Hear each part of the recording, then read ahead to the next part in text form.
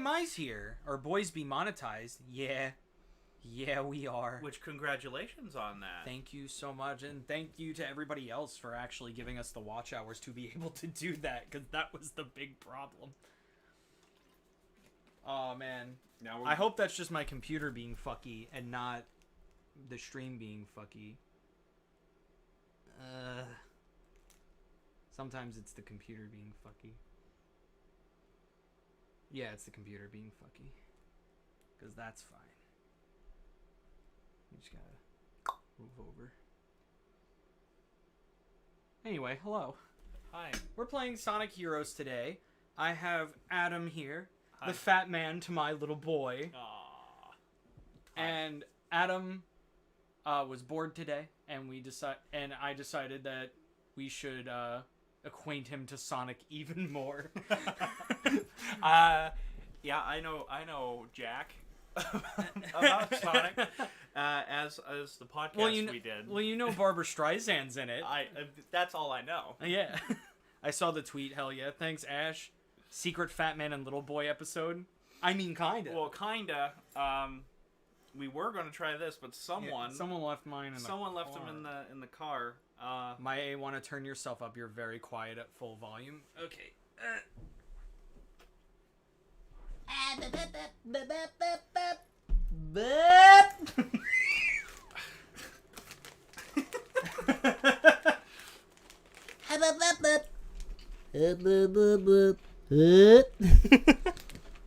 Now you see, unlike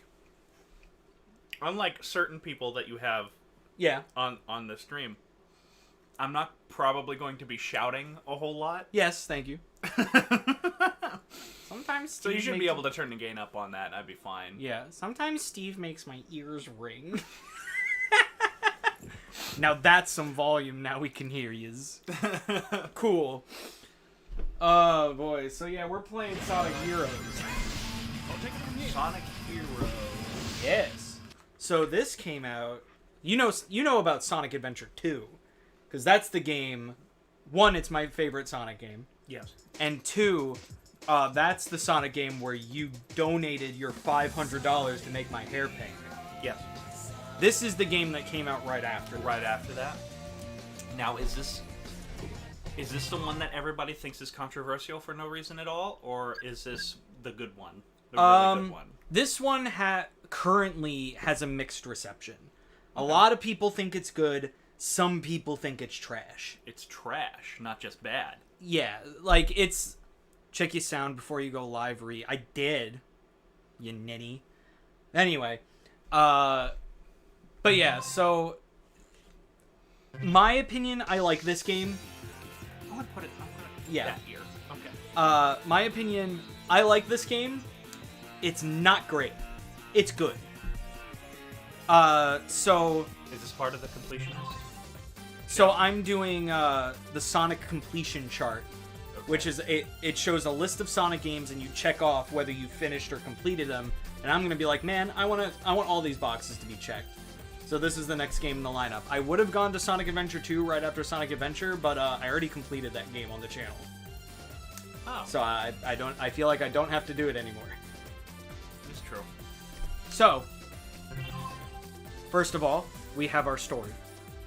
We have 4 teams to choose from. We have Team Sonic, which consists of Sonic, Tails, and Knuckles. They are the normal mode of the game. Okay.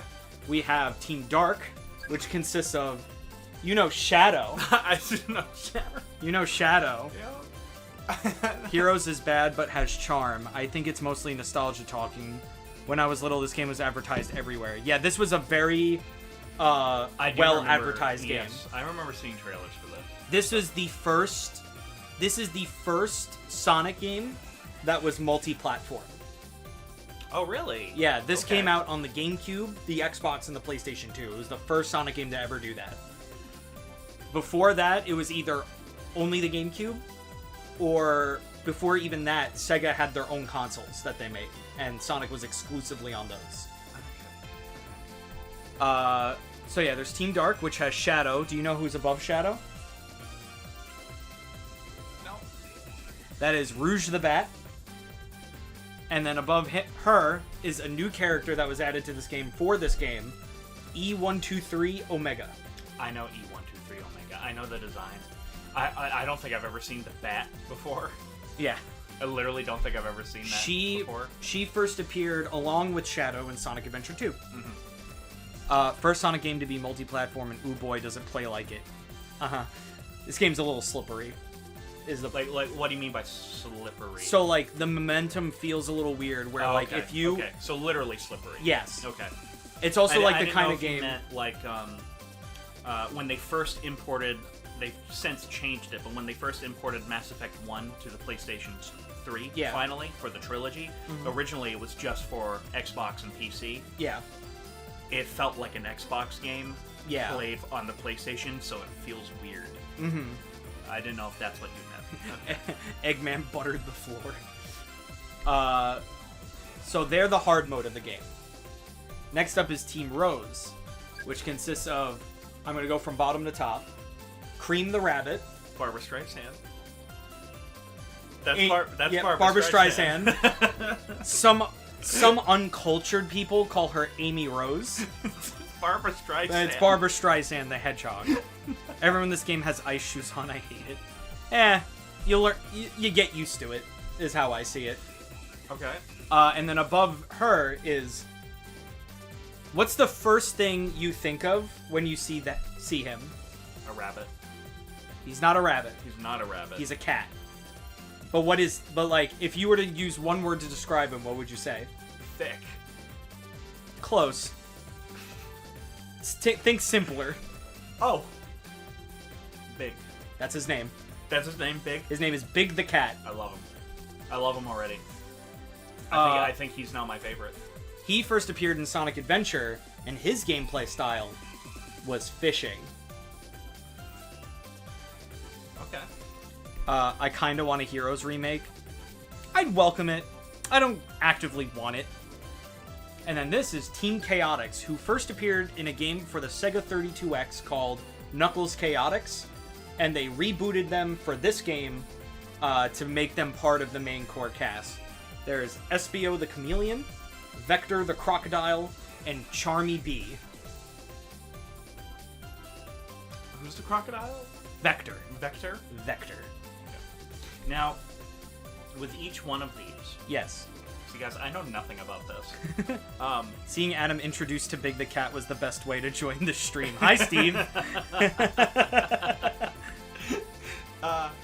Is it, like, different difficulties for each one? Yeah, so Team Sonic is the normal mode. Yeah. Team Dark is the hard mode. Team Rose is the easy mode. Of course it is. And Team Chaotix is, like, mission mode.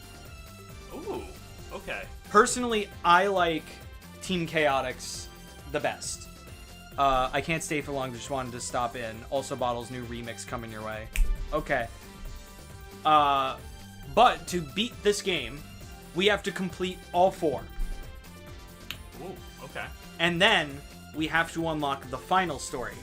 The final story being unlocked by obtaining the 7 Chaos Emeralds. Which you will see how we do that on the way. I have a feeling I know how. Yeah. But then to complete this game, every level in this game has a second mission. We just have to do them all.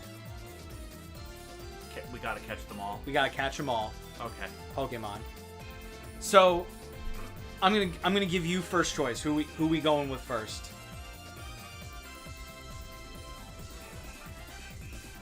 I want to go with Barbra Streisand. Team Rose? So let's go Team Rose. All right. We're up. You can count on me. I'm pretty sure that's not who you wanted to play first, but... It's fine. It's the easy mode. It's honestly where most people start. I wonder where Sonic is. Oh no! Oh no.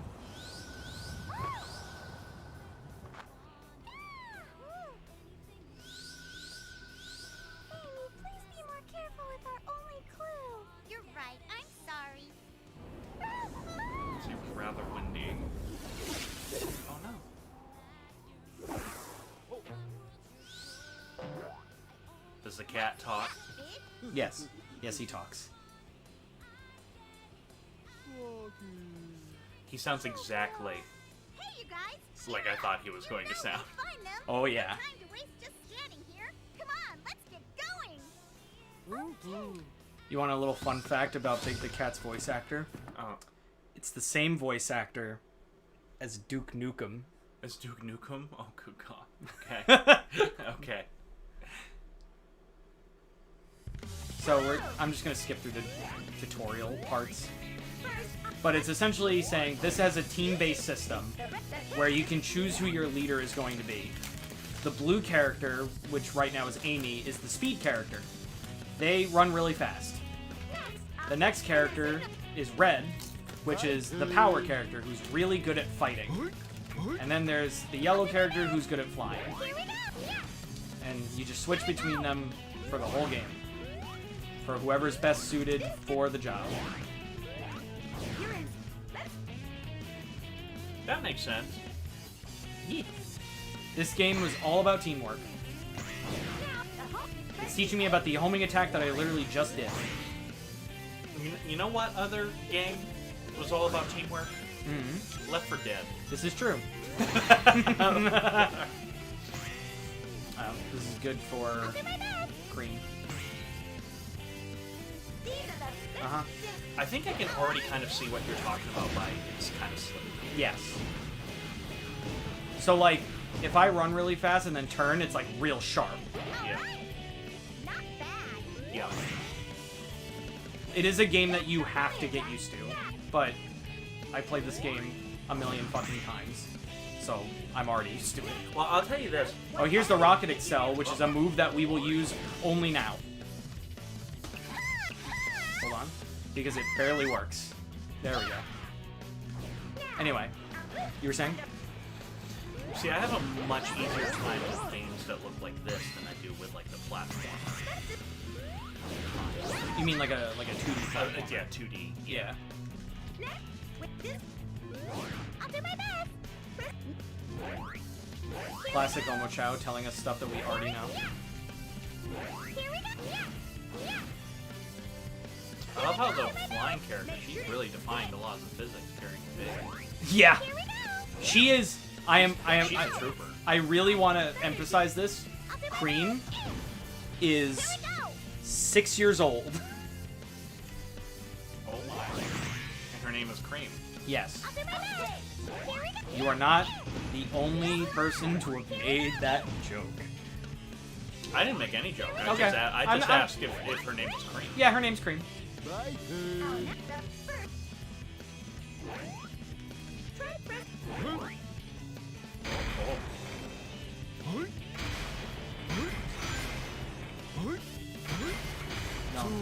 don't want to do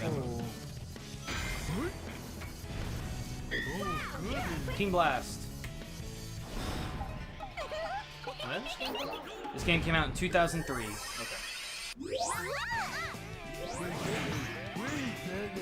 Oh, also, to beat this game, there are ranks in this game, depending on how you do in the level. We have to get all A ranks.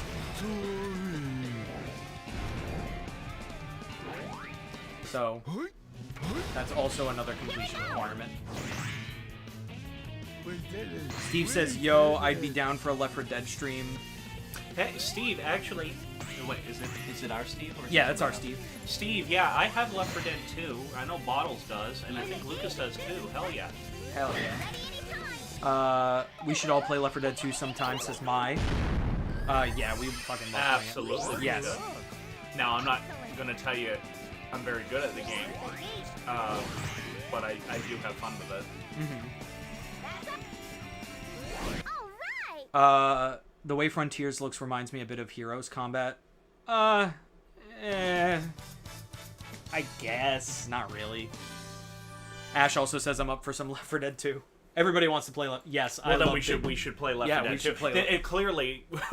Clearly we're playing the wrong game. Well, the audience has spoken. Yeah, have fun with that. We actually did. We played Left 4 Dead. If you go on... I'm going to pimp myself. Go ahead. For a second. Pimp yourself If you out. go onto my channel and Productions, Bottles, Lucas, my friend Chuck and I, we did play Left 4 Dead for a couple hours. If you go onto the playlist, A&P Gaming, you'll see it there. We also played a lot of Phasmophobia, too. Yes. Phasmophobia is fun. But those didn't go on Bottle's channels. Those were just us hanging out and then me streaming just because, hey, yeah, why not?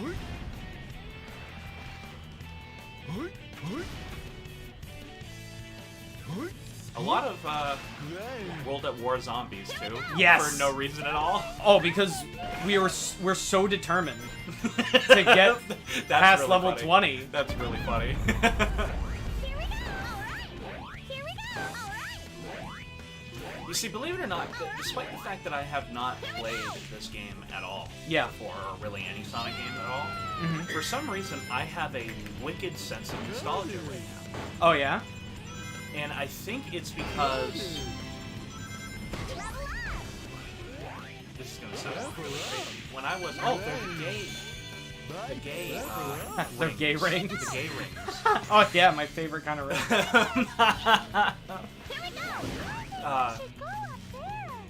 When we were building our house when I was in New Hampshire, something bad happened to the house where basically the roof collapsed. So we had to move out for a while while we got that fixed. I had a friend of mine who I would constantly go over to his house, and he wouldn't play this game. I know he was playing these games, but he played in particular. Oops. Here we go. Oh, it's the pink dragon or the purple dragon. Spyro. Yes. I played that a lot. And I remember not being taken by the gameplay or anything like that. I just loved how it looked. Yeah. And that's what I'm getting out of this. If there's one thing about Sonic games for the most part, is that they are aesthetically pleasing. Well, that one that you played that was on the PlayStation. Oh, Sonic Unleashed? Yes, that was amazing. That looked amazing. Yeah, that, honestly, to date, I think that is the best looking Sonic game. To date. And that game came out in 2008. It was crazy. Well, it looked good. I mean, out of all the games that you played on that 24-hour stream, yeah, that one was the one I was the most invested in.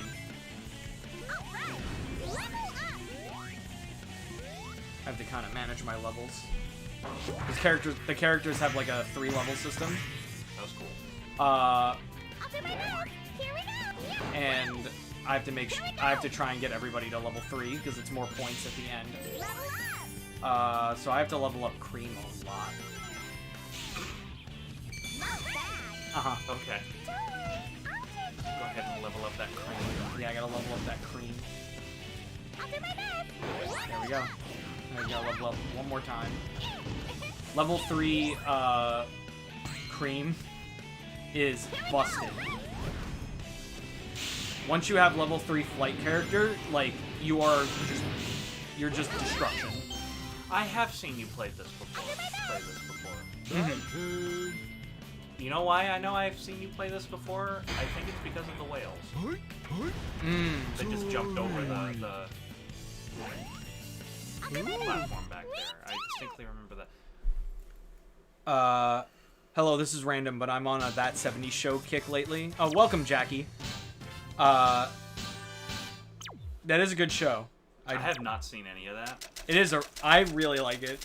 I'm gonna eat my sandwich. Anyone here heard of the Ouya? Yeah, I remember. The Ouya? Yeah, it was a failed game console that came out, like, I guess it was like 8 years ago at this point. Was it the KFC box? No. Hello. Hi, FNAF artist Robert. Welcome back.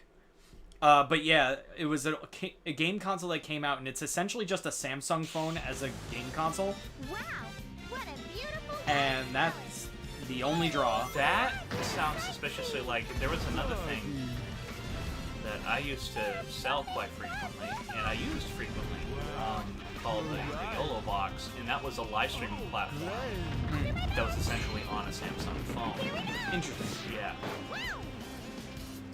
It's actually a really cool device. The ruins are beginning to crumble away. When it works. We have a couple of falling pieces.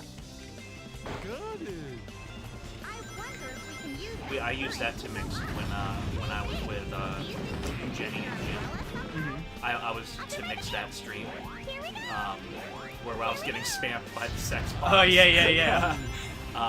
That was what I used to mix it and go live. Was that I didn't use my computer at all. do my best. Got it. Right here. I'll do my best. All right, now, anytime. She's struggling. Got it. Here we go. Here we go.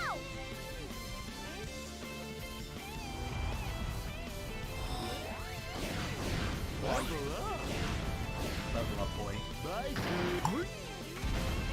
Here we go. Oh yeah, that's right. You can't triangle jump. I'll do my best. Here we go. Yeah. Right here. Some characters have abilities that others do not, and I forget. Well, that makes sense. Yeah. Oh, you want to know who just started Mass Effect, by the way? Who? Jim. Oh yeah. Jim Frasco just started Mass Effect. He's been talking to me about it. Mm-hmm. Oh, I'm so excited. Finally, somebody I can talk about Mass Effect with. Yeah, I gotta get myself in. I would, in all seriousness, if you wouldn't mind, I would freaking love to do that stream with you. Hell The yeah. Mass Effect stream with you. I mean, I'd let you play it and let you do your character, playing it first time through. Yeah. Because that's always special, and I never want to take that away from them. The first time you ever play those games is just, it's so special. Yeah, Like, yeah. Right here. But I would love to, especially if you have any questions, because I can see questions coming up. Uh-huh. Oh. What's going on? The controller was shit, that's true. Gotta dip out now, fun with the rest of the stream. Alright, bye Steve. Have you put in the cheat code yet? No, I don't. I'm completing this game, I don't want to cheat. I know what you mean. It's not really cheating, it's more of like, if you go into the multiplayer mode and hold down buttons, like, while you pick your character, they turn metal. Yeah. Just a little Easter egg they put in. How is Cream able to carry the both of them? We were literally questioning Just this talking before. about that, yeah. Carefully. Right here. Yeah. Speaking of cheats, one of my favorite cheats from the old PlayStation 2 days Look at all the was on Call of Duty really like that. Finest Hour, which was the first of the PlayStation 2 COD games, Uh-huh. in a very good game too. There's a cheat called Big Head, Yes! I love when games have that. and yeah, it would make their heads suddenly like freaking gigantic. Yeah. It was so funny. Oh, that shit's always funny. And I know on Age of Empires 3, if you type in a cheat code like MFG Wash, short for motherfucking George Washington, Yeah. suddenly this giant statue of a head of George Washington will appear and be your army. And Oh my so God. it would like headbutt into buildings and everything like that. That's so cool. I love cheats. Yeah. Some of them like that I like. Most cheats I don't. Like in the King Kong game, Right here. there's a cheat where every gun is now the Tommy gun. I don't really care for that as much as I love the Tommy gun, just because I think part of that game, what makes that game fun is, oh my god, all I have is this pistol Yeah. to get through the round. Mm-hmm. Alright, so what you're about to see now, because I'm about to complete the stage and I have the key. Oop, come on. So I have the key. So that means I am granted access to the special stage. Look at all those chickens. Could you play You Don't Know Jack? Fun game, the trivia game, FYI. Sometimes we do Jackbox streams. You Don't Know Jack is a fun game. Yes, I love it. Yeah. Hi, Lily. Welcome, welcome. Okay, I gotta say this, you have an super assortment of happy. guests. Both men and women. Yes. I just have men. Literally 97% of my audience Really? is men Wow. over the age of 40. Interesting. But that makes sense on my channel, Yeah. considering what I talk about Yeah, on you my talk channel. about Star Trek and Godzilla.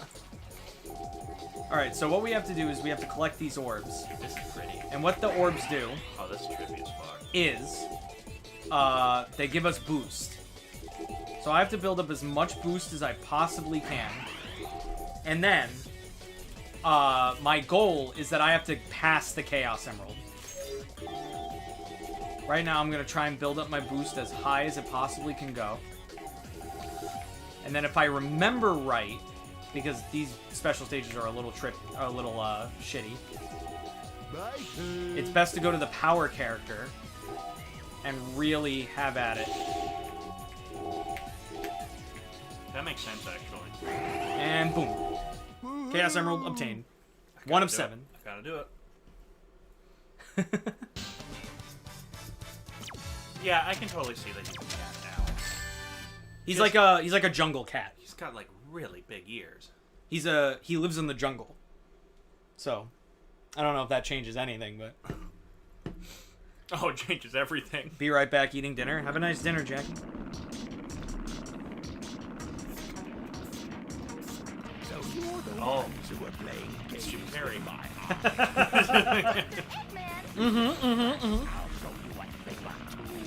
The voice actor that plays Eggman in this game is unfortunately dead now. Eggman, are you up to no good? That is the reason why they all got... Well, it's one of the reasons why they all got recasted by the next game. What ship is that? This is the Egghawk. The Egghawk? Yep. That thing's a badass. I love it. My turn. What did Eggman want? What? What did Eggman want? Take over the world. Oh. And he also kidnapped... he kidnapped Froggy, Chocola, and Sonic has something to do with it. So essentially, the Team Rose's story in this is that Sonic seems to have kidnapped Chocola, who is Cream's Chow's brother, which is the blue thing that follows her around, and has also seemed to have kidnapped Froggy, which is Big's pet frog. My turn. And they're trying to figure out what the hell is going on. So there is a story to this. Okay. Oh yeah, there's a big story to this game. Okay. Woohoo! Everyone has a different reason for going after Eggman. Team Rose is trying to find Sonic, Chocola, and Froggy. That was a huge birdie. Sonic received a note from Eggman telling him that in 3 days he was going to conquer the world, and Sonic took it as a challenge. That to me sounds very Sonic. Yeah. Yeah. Team Dark are all trying to find... Each character is trying to find Eggman for a different reason. Shadow to question about his memory, because after the events of the last game where he fell down to the earth, for one thing, he's supposed to be No dead, doubt about it. My heart but is all of a sudden he's alive. But he has amnesia. He doesn't remember anything. what a huge So he wants to inquire about his memory. in my head. E123 Omega wants to defeat Eggman because he's mad at him for locking him in a room. Now, And Rouge wants to find his treasure. this all sounds wonderful. Yeah. But if that was the plot with these characters, or like their plot, I totally missed it. My turn. Yeah. Here we go. They're just trying to find their respective people. Team Rose's story is probably like the least presented.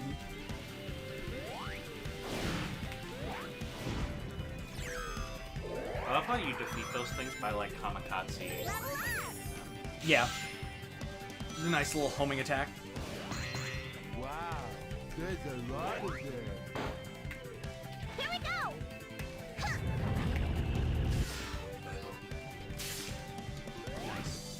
Ready anytime.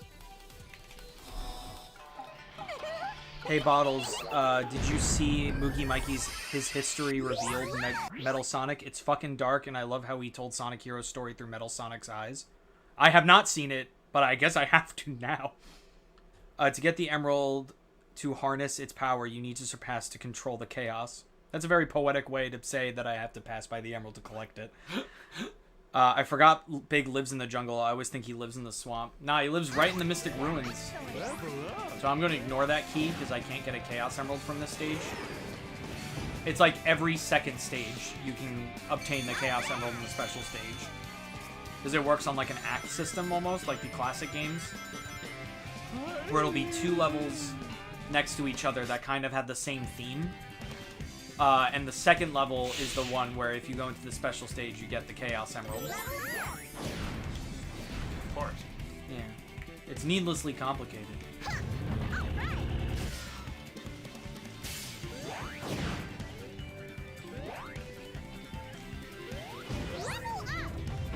Somebody got a level. Yeah, Cream got leveled up, I think. pretty well leveled right now. Amy's already max level, Cream is level 2, and Big is level 2. Whoops. I'm gonna attack a little too early there. I'll be right back. Here we go.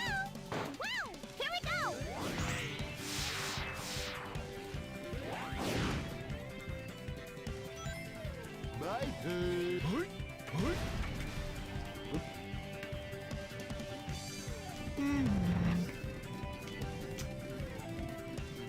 I knew he was going to make the same exact sound on the other one. I knew it. I was just like, here it comes, here it comes. This do be a game from 2003.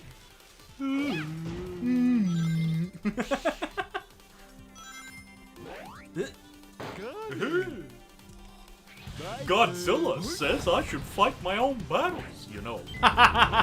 Isn't that, what's his name? Godzilla's son? Godzilla's son in Godzilla's Revenge. Yeah. That Oh my goofy-ass god, that movie. It's a trip. That movie's a trip. Because it's not really a Godzilla movie. It's a movie that takes place in reality, and whenever Godzilla's there, it's a dream. Yes. Yeah. What little I know about Godzilla is, like, from reviews that I've seen. And that's about it. If you want to watch the trippiest Godzilla movie, it's Godzilla vs. the Smog Monster or Godzilla vs. Hedorah. Mm-hmm. Oh my god. Oh my god. That movie is trippy. It's trippy mainly because of its extremely low budget, so they had to be really creative with their storytelling and, you know, Here we go. the special effects. Yeah. And it's trippy. It's probably by far the most art house Godzilla movie ever made. Interesting. Yeah, I love it. This is my first one, and it explains a lot. Oh, nice. Everyone's max level. I am a Chaos Emerald. I don't think you are. I don't think you are. I don't think you are. I think it's a bold-faced lie. Come on, the gay rings. Yep.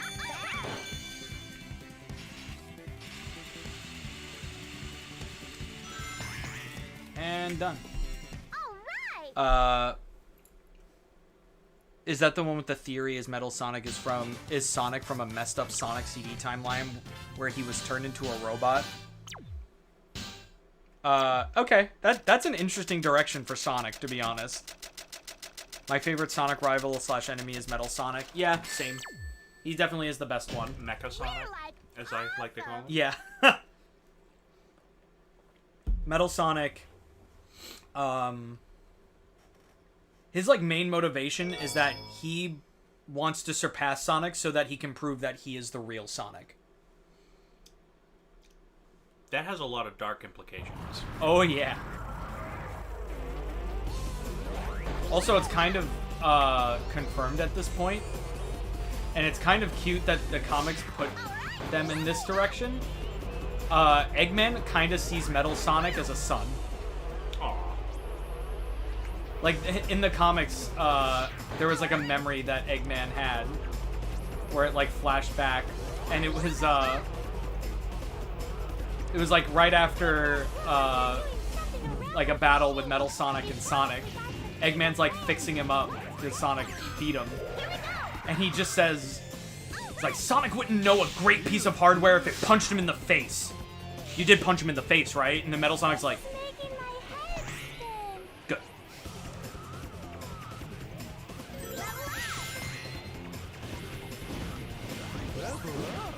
That's fine. Tell me, are the cartoons continuity? No. Cartoons. No. The cartoons are, like, everything that isn't the games is kind of considered, like, a separate universe.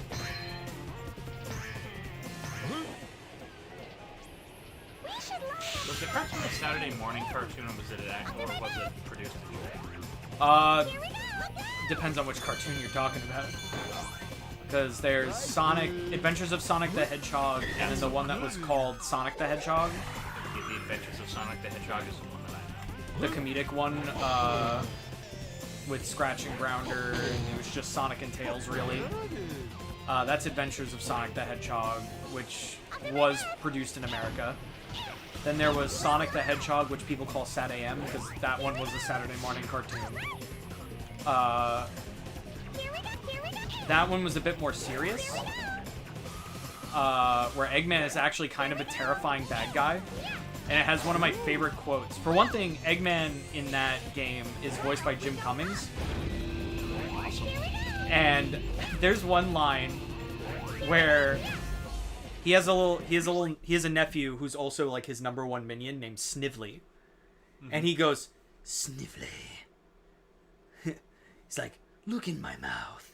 What color is my heart?" And he opens his mouth, and then his mouth becomes really like detailed. And Snively just goes, "I don't see a heart, sir." Exactly. He's just like, for one thing, he's evil, and he loves it, is his character. Also, he's just so needlessly mean to his nephew. The first line he has in the whole show is that Eggman gets off of his ship and returns back to his like empire, and Snively just goes, "Welcome back, sir." And then the first thing that he says to him is, "Shut up, Snively," with the biggest smile on his face.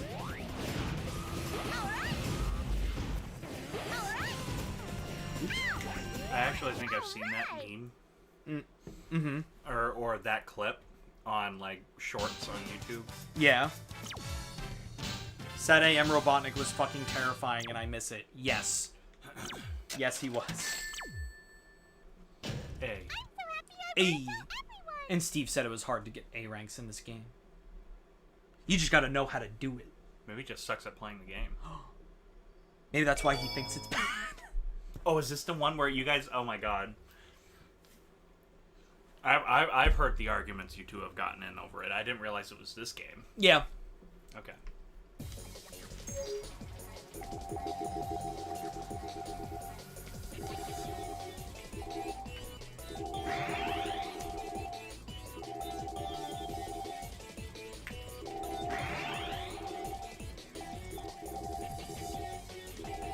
I love the logic of this universe. Mm. Everything's based on rhythm. Yes. Can I have this? Woohoo! Woo! Mission clear. Your score is 8,040. Hey. I got my second Chaos Emerald. Gotcha, my darling Sonic. Amy, what are Barb's you doing trying. here? Sonic, this time there's no way out of Oh, marrying good me. god. I didn't realize this was in it. Oh yeah. Oh my god. Oh yeah. Whew. Amy, knock it off. There's no time Now we're to fighting play. Sonic. Sonic, give up. This time you're mine. Oh my. Sonic, where are you? I'm gonna beat Sonic with the power of one-sided love. Oh yeah. Uh-oh. Oh no, oh no. Oh no. Well, I lost. Back Froggy and Cola. Hi, Lucas. I love how he just went, you, and then it went blank. And I was like, you son of a bitch. You son of a shit. Can you die? You're mine. Can you die, please? Thank you. Froggy, So essentially the idea is that I where have to are knock them off the you? stage. As they say, till death do us part. Oh my. Oh my. Sonic, let's 12 go on our honeymoon. 12 seconds, huh? I've had shorter.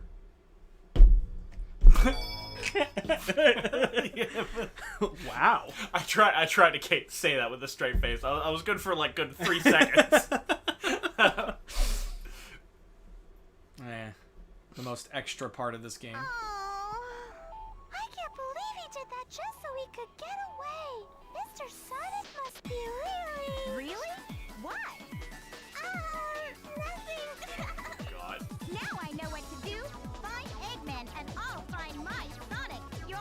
Amy Rose had a complicated start. I love this. I love this. So everyone else is like, we gotta stop Eggman. But Amy's just like, I just want to catch excuse me, Sonic. Barbara Streisand is just like, I gotta find Sonic.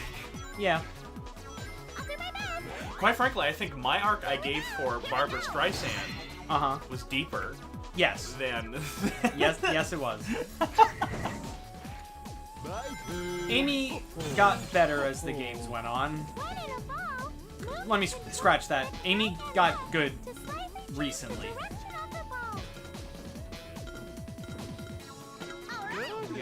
Wouldn't be a Sonic game without its obligatory casino levels.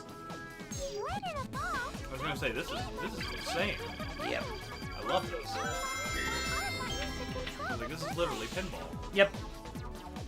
Do you ever play that anymore? Is that even on computers anymore? Pinball? Yeah. I don't think it's on computers anymore. I used to love playing that, and then there was another game. If you let's play Funny Ball. We had another game that used to come with Windows PCs, which was called Snood. Snood? Yeah. Okay. And it was just you're trying to get these faces, these monster faces, to line up. Okay. And like X amount causes them to disappear, and you're trying to get down to 0. It was a really simple game, but I used to play it all the time. Mm-hmm. Oh, I lost Amy. Fuck. Oh, no, I got her back. Hey! I am stuck. Got it. No. Oh, the music just got weird. Yeah. That's Jun Sonoe for you. I got it. I think this was Jun Sonoe and, why am I blanking on his name? Fuck, I'm blanking on the current composer for Sonic. Shit. Otani. Kawatani? No. I think it's like Toya I Otani. legit just got excited there because Kawatani, he did the music for like Shadow of the Colossus and all. I know you hate that game, but I do love the soundtrack. I love the music. He also did Kawatani. The soundtrack is the best part of the game. I'd agree. Even though I know I like those games more than you, but Yeah. I still think the soundtrack's the best part. But Kawatani also did the music to the 90s Gamera trilogy, and he also did the score to Godzilla, Mothra, King Ghidorah, Giant Monsters, all that attack. The poster you bought me? Yeah. That movie. That movie, got you. Happy. I love the casino stages. Not in this game. Snoot slaps, says Lucas. Ah, cool. Smashlandra says, how dare you copy me? Oh, look, it's Adam. Yeah, because he streamed Sonic Heroes yesterday. Just coincidence. 'Cause I'm like, oh, I gotta continue the Sonic completion chart. What's my next game? Oh, Sonic Heroes. Right and left to slightly change the direction of the ball. Doing. All right. Nah, screw this. Like, this is trippy as fuck. I love this. Yeah. Or at least I love how it looks. And I like the music. Dude, if there's one thing Sonic games are always good at, it's the music. It's the music. 100% of the way. Here we go. The music, to me, the music in this sounds very 90s, but it works. Yeah. Jun Sonoe literally has not had like a bad song in a soundtrack. It's insane. Did he die? No, he's still alive. He's still composing. Sometimes he'll compose for Sonic. He's just not the main composer anymore.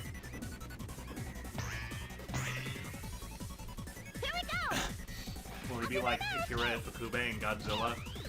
Where in the 90s, the first 2 movies in the Heisei series were not composed by him, but they used his themes, and he got very annoyed by that, to which his granddaughter went, oh, if you're annoyed by it, why don't you just shut up and do the music for the movies anyway? And he did. That's amazing. We're We're playing bingo. His last movie score ever was Godzilla vs. Destroyer. Out on a high note. His last piece of music he ever composed was Godzilla's music. Wow. That's poetic. It was. He knew it was going to be his last score. Because by then he was already... It wouldn't surprise me if he was definitely in his 70s.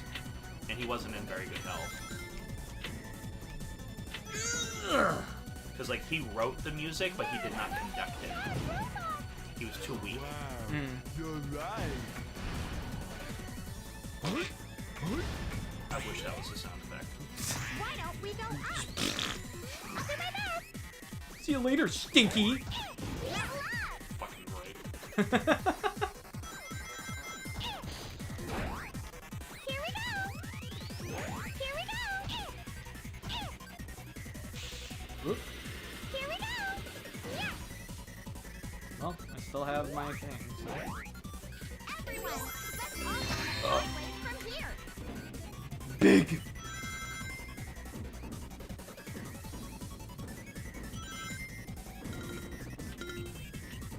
Got it. Got it. Yeah, you just gotta learn the language of this game, and then you just kind of get the hang of it. I'll do my best. Cause like I don't feel like a game that you kind of have to like get used to is entirely bad, because at least that means it's consistent. This is true. Wow. You're right. Like I think a game that has truly bad controls is a game that like isn't consistent. My turn. Where like you do one thing Sorry. and there's like one result, and then you do the same exact thing and there's another. Sorry. Ooh.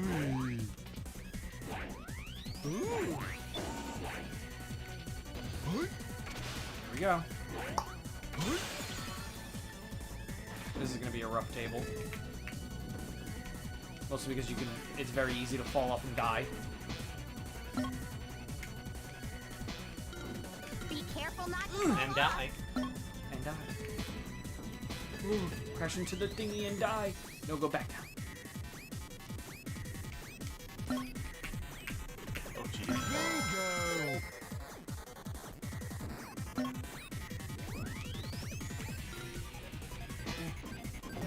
Yo, let's go.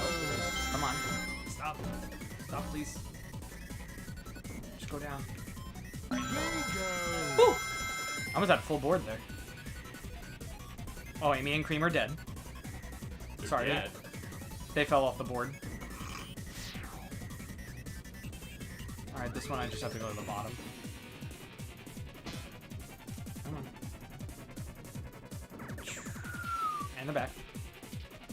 I'll do my best. Woo! You're supposed to, like, stop this. But, like, why? Here we go. Good question. Here we go. Woo! That is the power of level 3 flight character. One hit kills everything. We did it. Sonic Chronicles would like a word with you. Alright. Almost every Sonic game is good at soundtracks. Okay. Sonic Chronicles barely counts as a Sonic game. To me. I know I've heard you talk about this too. Yeah. Kinda super duper happy. Oh, man.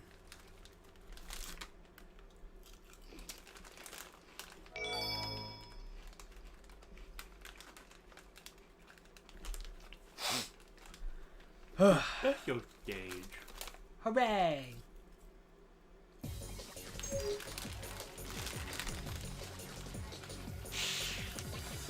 So, some interesting history on this game.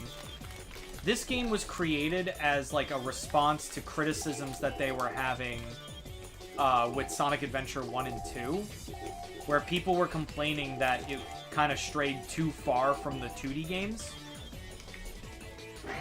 So they wanted to try and translate the 3D Sonic games into a more traditional 2D formula, which is why it has the 2-act structure and then the bosses, as well as special stages. Because those are all components from the older games.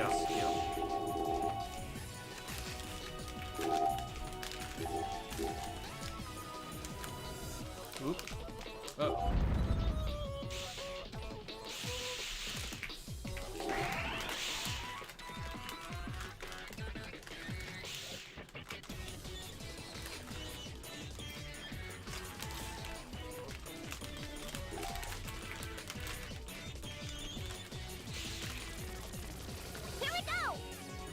might lose this one. My earpiece.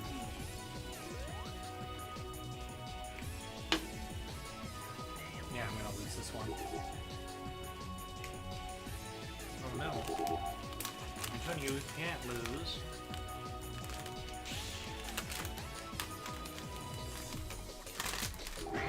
I lost. Oh well. I can just get it later.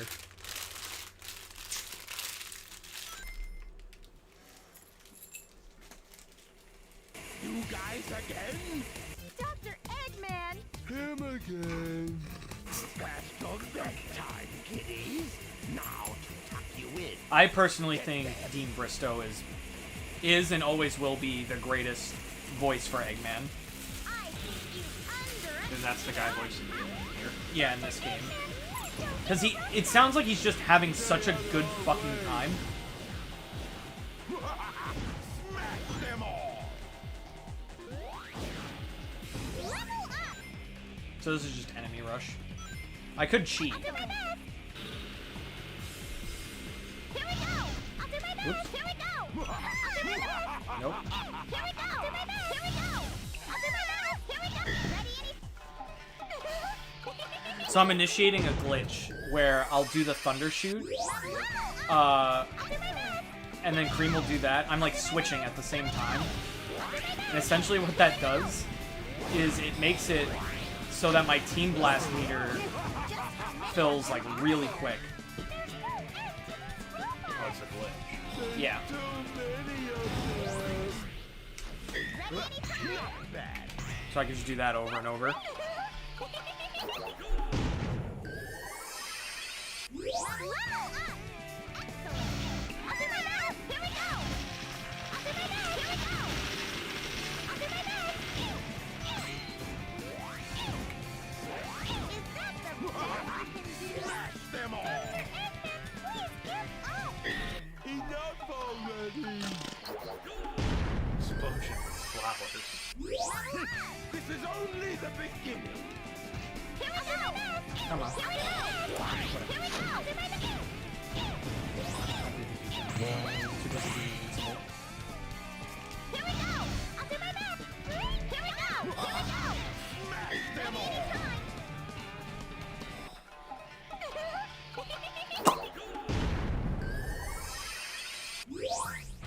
I'll do my best!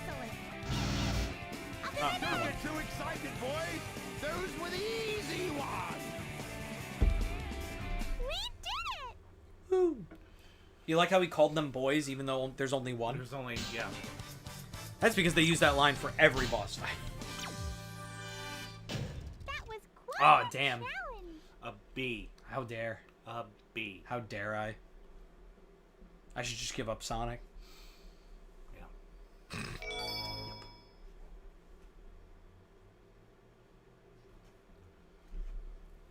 Rail Canyon. Starring Cream. Starting what? Rail Canyon. Starring Cream. I smell Oh. froggy. She says Chocola is close. That's who she's looking for. It's Cheese's brother. Oh, one of these levels. Oh, yeah.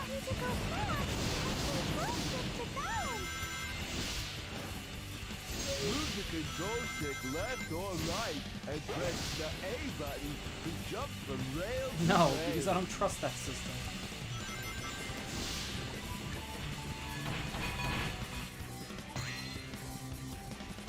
Level up! Enemy will Maybe we could change the direction of that lighted rail with a switch. Look around, okay? No. Ah, I don't want it. Right, got it. Here we go!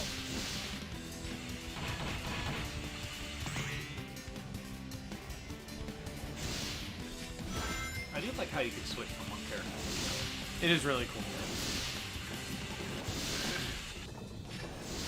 Feels Oh good. shit.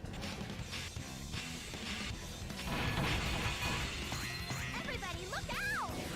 Okay! Okay,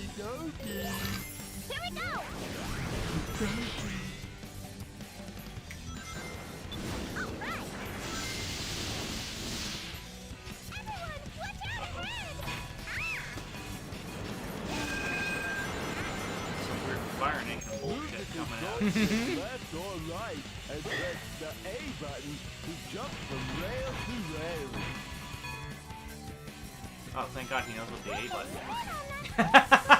is. Yeah, they are aware of the buttons for some reason. Oop. Level up.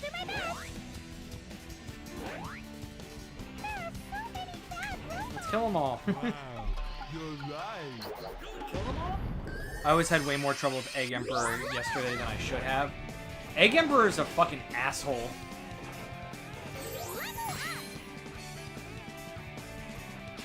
I'm sorry.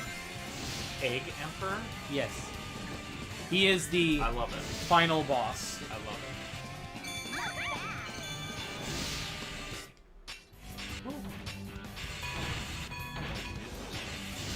Well, yeah, it's because the invincibility music just ended. Looks like a rhino's heading this way. Don't worry about them. Let's move it. I have to be careful because they're going to switch over. Or they might.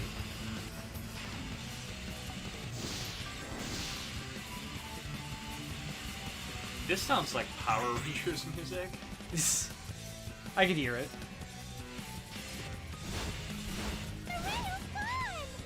Look out!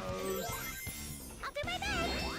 Here we go. We need to take care of those guards before getting to that cave. Sorry.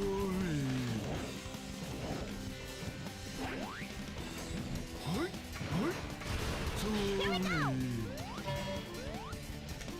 Riveting commentary, I know, but I'm rather enthralled by the visuals. Yeah. I feel like a toddler. I mean, it's just fun. Feels good. That's all it comes down to. It's just straight fun. All right. He says true. What's true? That Egg Emperor is an asshole. Is an asshole. You really do be an asshole. A doobie doobie. A doobie doo. Scooby dooby doo. Hey! We're like awesome. You know Scooby Doo was named after Frank Sinatra. No, I didn't. So essentially, when they were coming up with the concept for Scooby Doo, and they had the idea to like add the dog, because he was the last character to be added in. He was inspired to call him Scooby Doo because the creator was listening to Frank Sinatra at the time and heard him go Scooby Dooby Doo, and he's like, "That's it." Yeah. There's something there. I'll do my best. All right.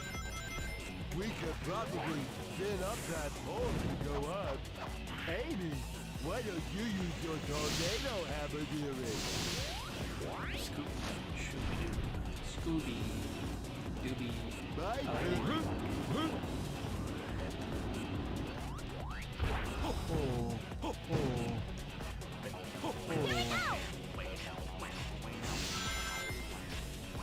I'm glad you're chanting that. This must be the internal mechanism of No, I really like the music. the middle part is where you If there's It's very fitting. yeah, if there's one thing Jun Sonoe is great at, it's Oh my God. fucking guitar. Fucking giant cannon. Hell yeah. Got it. Got it. Why does Big remind me of you Sean? won't notice. Hey guys. Air. Hey guys. Hey guys. Wow, there's a lot of them. Level up. Come on. I'll do my best. Here we go. So I love how with Sean, in Sean's case, he would just go, "Hey guys," relatively normally, Yeah. or in his own voice. But then we started making fun of him, and we are the ones that started going, "Hey guys," and so he started doing Yeah, it. he started going, guys. And now it's just, That's just- I fear that it's going to be a cycle. That because now that's the normal way he says, "Hey guys," we're going to start going, "Hey guys." Yeah, and then he's gonna And go, it's just going to hey guys! it's going to progressively just get worse Until until it it's- ends up just Yeah, it just ends up not even being English. Oh my god. Evolution could be weird. What the fuck's happening? Oh, we entered the interior, and now we're on a train that we have to destroy. Like that. grinding, use B buttons to I'm impressed by accelerate, Big. He has very good balance. Take the He do. balance. He did not move like this at all in the in Sonic Adventure. Oh yeah. He just fished. He just fished. That's all he did.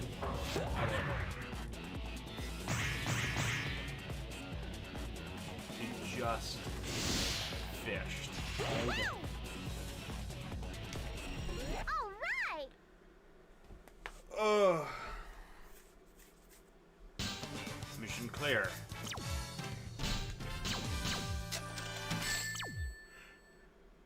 Kinda super duper happy. Good for you. Good for you. Good for you, Big. I'm very happy. I'm glad you're having a good time. Hashtag make Big fast again. Why is he Well, not Big- fast anymore? Well, Big the Cat really, like, after this game, he, other than Sonic Chronicles, he does not become playable. This is the last game where he's been playable. He's kind of just been relegated to a joke character now, because everybody thinks he's stupid. Well, this game isn't helping. Well, yeah.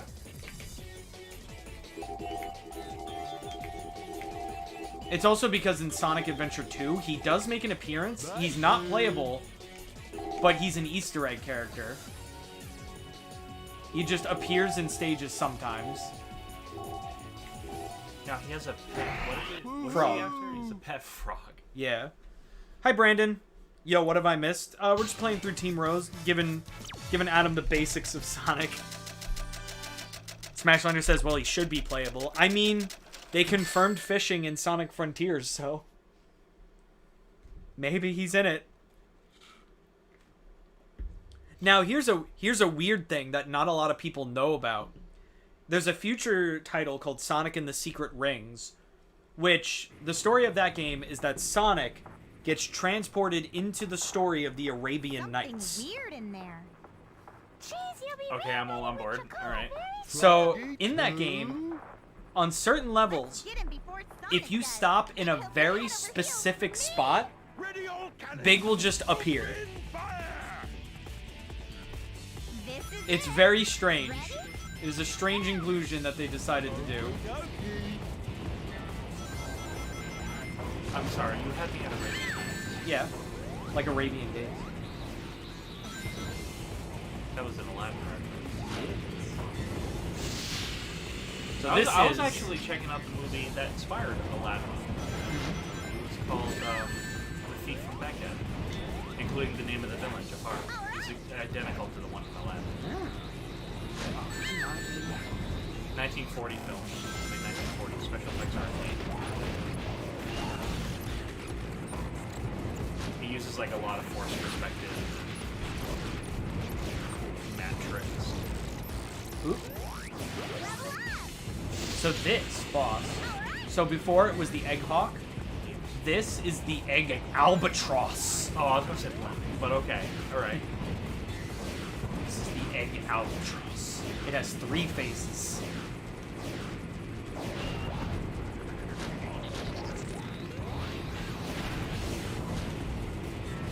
I'd like to get to the next one. Oh. That's a little bit of that Sonic Heroes fuckiness. Alright, phase 1 complete. Phase 2 commence. We've done it. But we're not finished yet, Amy. That ship still hasn't come down yet. Very good, Big.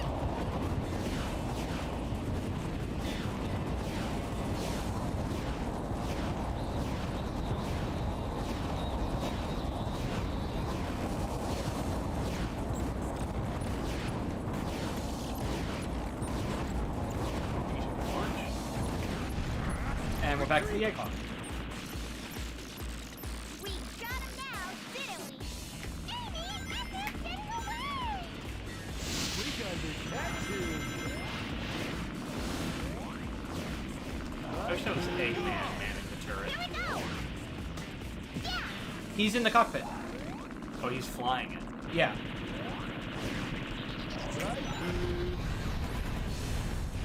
You'll pay for this. Bye-bye. Woohoo!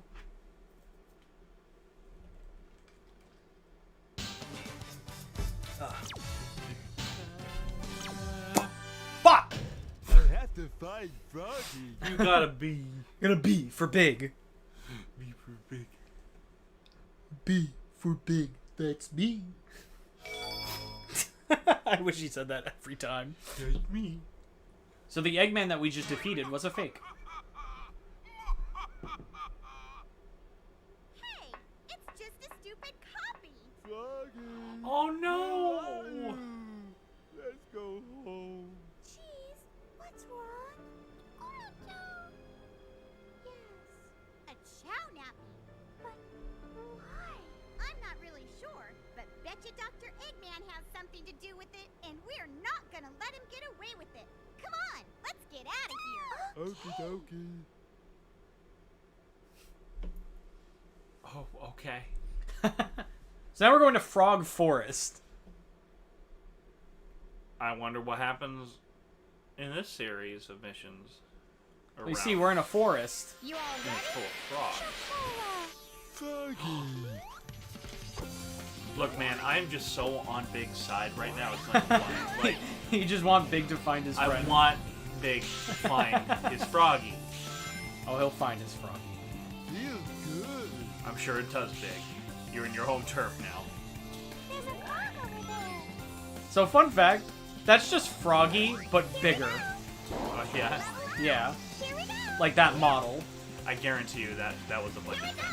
go. Oh, 100%.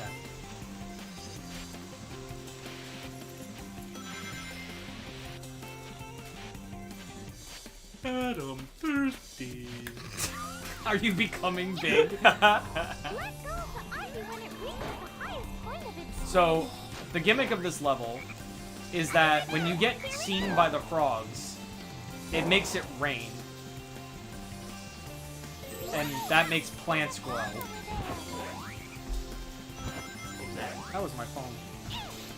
Here we go. I will look at it in just a moment. Ugh. My turn. Here we go. So hold on. Yes. Big is a cat. Big A doobie jungle cat. cat. Yep. But cats don't like water. Yes. So is he like a... What kind of cat is he? I think your guess is as good as mine, brother. I'll do my best. I don't think they've ever really said. Look out. Hello? Oh, okay, thank you. Level up. My turn. Got it. Yeah, literally. Both you and I both just did that. We really do be on the same wavelength. Most of the time. Wow. I can't believe Uh, the flowers. Adam is transforming, becoming one with the big. I'm becoming one with the Big. Soon you will start fishing for your froggy. Got it. Well, we found Adam's favorite character. I love Big. He's great. I honestly do like him. As much as he's a joke character at this point. My turn. Here we Let's see go. what that's about. Someone's trying to get a hold of me.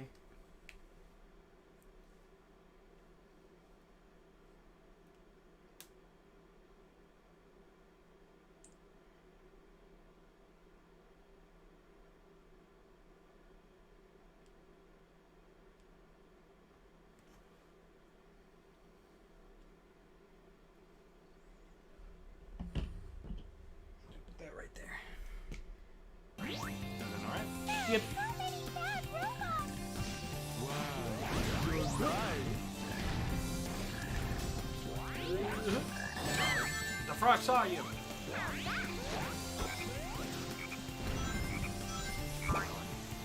Now, do the frogs try to eat you? No. They just help. Do you just help? They just help. They're good little Oh, boys. they're friendly. They're friendly. Look at that guy jumping in the background. He's rooting for you. He do be rude. He's like, yeah, you did it! And I helped! I'm gonna help. I just want my froggy back. I just need We're like Froggy awesome. back. What if Big is like really super intelligent? It's just that his brain is not wired properly to his vocals Yeah. because he's a cat. He's actually like a genius. I kind of like that idea. I wonder if Froggy is here in this jungle. Everybody, Look at that guy. Oh my. Okay, dokie. What? Oh. Well, I'm dead. You I killed wonder Big. if Froggy How is here in this dare- jungle. You must now perish. Okay, dokie.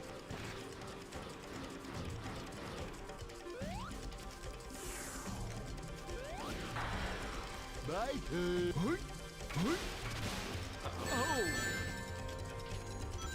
Back up. He's back up. Oh no, he's dead. He's dead as fuck, boy. I'll do my best. Here we go. Now there are black frogs. They make it so that things go away. Believe this. Those black frogs are That's bad. crazy. Better stay away from those I guess, black frogs. in my mind, they just create acid rain. Here we go. Ow. Stop it. I'll do my best. Sneak. Here we go. Rings. I'll do my best. Here we go. All right. Here we go. I guess Lord of the Rings didn't get the memo. No. My turn. There's way more than just one ring. Just one ring to rule them all. There's like billions of them. Really, hyperinflation is really Yeah, honestly. the culprit here. And like, they are light. I think we should go up there. Here we go. The rings give him life. Can The you ring help gives us? him life. Here we Yeah. Yeah. So tell me again how Team Rocket Here we go. is Sonic's villain. Well, they gotta catch his rings. They gotta catch them all, of course. Of course. That only makes that sense. was funny. That was funny. That was a fun episode. So be careful not If you don't know what we're talking about, we have a podcast called What Are We Talking About? Where the host gets to choose the topic, and then the others have to kind of bullshit their way through the conversation. Wait till we get to the next one I host. You're gonna like the next one I host. I can't wait to see. Ooh-wee. My favorite big quote. Got it. Who he? That's exactly what he just said. He just went. He who? He who. The tail of me. That was so funny. Yes. And I could tell that was like totally like off the cuff. Yeah. Here we go. Like they're just like, we gotta come up with a couple more videos. Come on. Yeah. They're like, let's do this. I don't know. Fucking the tale of he who. That's so funny. There's something there. Blow it up. All right. Come on.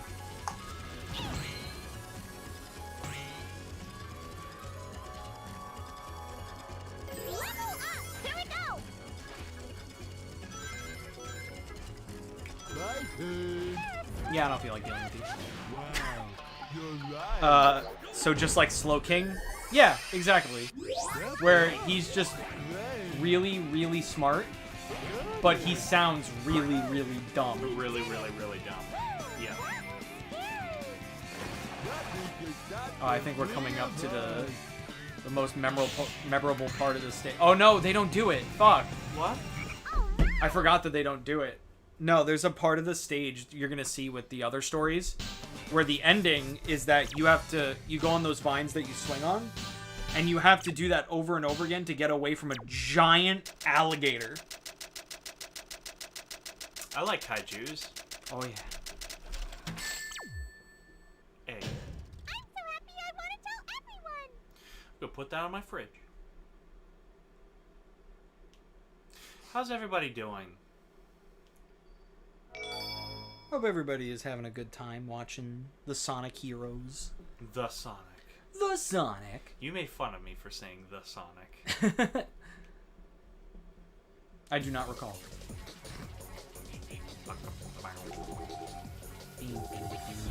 I hate you.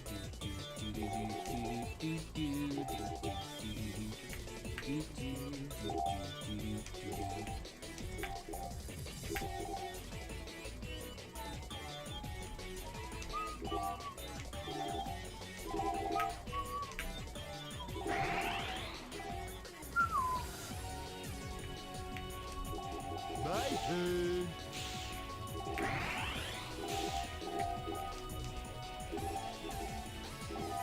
Fuck me. Gonna land mines. Yeah.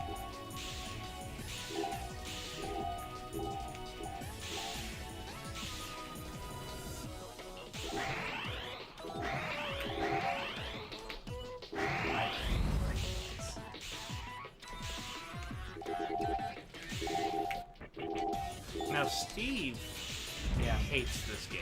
He does not like this game. He thinks this game is garbage. Well, I think Steve is wrong. I also think Steve is wrong. Personally.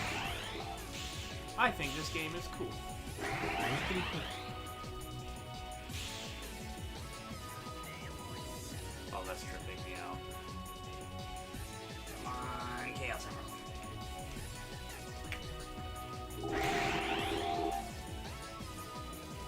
Come on, come here. Warm Lily says, I like Mothra. I'm doing pretty good watching and playing Pokemon I Unite. love Mothra. You want to talk Mothra? I can talk Mothra all day. He could talk Mothra all day. all day. I love Mothra. Smash Lander asks, you getting Origins tomorrow? Yup. Of course I am. Is it coming out tomorrow? Sonic Origins is coming out tomorrow. Wondering if I could ask you something. It's a compilation game of Sonic 1, CD 2, and 3, but they remastered them into HD and also added different modes, missions, a boss rush, and cutscenes. What? It's not nice to tease my friends. Yeah, time to rock and roll! My God. It's full of stars.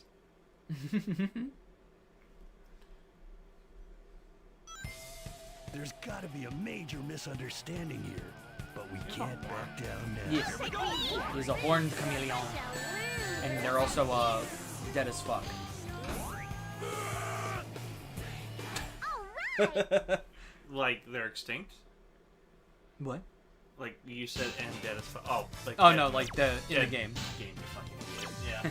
Yeah. Alright. Alright. Yeah, they're I fucking murdered I them. murdered They're all them. gone.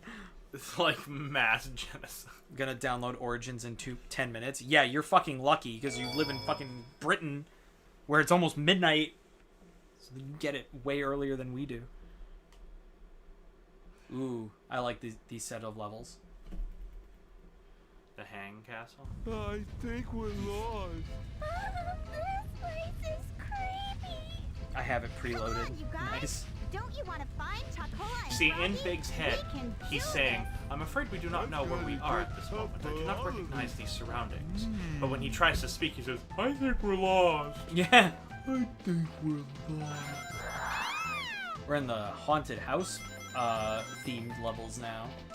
Why does this remind me of golf? Golf? Yeah, like the mini golf game that you can play on your computer. The one that made Mark have like a heart attack. Oh. My turn. So here's the gimmick of this stage. What? Where am I? Changing gravity. The castle is turned upside down. I wonder if we can go down there.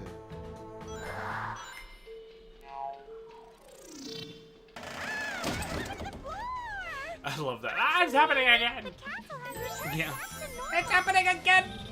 Here we go! My turn. Hoi, hoi. Hoi, hoi. Grand. Hoi, hoi. Oh, goodness. Level up! Hoi, hoi. Ooh. I honestly think the closest game I played to something that looked kind of like this and acts kind of like this was the SpongeBob SquarePants game, where all I know is that the cover is SpongeBob and he has like a World War II helmet on. SpongeBob Battle for Bikini Bottom. Yes. That game is so good. Is it? Oh yeah. Here we go.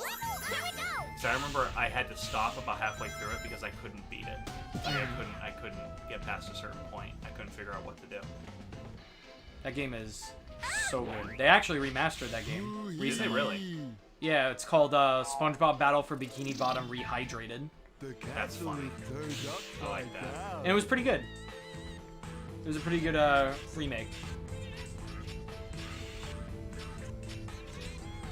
Smashlinda says, I'm literally playing Battle for Bikini Bottom right now. That's great. That's hilarious. What's that? There we go. Camera was being a little shitty there. Here we go. Be careful not to fall off. I got it on Switch. Ah!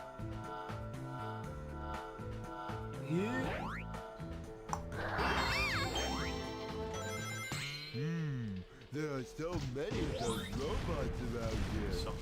Should we take care of them first? Alright. I'll do my best. This area is dangerous, so be careful not to fall. Thank you, Big. We did it. He's just vibing. He do be vibing. Big the Cat's such a jolly old soul.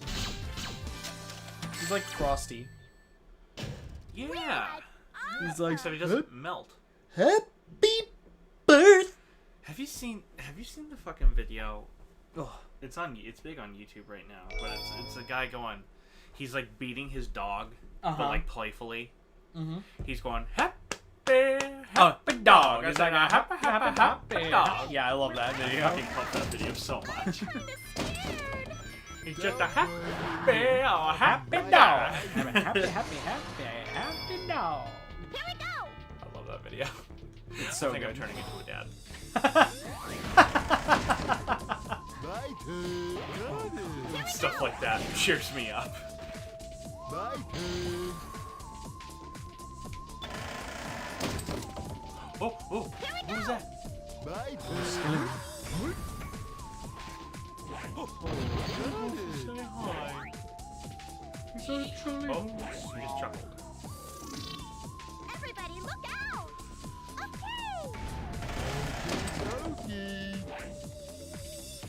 This is one of my favorite songs on the soundtrack. Oh, really? Yeah, I think it's so cool. It's like the perfect mix of like synth and like rock. Here we go. And makes like a haunted house kind of. It still has like the haunted house aesthetic. Sorry. I'll do my best. My turn.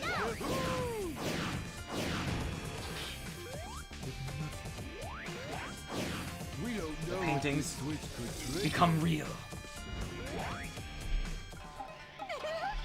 It is very good. Battle for Bikini Bottom, I assume. Or maybe he's talking about the song. Here we go. Or maybe the video thing. No. Yeah, could be. Honestly, all are valid. I'll do my best. Just a fucking like that video. Yeah. Here we go.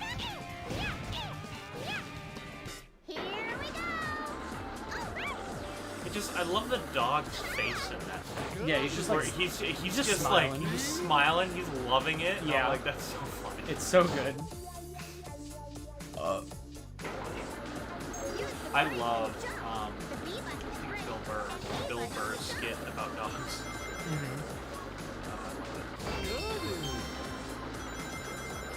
He's like, yeah, they really vibe off of your energy. Like they're really empathetic. Yeah. And he's like, because like if I'm watching a game and suddenly I go, oh, you gotta be fucking kidding me. Suddenly the dog's sitting there beside me, yeah, you gotta be fucking kidding me. Yeah, what the fuck? Oh. Hey. And if you get like really pissed and stand up and go, what the fuck? Suddenly the dog's up and like, yeah, what the fuck? It's so true. You know what's really interesting, speaking of pets, about Mimi?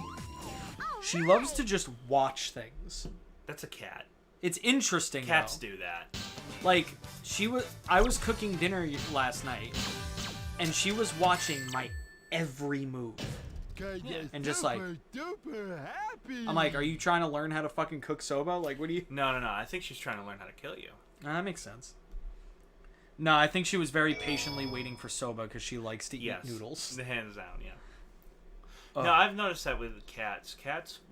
Not all cats, well, most cats don't like affection for overly long periods of time. Yes. And then, unlike a dog, I've only met a very few dogs that have been like, okay, you've petted me, I'm good. Yeah. They're just usually like, no, keep going. Keep going. What you doing? Why have you stopped? Have I done something wrong? Yeah, have I done something wrong? Have I been a bad boy? No, I've been a very good boy. I've been a good boy. I do love how in Family Guy every once in a while they bring up that he's a dog, and Brian's a dog. Whoa. Every once in a while they'll bring it up. Yeah, I like it too. When they give Brian like dog traits. God, it sucks. Come on. And it's also like way harder to control than it looks. Oh, I can tell you're having a hard time controlling.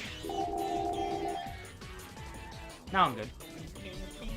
I love this track. I love the music in these. Oh, he was talking about SpongeBob? Oh. Either way. SpongeBob Battle for Bikini Bottom is very good. I literally got halfway through it, and I could not figure out how to get past this one point. Mm-hmm. I had to stop. The fucking kelp forest in that game is like the hardest level in the whole fucking game. I'm not sure if I got there. Mustache monkey, you took Chocola and Froggy, didn't you? What if I did, then what? Please return Chocola! Give back Froggy. What if he was just like, okay, Thank you? thanks. Let's do this! I might have to kill them to figure out if they're robots. Ready? True. Okay, dokie. Here we go! Now, why do they call him I'll do Egg? my best! Here we go! Ready anytime! Then what's Dr. Robotnik? That is also his name. I So know they've recently confirmed that, like, his name is Eggman Robotnik. no, is that Eggman's name is Dr. Ivo Robotnik. But Sonic called him Eggman once, and he decided to embrace it.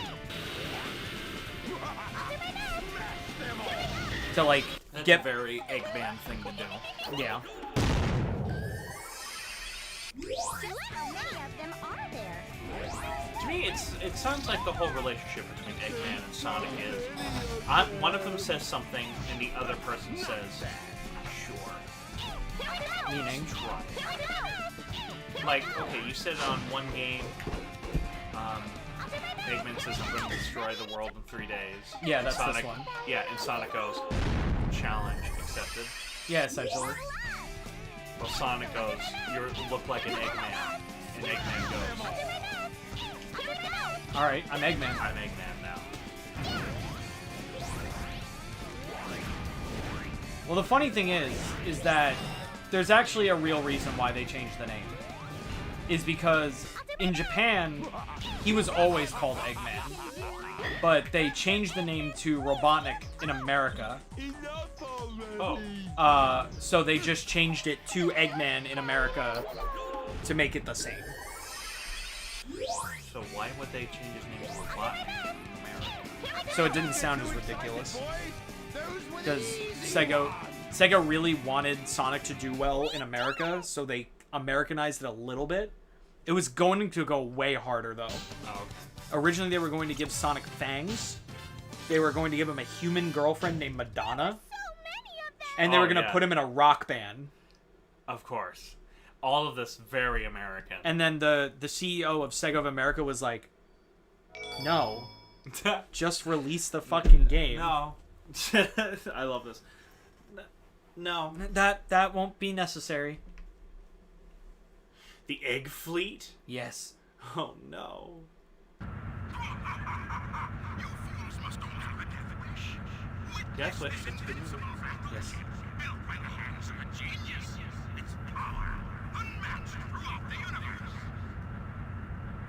Thank God these ships happen to be shaped like arenas Yeah. that I can run on. Oh yeah. We're Can you tell we're nearing the end? high. It's kind of Well, scary. you're in space. I see Eh, nothing we're- but yeah. clouds.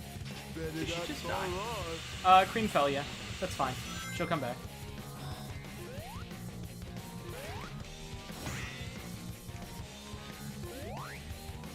My turn. Nope. Hoi, hoi. I'll do my best. Here we go. My turn. Hoi. Got it. Hoi, hoi. Yeah, I like the music in this one too. This is like typical Jun Sonoe. Yeah. My turn. Here we go. Here we go. But she's like, Cream will come back. She's only a little bit dead. Yeah, That she'll come you're back. in danger. It's dinner time. See ya. All right, see you later, Smash. My turn. We can use that Oh. current to go up. Fine. Hey, Sid, do you think we can There it use is. your umbrella somehow?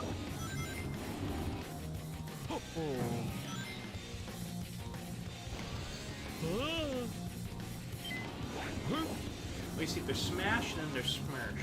Smirsh. Smirsh was the Russian secret intelligence during World War II. That's not real. 100% it is. It's called the Smirsh. Smursh.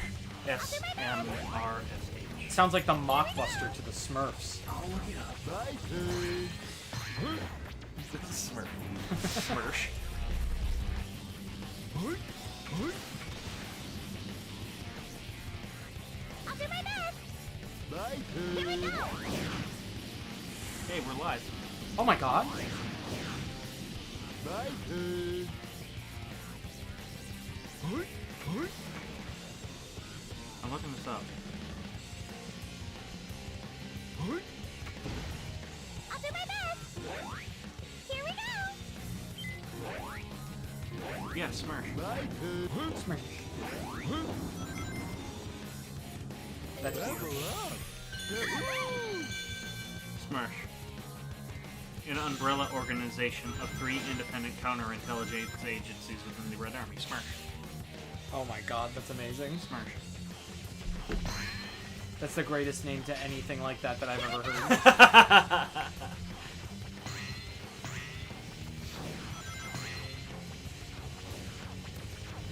Well, I see. I found out about it because I was reading a book about the downfall of Berlin.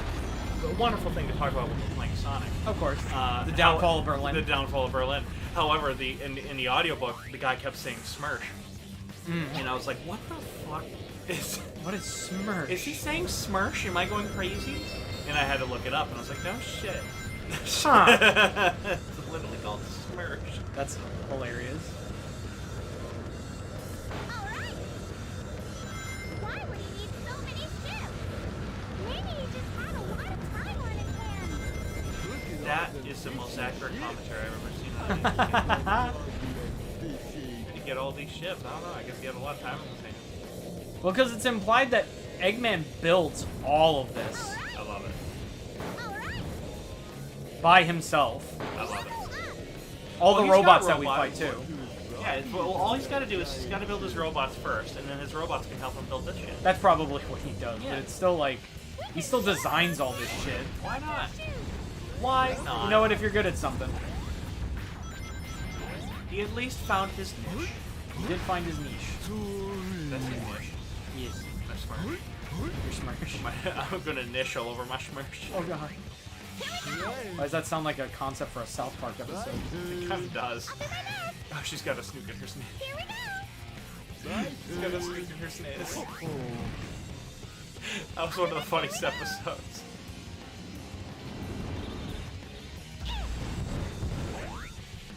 Here we go. I think there's also an episode of South Park where Oprah's vagina holds Here we an go. entire place hostage. Who does? Oprah's vagina. Okay. Yeah. I literally think, like, suddenly, all of a sudden, her fly unzips, and suddenly there's a pistol coming out of it. And it has a voice and everything. Here we go. They've done some weird shit on that show. They really have. I love it. Yeah.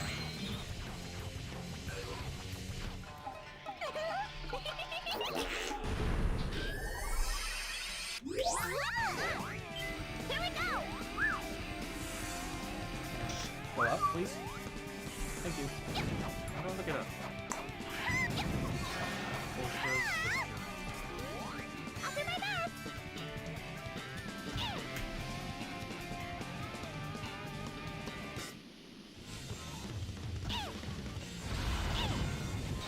Here we go.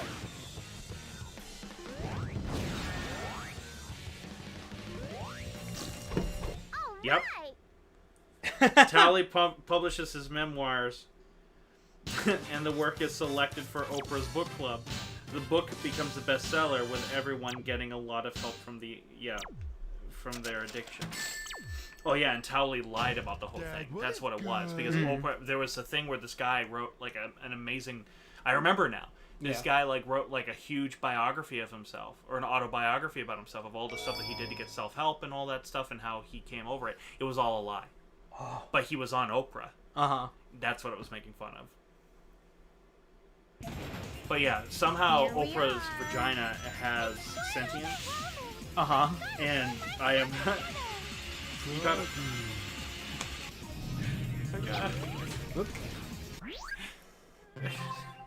Oh my god. Oh, it's holding a gun? It's holding a gun. It's holding a gun. Okay. Whatever you want to do. A million little fibbers. Whatever you want to do, South Park. Why? Here we are. I just realized that I have 36 lives. I've got to pull my stuff together. We should go there. She becomes obsessed with rich lifestyles that completely ignore sexual needs, Interesting. which results in her vagina revolting. Oh. Here we go. Oh, I love it. Here we go. If we just stand here, the ground may disappear. Better get going. Cannonballs are super strong. Watch out for the fire, too. All I know is that apparently Oprah saw the episode and thought it was hysterical, so I'm like, good on her. I like watching celebrities' reactions to Oprah's their minge, appearance. that's what it was. Oprah's minge has a gun. Like, I remember I watched, I think it was George R.R. Martin. Yeah, it was. Oh my god, I love George R.R. Martin's reaction to them making fun of him in South Park. He's just like, apparently, he's like, I'm They kind think of I afraid. have an obsession with dicks. Yeah, dick. But no, I can let you know that I like boobies. So Dude, like, have you read the book? It's clearly boobies. yeah, And he says boobies. yeah. That's what's so funny. That's the best part of the whole thing. I also like how he's like, I'm a little afraid to watch the episode. I hope they didn't make fun of me too hard. They did. Oh, they did. They did. Oh, they made fun of him real hard. I think Here we go. to me, if you get made fun of in South Park, though, you've made it in life. Oh yeah, definitely. You should take it as a compliment. It's One- like, I'm so popular that they feel the need to make fun of me. Yeah. And it's not always for a bad reason either. No. It's not like Well, they that's what I love about South Park. South Park literally, it's just a satire on literally everything. It's just a American. satire on life. Yeah, like literally everything American. Yeah. That's why I love Team America World Police so much. Like it's a perfect time capsule of the politics of that era, of that like 2004 post 9/11 era, and it's so funny.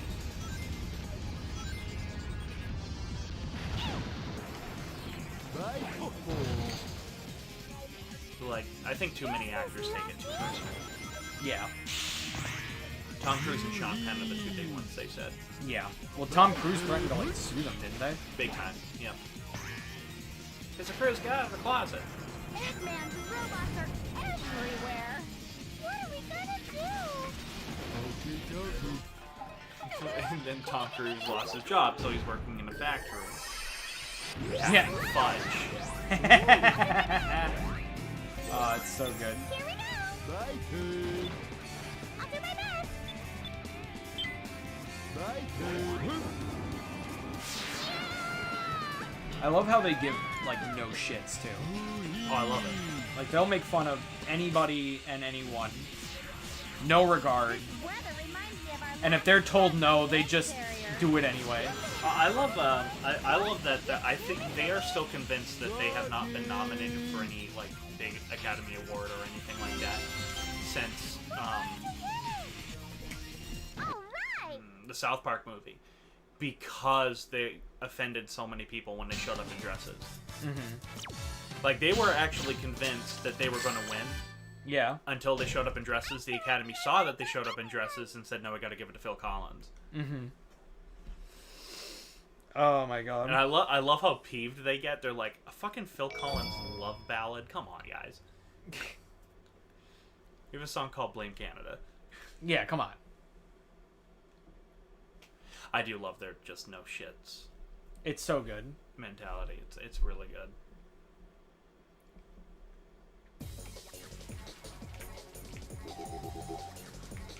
People ask us, like, do you really hate Family Guy that much? And the answer is, Yeah. the answer is yes. Yes, we do. We do hate Family Guy that much.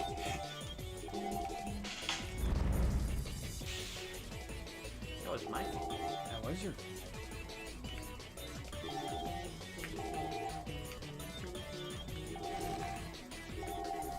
Yeah, this is my favorite track.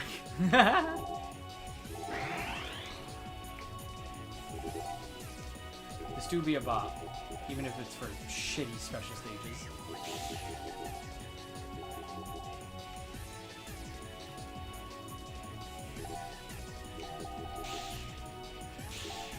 My turn. Oh.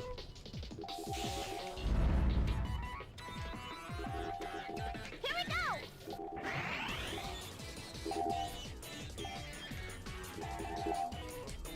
My turn.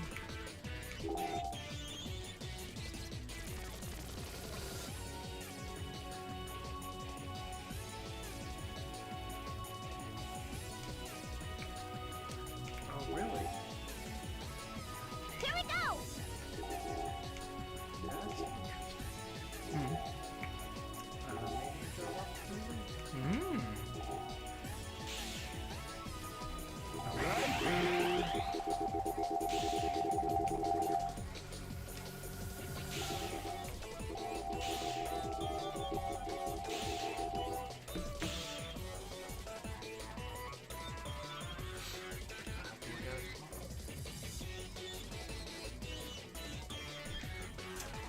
No, I'm not winning this one either. Yeah. That's fine. You failed. I did fail. Boy, have I been feeling that lately. Wow. Wow. You save that for the Dark Sonic. Save that for Team Dark. For Team Dark. Where are you? It's your fault that Sonic and I aren't Jesus together. Christ. You're gonna regret this for the rest of your life. Enough of this. Game creep. Time to That is the Egg Emperor. real evil is.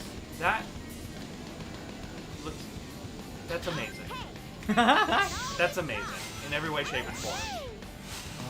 Okay, go, Level up. Sure. Maybe. No? I'll do my best. Is this the easy one? Yeah. But, this guy's a dick. Here we go. Sometimes he really doesn't want to do what he wants to do. Level up. So I'm gonna do this. I'll do my best. Here we go. I'll do my best. Here we go. I'll do my best. Here we go. Here we go. My best. A little bit. If I could actually fucking cheat correctly. I'll do my best. Ready anytime.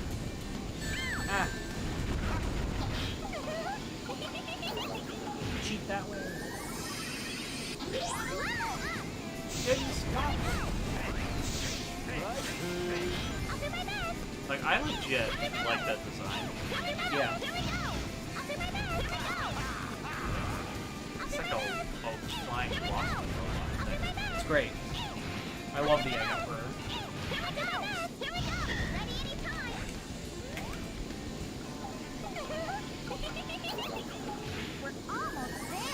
Every time they do that, I just want to start going, We're all in this together. Alright. because this game is about team. It do be about teamwork.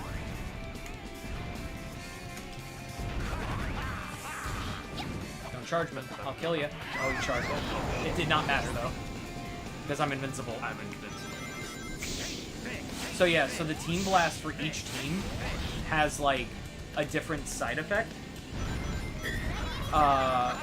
For Team Rose, every time you do the Team Blast, as the gauge is, like, going down, you're invincible. For Team Chaotix, I think it's that it turns every enemy into rings. And then... Whoa. Okay. That's not supposed to happen. There we go. A major glitch. Yeah, it was a bit of a movement glitch. And then for Team Sonic, it allows you to do like a spin move that just homes onto enemies automatically. And then for Team Dark, it stops time. Come on, just one more.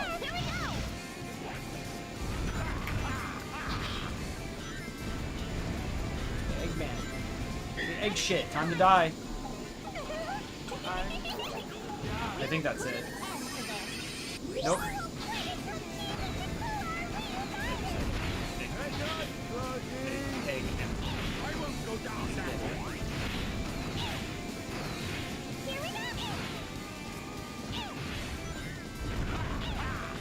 Alright, we're going through it one more time.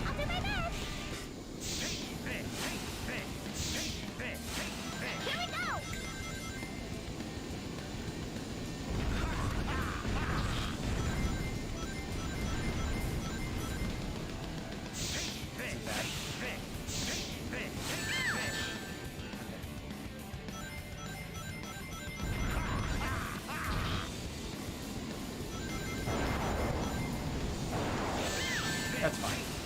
But that's allowed. You can go over there, please. Thank you.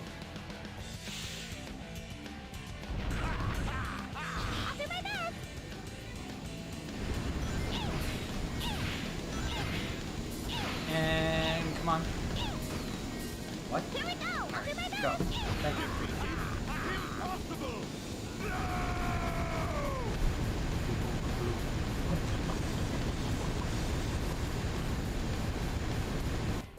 Atomic explosion. Unfortunately, it killed the froggy. No! B. Dr. Eggman, please stop being bad. B for bad. B for bad. B for bad. B for bad. Because all she wants to do is bang that Sonic. That's all Amy wants to do. Just bone. Oh my god.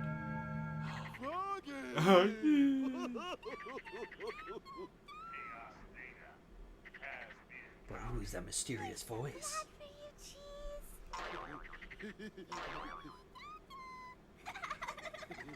Uh-oh.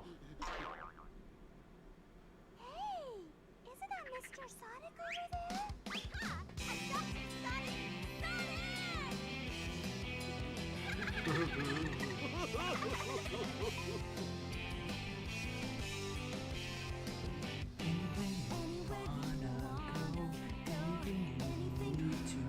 Eggman pulled the Terminator. It's not actually Eggman. I figured it wasn't actually. Yeah, Eggman wouldn't just melt like that. Yeah. Sound director Jun Snow.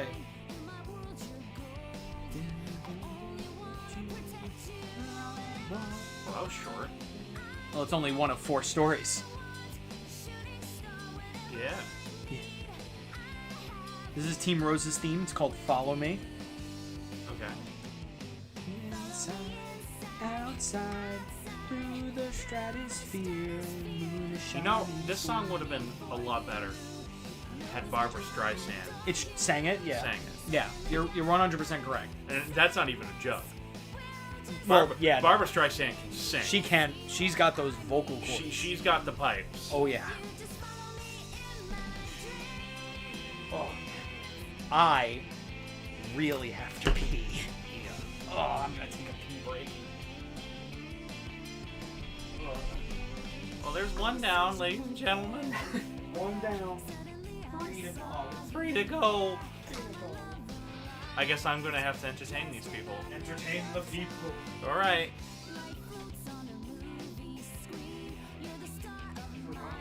So set that to the music. Forky. I think it's Forky. Oh, right.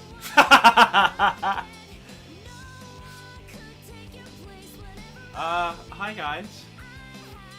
That was the Sonic, the Fall of the Third Reich.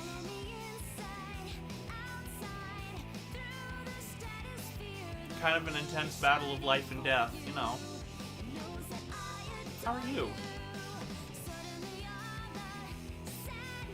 I'm doing very good.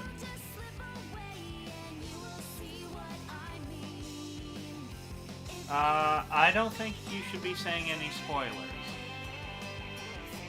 Because I think I know what you're trying to spoil. But Antonio would not like that. Look at all these memories of a game we just played.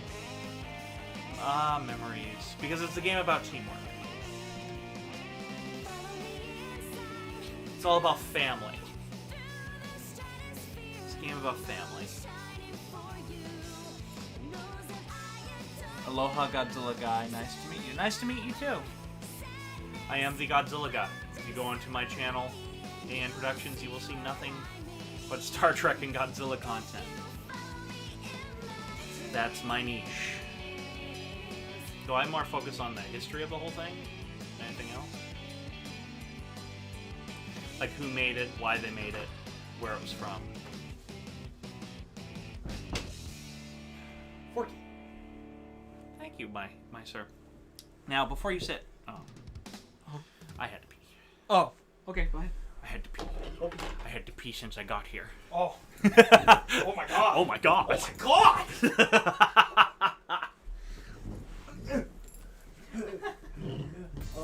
I love how Lily just called you Godzilla guy. I'm fine. Yeah. Fine. I can be called my corners.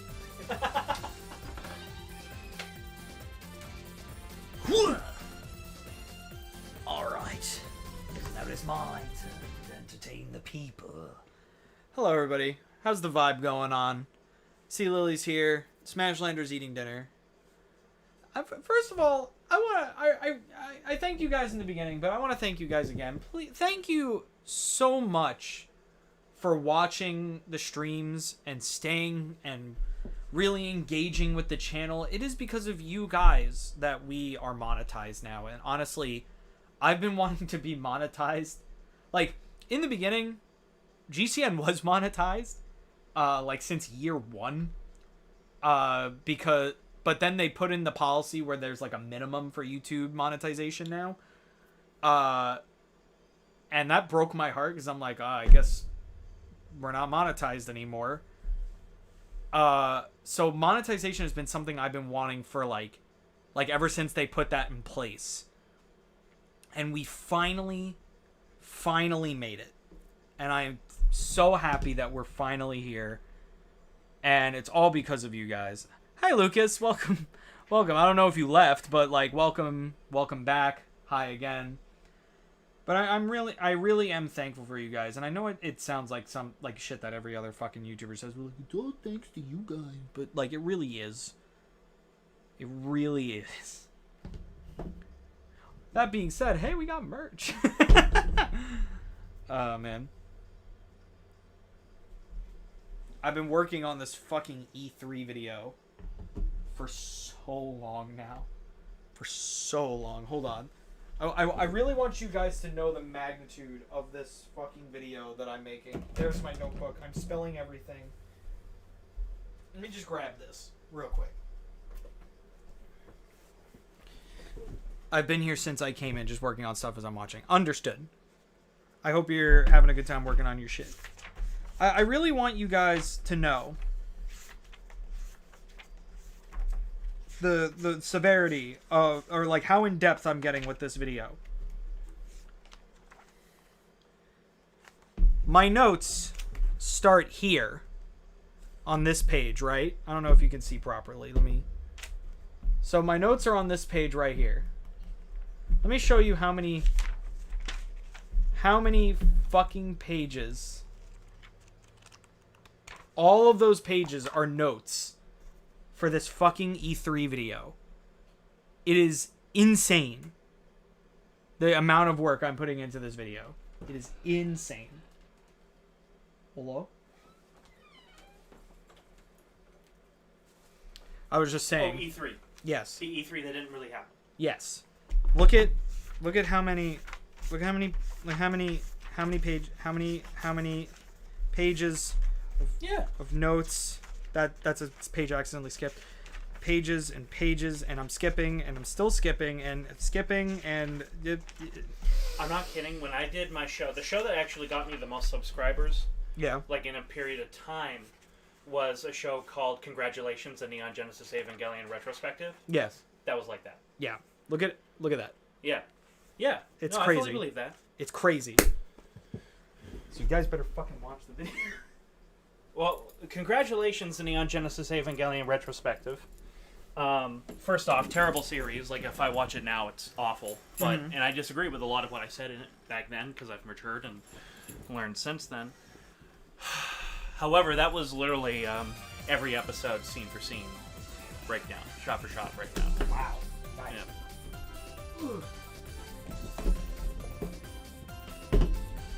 Anyways, so what are we going to do now? We're going to do the Sonic, we're going to do the Dark, or we're going to do the Chaotix.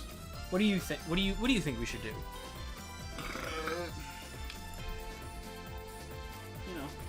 You know? The Dark is hard, right? Yes. Team Dark is the hardest one. Yes. You know what? Let's go Homeboy. Let's do Sonic. Sonic? Yeah. Let's blast through with Sonic speed! Okay. Alright. Alright. Who's the red guy? Knuckles. That's Knuckles. That's Knuckles. That'd be Knuckles. That would be Knuckles. The Knuckles. My Knuckles. Hey, look! It's Sonic! Macaroni sound. Yeah. Yo, Tails! Long time no see! Sonic, check this out! I'm watching an opening to a Rugrats episode. Yeah, Tails' voice actor in this game is not very good. Sonic heroes, I finally developed the ultimate weapon. In 3 days, I'll conquer the world. Think you can stop me? Sounds like an invitation to party. An invitation to fart? Is that what you just said? To fart? No. No worries. We've got this one. Ha! Think I'd miss this? Time to crack that Eggman wide open. Yeah, let's party!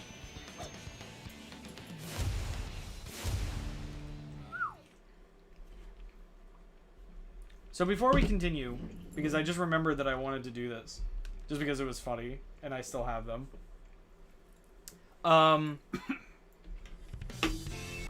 So I sent you an AI story earlier today. Oh yeah, you did. Oh yeah, I did. Well, I have multiple that I've made about our friends. Oh no. So first I'll read ours. Oh god. Because you already know of that one, but they don't. So I typed in Adam sucked Antonio's dick. That's all I typed. Because of course you did. Yeah. Adam sucked Antonio's dick for a while, then got on his knees and began to suck him off. He was right. He didn't last long, and he came in Adam's mouth. He smiled up at Adam, who took him by the hand and led him to the bedroom. So apparently we were not in the bedroom. They stripped off their clothes and lay down on the bed. Adam got on top of Antonio and began to suck his dick again. He sucked him for a while, then got up and lay down on top of him. Oh thank God. He started to kiss him and fondle his ass. Adam fucked him slowly and gently, then started to fuck him, and then that's where it ended. See, at least I'm a romantic guy in this. Yeah. Like I feel like if this is real, which it is not. No, this is not real. This is not a true story. This is not a true story. Not a true story. How do you make an AI story? You go on InferKit. That's the name of the AI. InferKit. InferKit. Now, but I believe like this is the aftermath of like a really nice romantic date. Oh, of course. Of course. Yeah. Like this is after like in this universe, this is we've had unrequited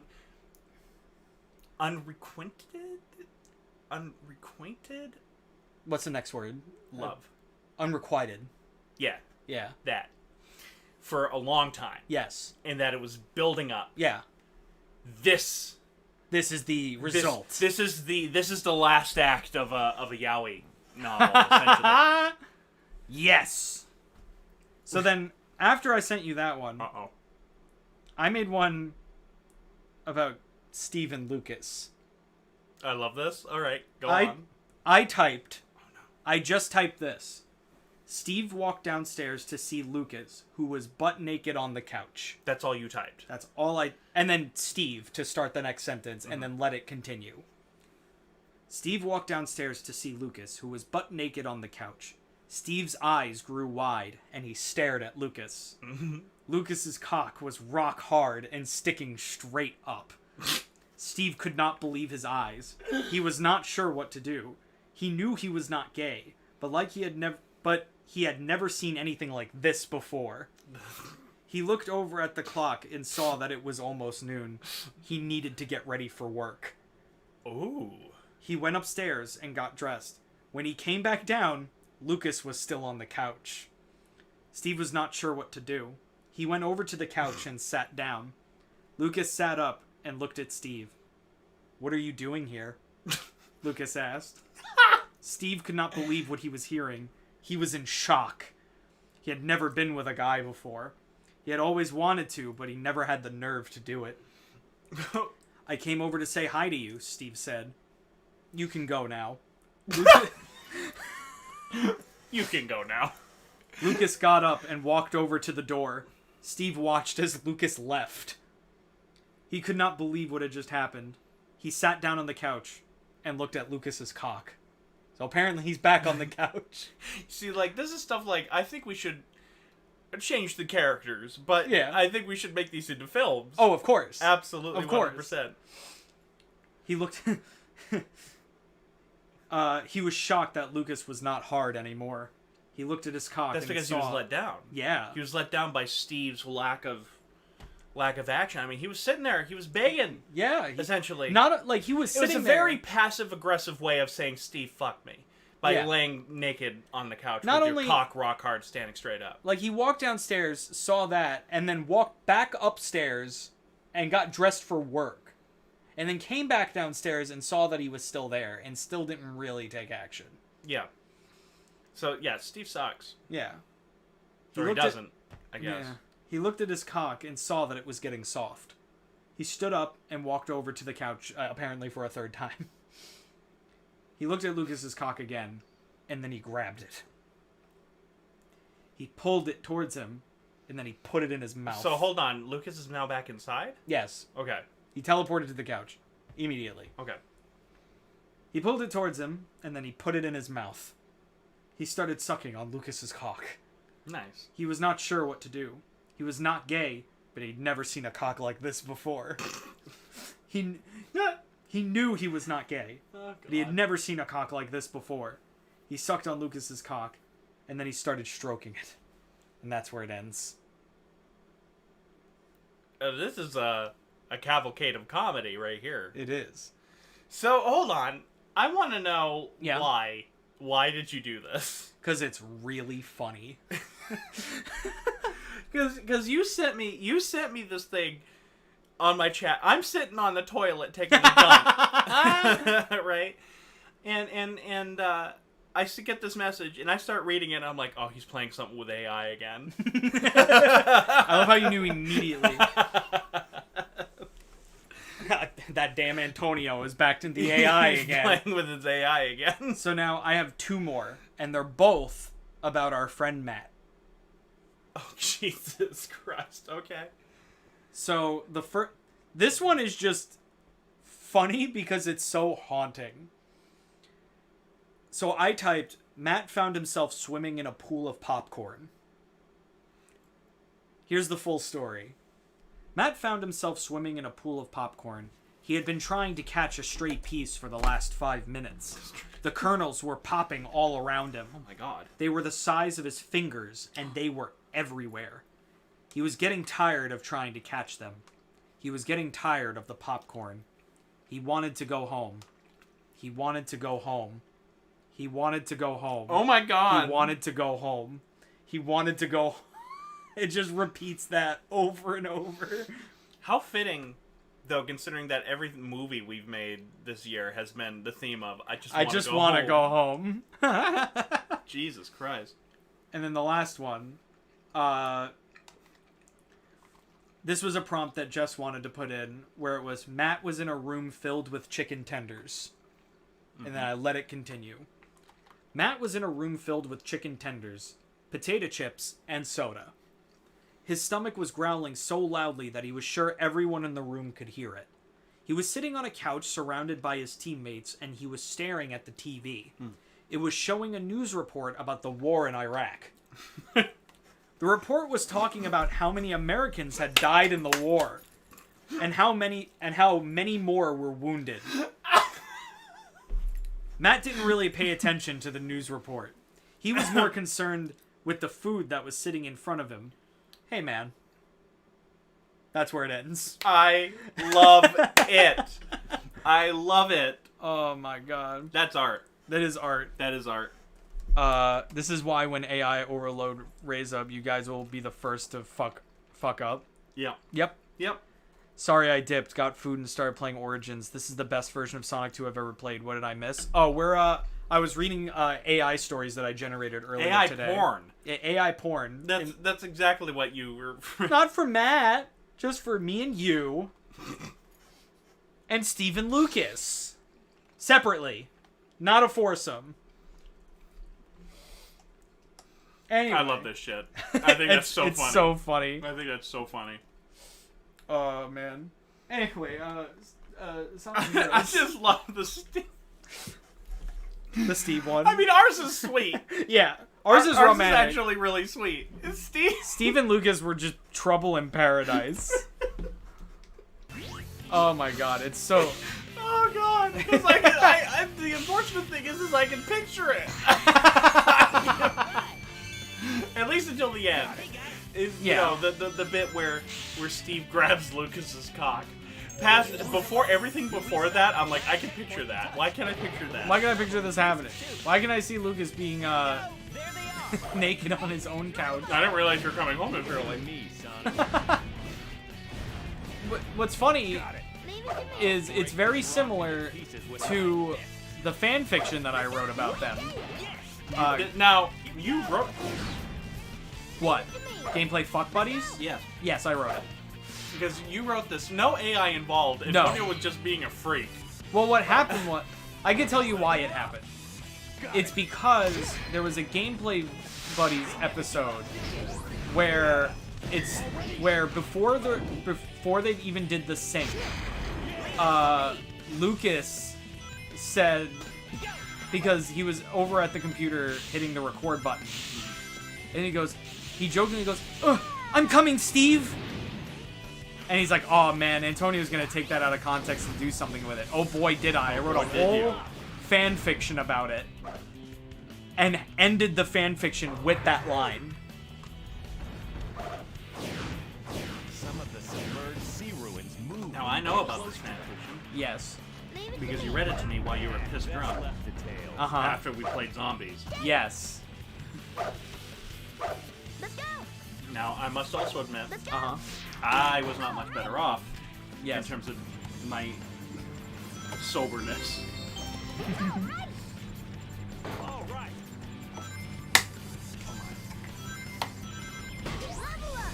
Yes, we were. I was drinking a lot of UV Blue that night. Whoop. I'm gonna leave for a bit and watch something wholesome now by BRB. Alright, see you, Lily. That's boring. That do be boring. I I do think Cursed Media is a lot more interesting. Tails, flying enemies are all yours. Attack So this them looks with like the same thunder level. They're all the same levels, just with slightly different layouts. Yes. That is the unfortunate thing about this game, is that it kind of feels like playing the game 4 times. But there are, I personally feel like there are enough differences to where it doesn't feel entirely the same. But I also think that ideally, they should have made different stages for each team. Or at the very least, make it a different order. But they are in the same order. So this is the Nier Automata of Sonic games. Yes, You're saying. yes. See, you're getting it. Got it. Now you're getting it. This is all nothing. Because Nier Automata is just the same campaigns from different points of view. Yes. That's exactly what this game does. This is the Nier Automata of Looks the like Sonic we can use franchise. that cannon to block the vertical tunnel. Yep.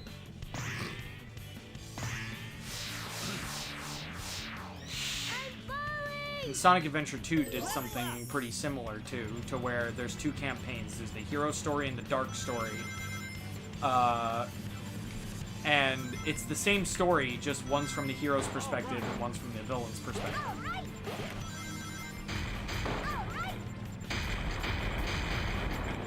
he's got me tripping. That had me tripping pretty hard there for a little while. Oh yeah. All right. Here we go. Is it the same music? Doesn't sound like the same music. It is the Sonic same. Take care of this. Got it. Yeah, blow him up. Blow 'em up. It's morphin' time. It's Morbin time. I love. Yeah, I just love the fact. I think this is my favorite story in Hollywood of all time, actually. That Morbius flopped. Yes. They memed it so hard they tricked the studio into thinking that there was actually some interest in it. Yep. So they re-released it, only for it to bomb again. Again, yeah. It's so funny. Not only that, but apparently they're now planning a sequel because of it. Oh, shit. No way. They can't now. There's no way they would be that stupid. Yes. Because like 90% of the 90% of the memes were people who have not seen the movie. Yeah. Are you playing in ascending difficulty order? I'm just playing in the order that Adam tells me to play. Greatest moment in film history. Morbius. Different lengths in stages for each team, if I remember correctly. I mean, yeah. So Team Rose are like half stages. Team Sonic is like full stage, and then Team Dark is like stage and a half. Okay. And then Team Chaotix is just, missions. Unless they lean into the meme in the second movie, it's just gonna flop again. Yeah. I mean, yeah. A sea palace. Looks like X-Men's robots are here too. Jared Leto is I'm just... ready to take them out. He should just stop being superhero He movies. just should stop. Yeah. Go back to music. Level up. Please do. Your music is quite good. Yeah. I like 30 Seconds to Mars. Yeah, I love 30 Seconds to Mars. I'll take care of this stone door. I'll take care of this dope door. Look at all those X-Men robots. I'll take care of them. Here we go. Too cool. Now notice how Sonic has not said a thing about Amy. Yes. Or Barbara Streisand. Yeah, Barbra Streisand, yeah. Stone pillars on both sides of the path are beginning to crumble. We better I'm get just saying going. that my story is much better than the one that they went with. I mean, yeah. I'm just saying. Yeah. To blow my own trumpet. Yeah, of course. Of course. Maybe you should go right for Sonic. That would be... That would be interesting. Okay. Right alongside Ian Flynn. What? Ian Flynn is the Ian Flynn is the current main writer for Sonic. Thank God, because he's great. He writes the comics and is now going to be writing Sonic Frontiers, which is the first Sonic game that he's writing. Which is what people have been wanting for years. Where are you getting most of your story from in terms of like who Sonic is? Games and comics. Yeah, okay. Because the Archie comics used to be considered canon, but are not anymore. Got it. Oh no. Why is that? Because Sega doesn't want to acknowledge that the Archie comics happened. Not bad. Got it.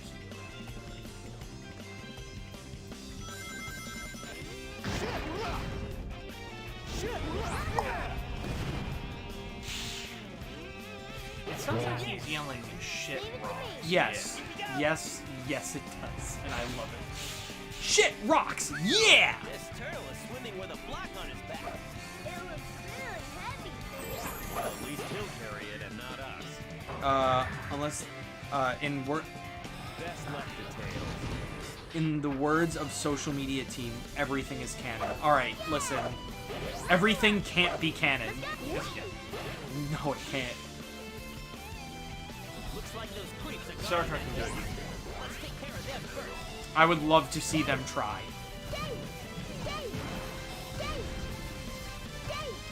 Here we go. Well, Godzilla did it. I mean, let's look at this for a second. Okay. The original Rodan was like 100 feet tall. He had a huge wingspan. Okay.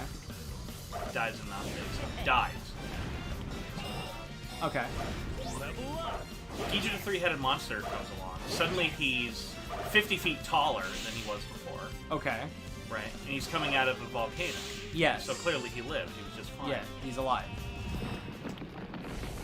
All I'm saying is that Showa-era Godzilla continuity is so loose, it might as well not be a fucking continuity. All right. That's kind of how Sonic is, too. If they acknowledge another movie within the movie, sure, fine. But if they don't, you just gotta accept, hey, there's a giant snake called Manda here now. Let's go. Mm-hmm. Let's go. Yay. Yeah. Let's go. The audio commentary for the film Mothra by David Gallant goes into this, and it's hysterical. Listening to him trying to... Knuckles, we're counting on you. Why did they suddenly have lasers in this movie? Well, that's because they introduced them in the last movie. Come on, guys, keep up! That's amazing. Here we go. My favorite. I loved it. I loved this audio bit so much. It's on my shitpost channel. I just clipped it, Yeah. and it was this moment in this movie. Godzilla vs. Gigan literally changed my life. The moment. So apparently, Godzilla. So apparently, Gigan and King Ghidorah explode out of a bunch of space crystals. No. Oh no. Oh, you suck. There goes my A rank. Let's head up there. No. I don't want to.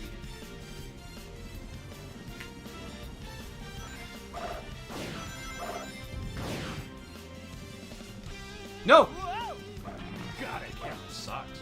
Well, I'm not really supposed to be going this way. Oh, okay.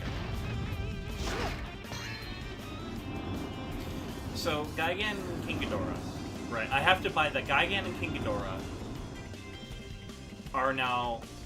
have just exploded out of a bunch of space crystals, are now apparently flying faster than the speed of light through space to get to Earth, but are also trash-talking each other, getting themselves pumped up Okay. for the upcoming fight with Godzilla.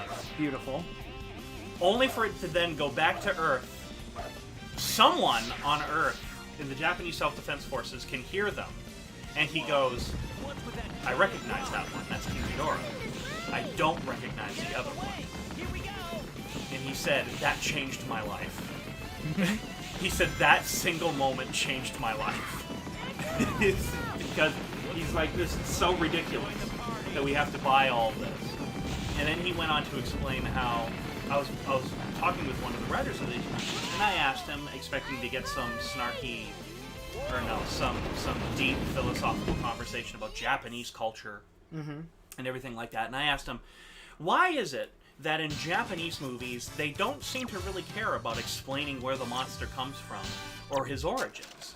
To which the writer responded, well, of course there's a monster in here. It's a monster movie. There needs to be a monster. AKA just like, it's not important. There's a monster. There's a monster. Who cares how it got here? There's a monster. And David Callett was like, well, of course that's the right answer. The monster movie. There should be a monster. What other way would you want it? I just love that mentality. Just like, who cares why? It just is. Sometimes I wish I could have that with things I write. But I have There's a monster in it. Yeah, of course there's a monster in it. It's a monster movie.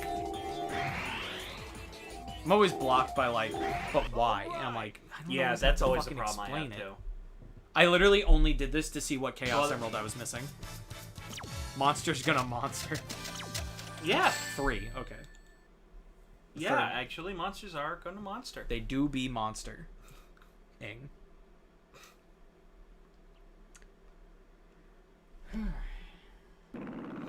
He also has a very interesting stance on dubs, because if you read his book, he trashes the dubs. Oh yeah. And he says these movies need to be treated with the same respect as like an Akira Kurosawa movie. They should only be seen in their original language with English subtitles. And then all of a sudden he opens with that quote on his Teacher the Three-Headed Monster commentary, and then all of a sudden he goes, what a pompous jerk I was. And he was like, it took me having kids to realize my error. Got it. And he's a big defender of dubs.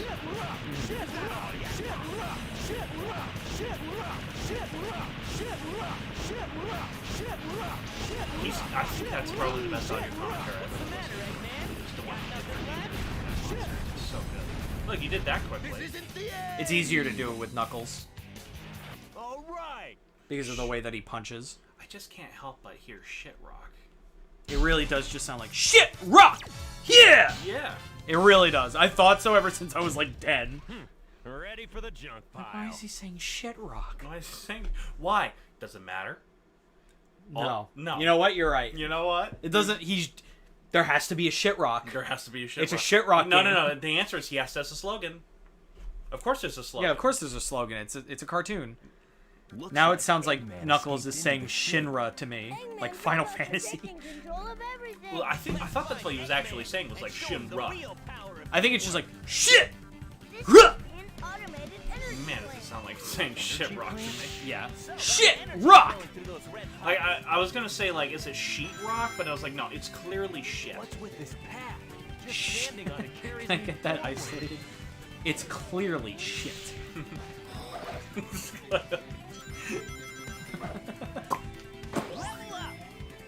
We're not going there, are we? Yes, we are. Yes, we are. Got it. But why? Because that's where we gotta go.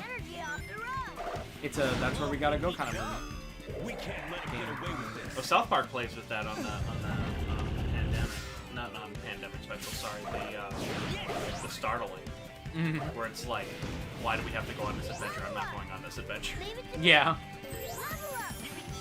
We have to. Why? There's more? Yeah.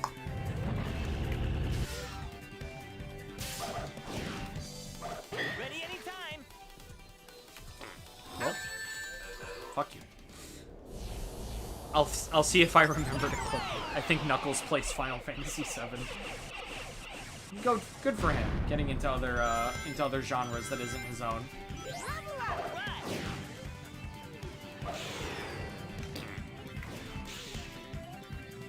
See you later. Can I get off the wall, please? Thank you. Whoa!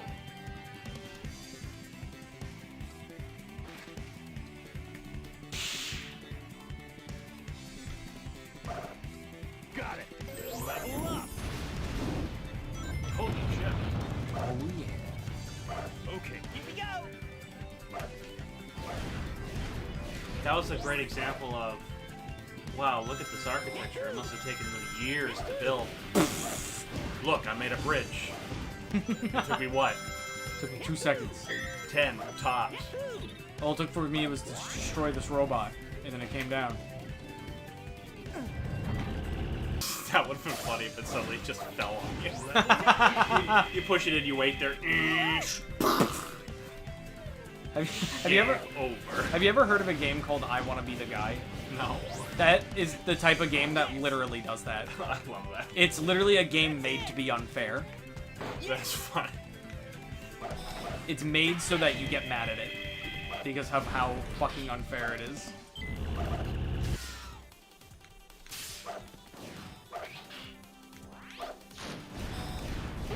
These Let's Players I watch called the Super Beard Bros literally did a series on it and did not stop playing the game until it was done. That's funny. And it drove Gerard fucking insane. He was like, I fucking hate this game. I don't want to play it anymore. If that's the case, then I think the creators actually succeeded Oh, yes. in their mission. They did.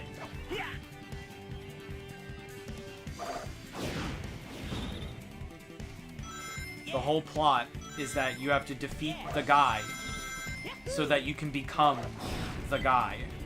That poor robot, he was just sleeping. Yeah. Sucks. Sucks to be him. Life is so fleeting. Yeah.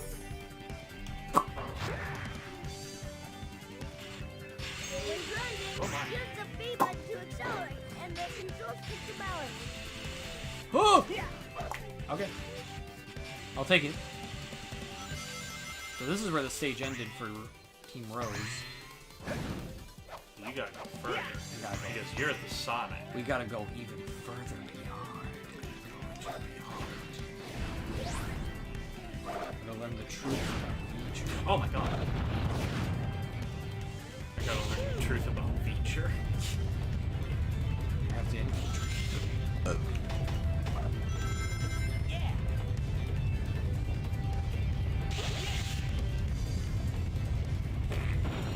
Searching for Jim. Where is he? You see, like, that would have been funny if they toss up... Who's the flying guy? Tails. Tails. Duh, because he's using his tail to fly, which I don't understand, but he's using his tail to fly. Too easy! If they tossed him up and he just doesn't come back down. Oh. There was something like that actually happened to one of my friends. So we saw the Sonic movie, Yeah. the first one. It was me, Jess, Pete, and Richard went to go watch it in 4D. And as we were leaving the theater, Richard just goes, "What?" with his soda bottle, and he's like, "What?" And it just didn't come down. Oh, it did. It's not where he wanted it to. Well, yeah. Like, did that actually just fucking happen to you? And now we don't talk to Richard. It's fine. Let's go! Here we go! I don't listen. Here we go! I heard it level up. This up one time. Yes, Knuckles leveled up, and now Tails is going to. Got it. Level up! Alright, I got it! Dave! Dave! Here we go! Leave it to me! Let's go! Let's go! Yeah! Dave! Here we go! Leave it to me! Dave! Here we go! Leave it to me! Let's go! Let's head up there. Let's go! Here we go! Level up!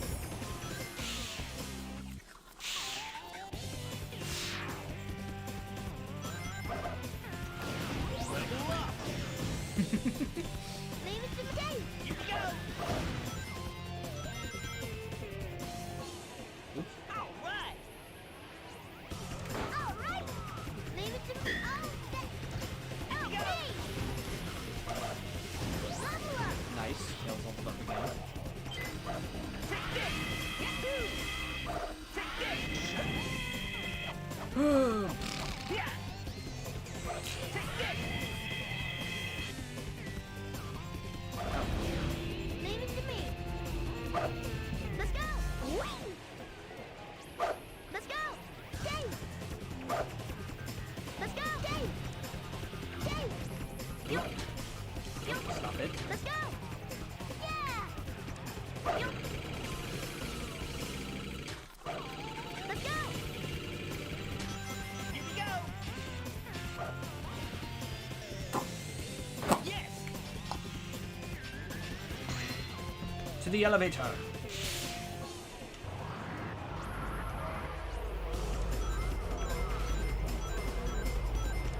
Yes! We should take care of the enemy first. Admittedly, I don't remember this in the other. Yes! Team Rose's power plant stage started with the elevator. And there's only one. Take this!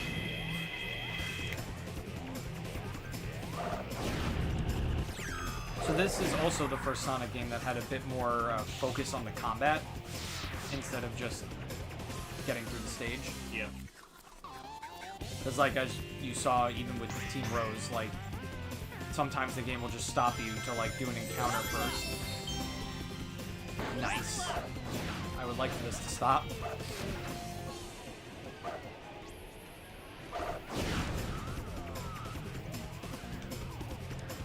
I don't need it for this stage. Leave it to me! I don't need to go to the special stage. Here we go! I already have this Chaos Emerald. These fireballs are generating a lot of energy! Stay away! Woo! That was like her. It do be fire. Yeah! Dave! Let's go! Let's go! Dave! Here we go! Leave it! Let's go! Dave! Let's go! Let's go! Here we go!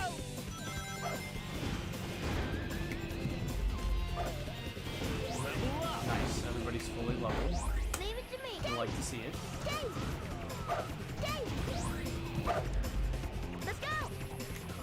Let's three!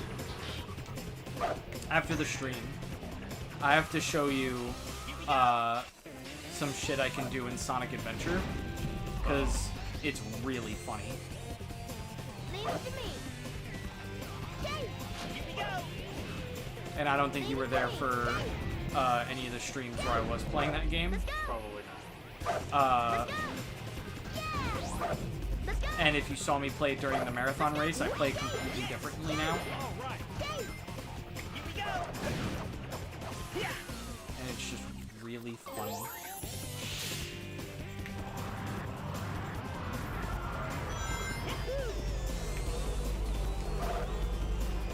Yes!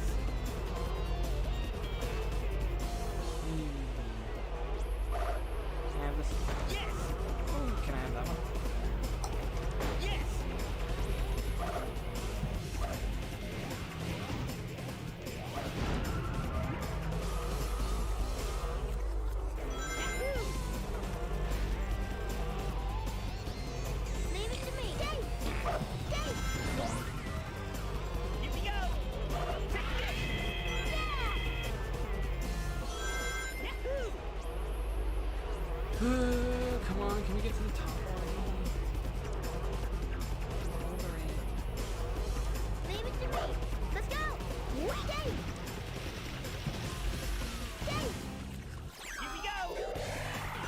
one ring away from an extra life.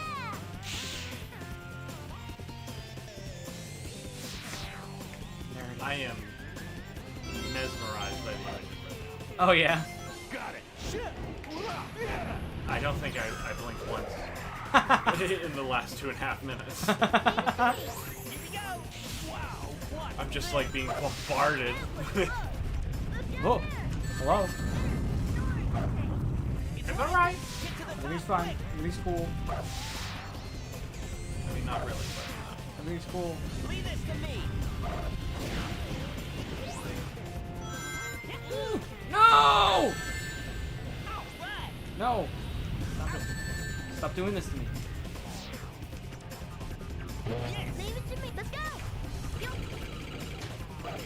Those barrier devices look like the ones we saw in the past. That means Eggman's robots must be linked to the device. Yes! Let's go.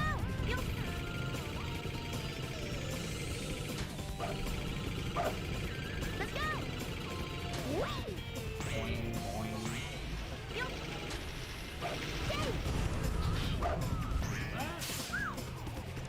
Here we go! Ready? Yes! yes. Yes!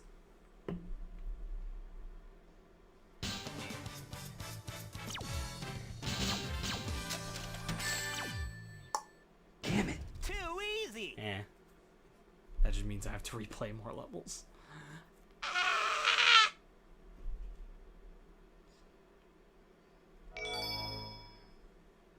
Those things I'm collecting after every level are called emblems. Gotcha. I have 25 right now. Darling Sonic. There's 120 in the What game. are you doing here? Sonic, this time there's no way out of marrying me. I already saw that cutscene.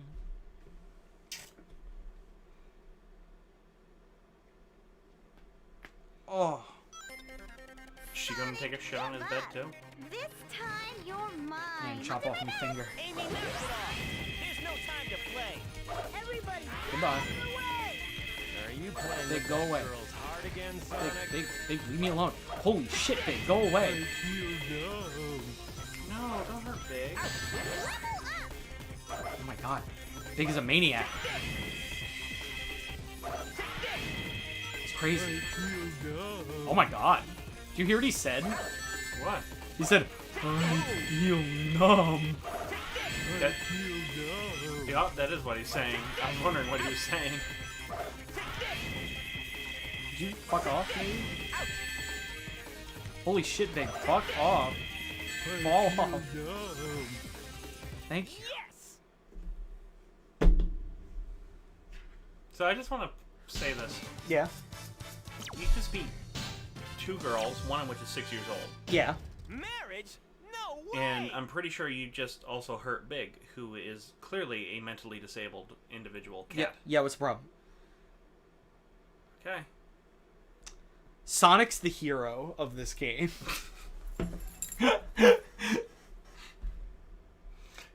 Me too, Big. Amy sure doesn't give up Me that too. easy. What is this place? Sure is bright We here. got some time. Feeling lucky? Sonic, we only have 24 hours left. Okay, let's go! That means that the first This entire 4 stages of this game took 2 days to 2 get days. through. Buildings and roads are all part of a pinball. Oh, the mango douche. Pretty cool.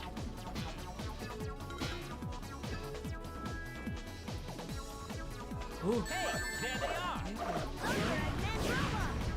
I'll take care of Didn't they? I that. thought they released this before. Okay. There was other There Baja was an flavors that we orange tried. one, yeah. Those are some of the stuff cut from the From the Fat Man road Little trip. Boy road trip, yeah. I was thinking that. I'm like, wait, didn't we do drinks We did, too? we did. And I cut it. I had to cut it. Got it. I think that's for the extended kind. Maybe.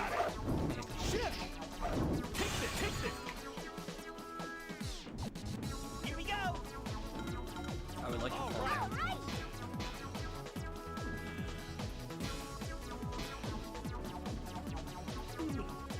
What a wild ride. What a water. Pressing the A button will stop the reels from spinning when inside the big slot machine.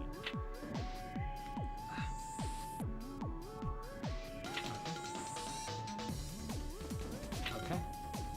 Down we go.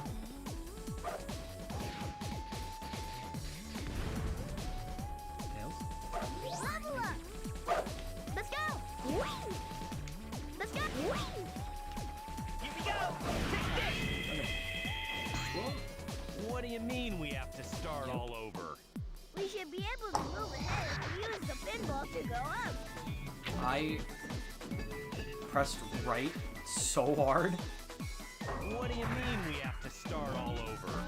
We should be able to move ahead if we use the pinball to go up. Go, Sonic. Alright. There we go. Try going up there. Now we move on. Level up! There they are! Eggman's robot. Tony, To me, Yes. son. question. Answer. What is the Sonic game where if Sonic doesn't stop Not moving, bad. he's gonna turn into like a Level up! nanobot thing? That All right. is in the comics. Oh, that's in the comics, because of course it is. Okay. That is in the IDW comics, which I think are considered canon. At least it seems like they consider them canon.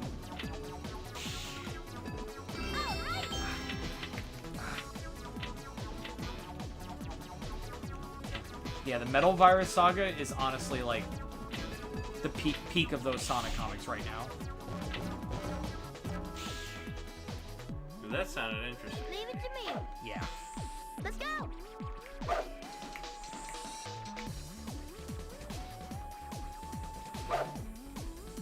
Let's go.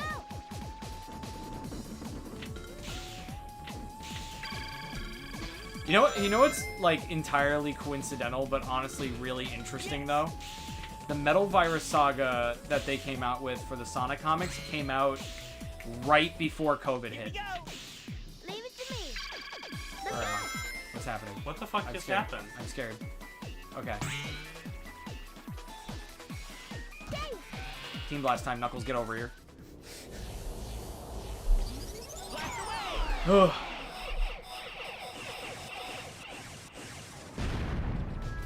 Wow. All right. Dog. Dang. Here we go! Got it! Take this! Must I do to convince you that I'm human? Die. Shit, we're up! Leave it What? to This is me. my favorite line from Star Trek TNG. Here we go! Q, who is an omniscient being, gets banished from the Q continuum because he did naughty Leave it. Let's things. go. And he is brought to the Enterprise because of the people he deals with the most. And he's like, I'm no longer a Q, I'm just a regular human being. And no one believes him. And so he's like, what must I do to you to prove to you that I'm human? And Worf, the Klingon, goes, die. All right. Damn. It's a good episode.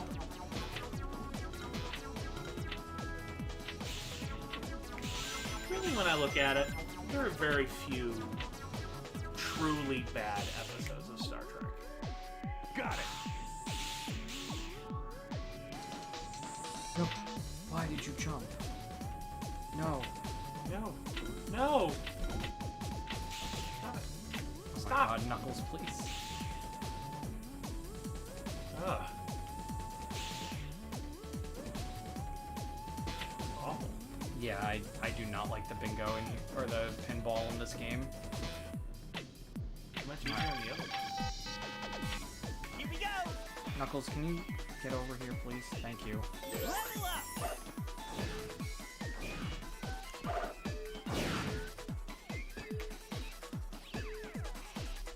Got it! Take this! Can someone, like, give me something so I can pump up Knuckles? Jesus Christ. Okay. Take this! Take this! Here we go! Take this! Ready anytime! Okay. Knuckles was still Leave it to level me. 0. Let's go. Let's go. Dang. Come on. Got it! Take this!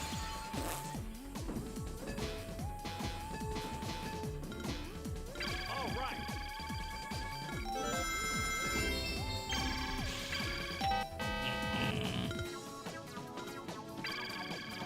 All right! Yes!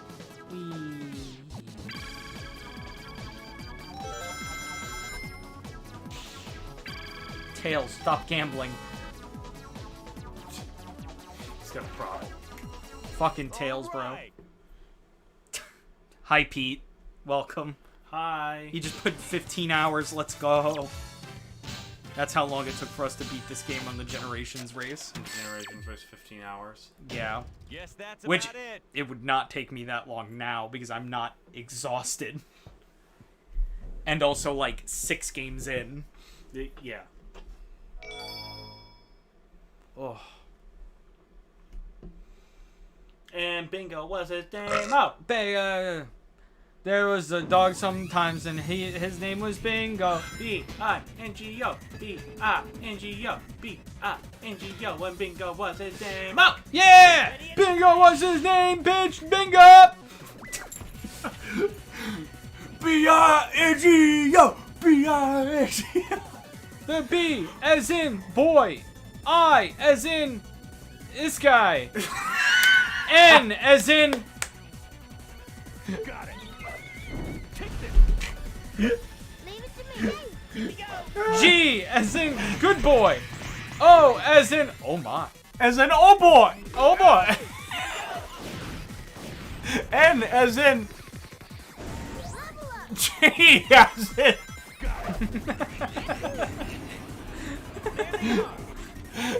And that's just it. When you get to that part, like, the music has to, like, stop. Yeah. And it just has to go, like everyone just has to look, like, really scared or, like, depressed. Then it just has to keep going. It's the only way that will work. Bingo. Brain cell broken. It'll do better next time. We'll do better next time. No, we won't. Here we go. Oh yeah, Pete's kind of alluding, but we are planning on doing it again.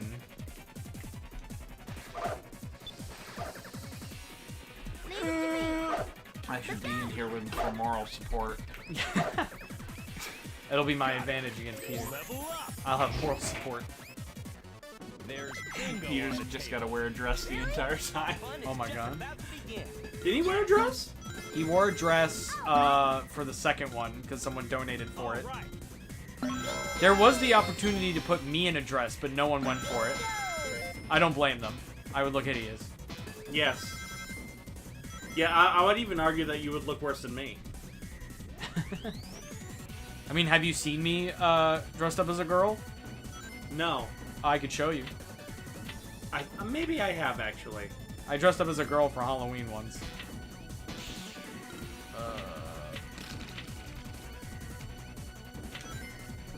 Last Halloween, I was on Goblogian from Always Sunny in Philadelphia.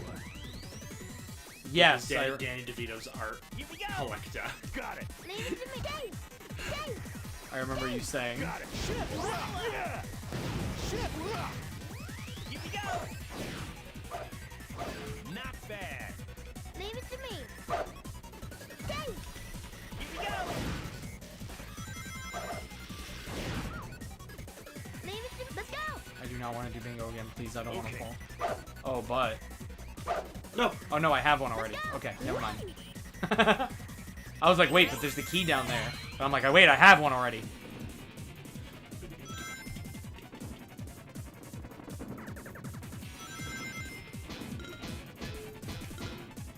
Come on.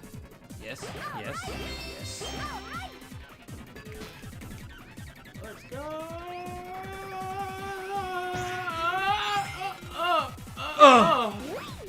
Oh, yeah. Let's go. Oh, level up Knuckles. Level up. Yeah. Dave. Okay. Here we go. Ow. Take this. Tails, get Leave over it to here. me. Die. Got it. Knuckles, we're counting on you. Got it. Leave it to Dave. Got it. Look at all those Eggman robots. I'll take care of them. Here we go. Take this. Take this. Shit, rock. Yep, there he goes. Shit, rock. There you go. Shit rock. Shit, rock! Yep. That Bingo sounds like time. you were saying you were doing that as Sonic. Shit, rock! Yeah! But Knuckles isn't Sonic. Knuckles is not Sonic, this is true. Be careful not to fall. I would much rather not fall then get bingo. Especially now that Sonic and Tails are down. Whee!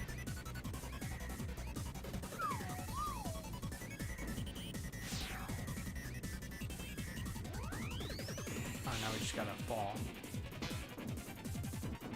No, I want to go the opposite direction. Whee! I have my team. Oh no, I don't have my teammates back yet. Now I do. All right. No! No! Are you kidding? I fucking threaded the needle on that one. Do I have to do bingo again? Yes. Ugh. Lame. Yes. We'll open it. You better. That was a good speech. Leave it to That me. was Dave. good. Ooh, Take this. that's a good smell. Is it good? Give me this. Sniff. I want to sniff. I want to sniff. That is a good sniff. Does that smell? Yeah, it smells great. No way. You dressed as the scariest thing of all. Women. This is all knuckles. You do be right. Women do be pretty scary. Look at all those Scary red creatures, robots. those women. I'll take care of them. That's exactly how I thought it was going to taste. It's pretty good. Pretty good. Ooh.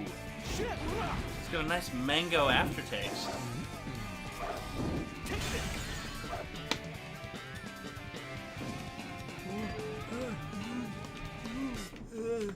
Oh. Watch out! Watch out! Okay. So, why is there a random casino level in this game?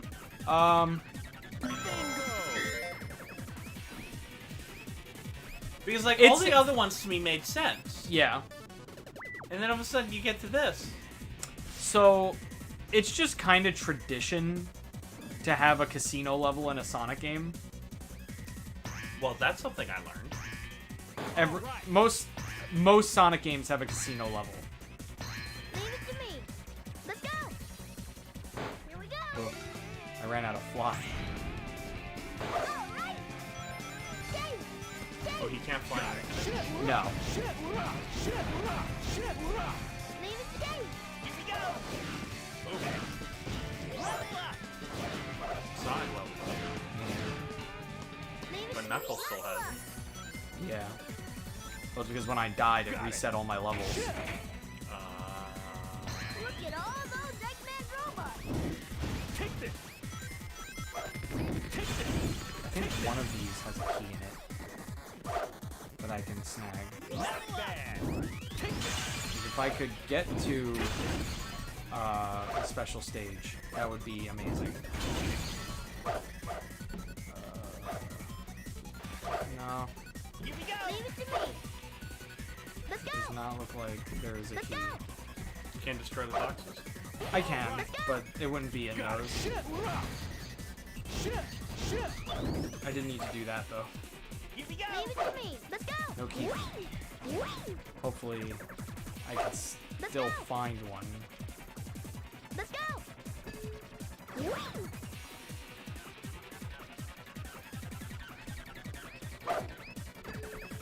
right. Okay. Dave. Dave. Dave. Dave. Dave. Dave. Here we go.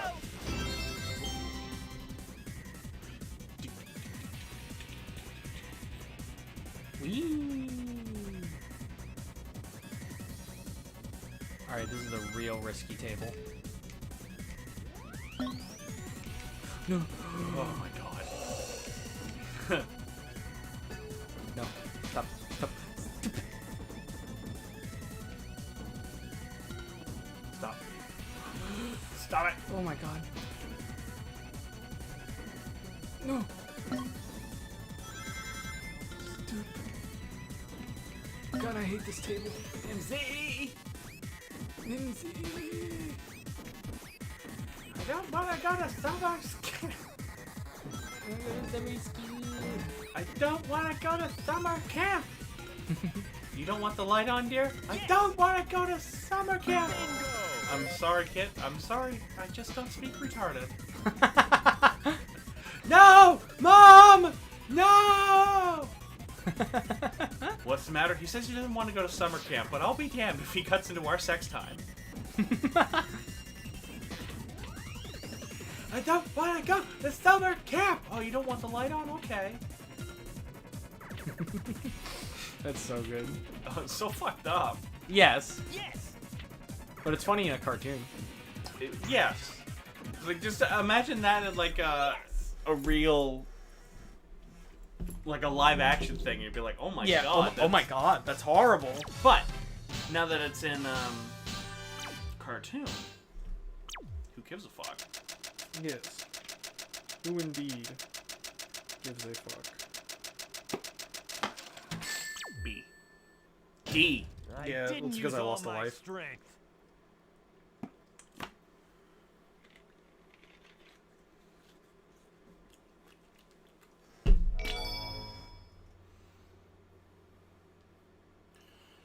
Shit rocks!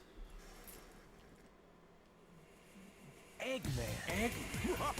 Why not have some fun while you can? After all, you only have one day, and we know who's going to win. Get them. He did the, you know the meme where it's like the guy's walking with the girl and he's looking back at the other girl and the Yeah. Yes, I do. Oh, good god. I love Peter's facial expressions too. That's not bad. I think I look worse. I think I look worse than that. I do. I think yeah. See, I more resemble Divine than that. Mm-hmm. Oh, what was it? I'm trying to... I guess you can kind of see it in this picture. Jess did makeup... What? You good? There's a slight, like... No.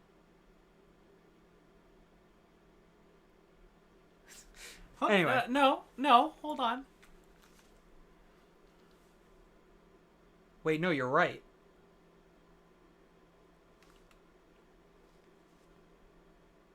You're right. It sounds like they're still, like, shooting. Yeah, there's like a Star Wars battle going on. Anyways, so for this costume, I shaved my whole body. Yeah. Torso, legs, arms, obviously face. Mm-hmm. Pits? Pits. Yeah. Yeah. And Jess did makeup on my chest to make it look like I have tits. I love it. It's beautiful. I love it. If y'all want to see it, it's on our Instagram that I don't post to anymore. Wanna play? I won't. Take care of him myself. Oh my god.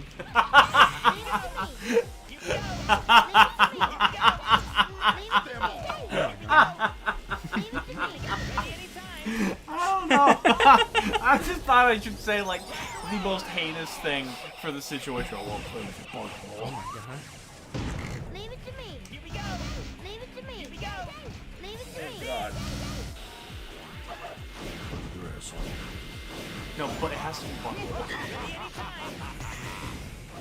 Like if you say asshole, it doesn't sound Level up.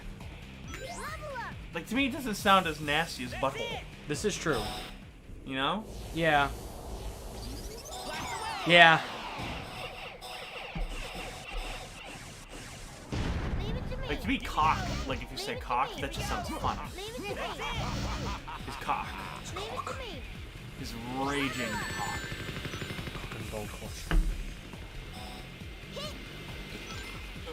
Which I suppose if you're into that, that's fine. Of course. Not me.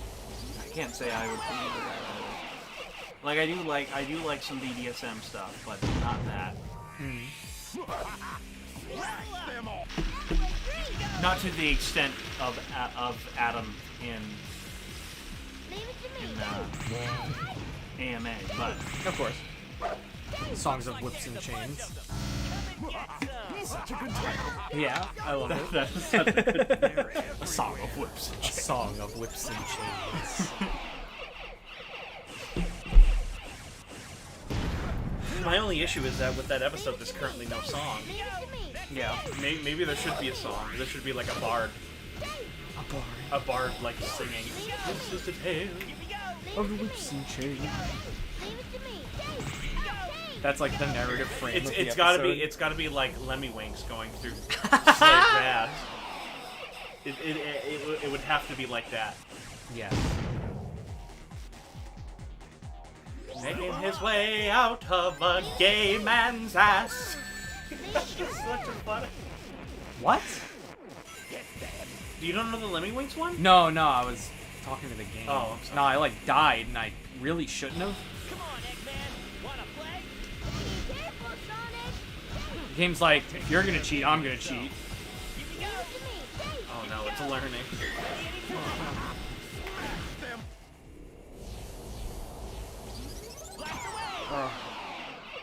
Everything's on a cob. That was funny. Yeah. That was so funny. Because they don't explain why that's terrible. Yeah. They just say it's terrible.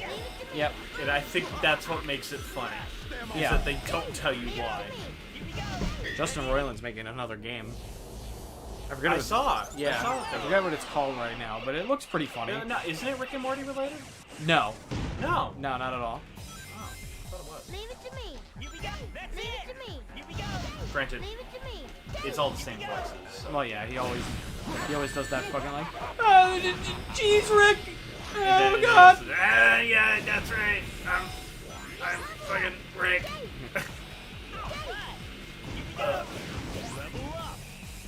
That's I what don't know. I really like that show. I also like it. I don't care what anybody says. No, what's mad funny is me doing the fucking Meeseeks voice is what warmed Eric Casey up to me when we first met. Just doing, Mr. Meeseeks, look at me!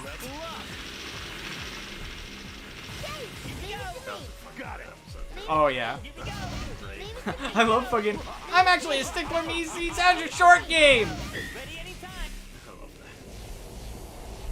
that. And then pulls out the gun. There's another joke too where Rick goes to Wasp reality There's a bunch of Yeah. and they eat the teacher. Like the wasps are eating the teacher alive. They're like, you can pass the acid, and it's that math teacher, the black math teacher. Yeah. And he's getting eaten. All of a sudden, he poops out his babies. And he's like, "Run, run, my babies!" But Oh, yeah. But Wasp Morty goes, "Bingo!" And he eats all the babies. And if you watch it frame by frame, you see them look in such confusion and terror, Oh my- only to be eaten. And I'm like, this is why I love the show. I just, It's utter disregard for life. yeah. I, like, you can say what you like about Rick and Morty, but, like, you have to applaud. Like, it is not afraid to be a mean show. For good and for bad. Yeah. There are times where I think, oh, all right, that went too far. Yeah. But I love how it's not afraid to do that. Leave it to me. Leave it to me. And it's pretty uncompromising about it, too. Oh, yeah. blast away. I think the reason why people are shitting on it is because it's become popular to shit on. Oh, yeah. Not that it's actually bad. Oh, yeah, no. I don't think Rick and Morty is a bad show at all. Do I think it's do I think it's dipped in quality? Yeah. Oh, yeah. But I don't think it's bad at all. Like, I have not seen this latest season yet, and I've been told that this latest season is good. It is very good. That was great. I like what they've been doing. And they dip into the canon stuff, they dip into episodic stuff. They found a good balance. Again. Like, I don't really care for the Pickle Rick episode. Oh no, that episode However, sucks ass. However, I love the stuff with him in the sewer and him like killing the rats Yeah. and then doing all that. Like, I think that's funny. Yes. But I just wish the episode as a whole was better. Don't get too excited, boys. The true like sin of that episode is that at the end it literally just tells you how to feel about like Rick and the situation. Yeah. And it's like this, don't fucking treat your audience that way. Yeah. Yeah. Well, I always loved the Evil Morty stuff too. Like the Yes. Evil Morty stuff is just interesting to me. That's the best part of the show to me. Well, I love the fact that they're all voiced by the same guy. Like, I think that's so cool. Yeah. There's no, like, Morty that's not voiced by Justin Roiland. There's no Rick that isn't.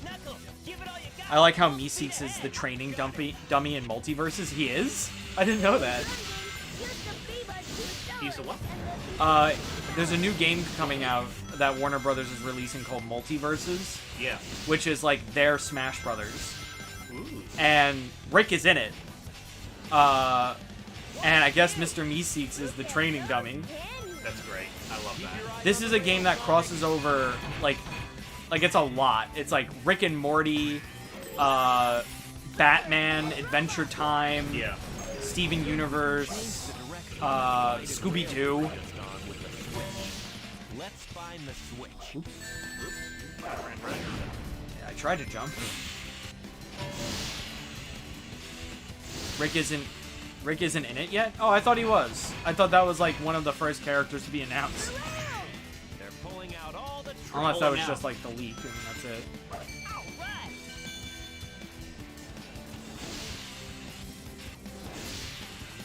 The game did has voice What's line. the Nickelodeon Smash Bros that everyone is laughing at? Oh, that's Nickelodeon All-Star Brawl. Yeah. That just sounds funny. It is. And honestly, they're like playing into it. Good. Good for them. Level up. They just added voice acting into the game, so that's Oh, really that's fucking cool. Oh, well, unfortunately, they can't get Tim Curry. Yeah, they do Nigel. Yeah. That's too bad. The sound alike is like not terrible. No, I believe that more. Fucking just Tim Curry. Yeah.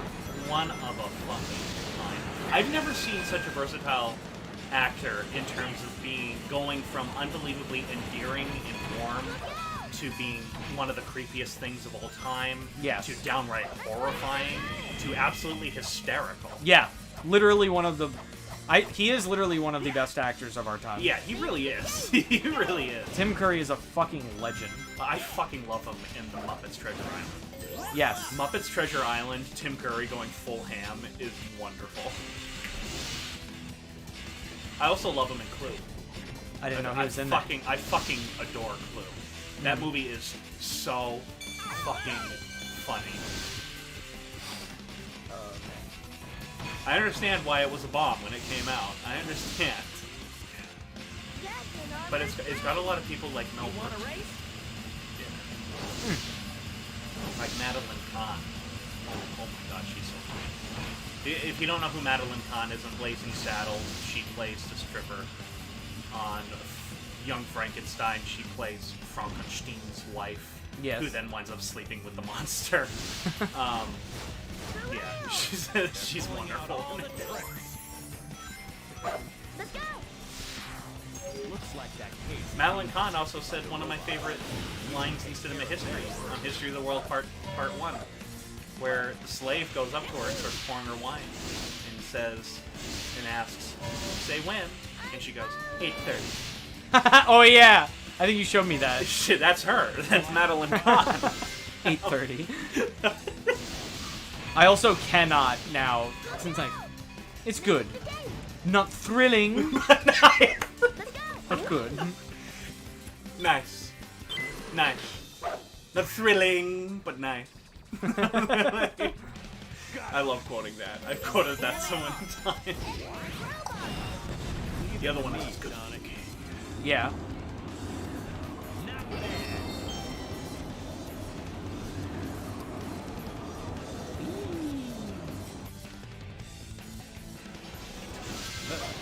Oopsie. That's whatever. It's gonna send me back.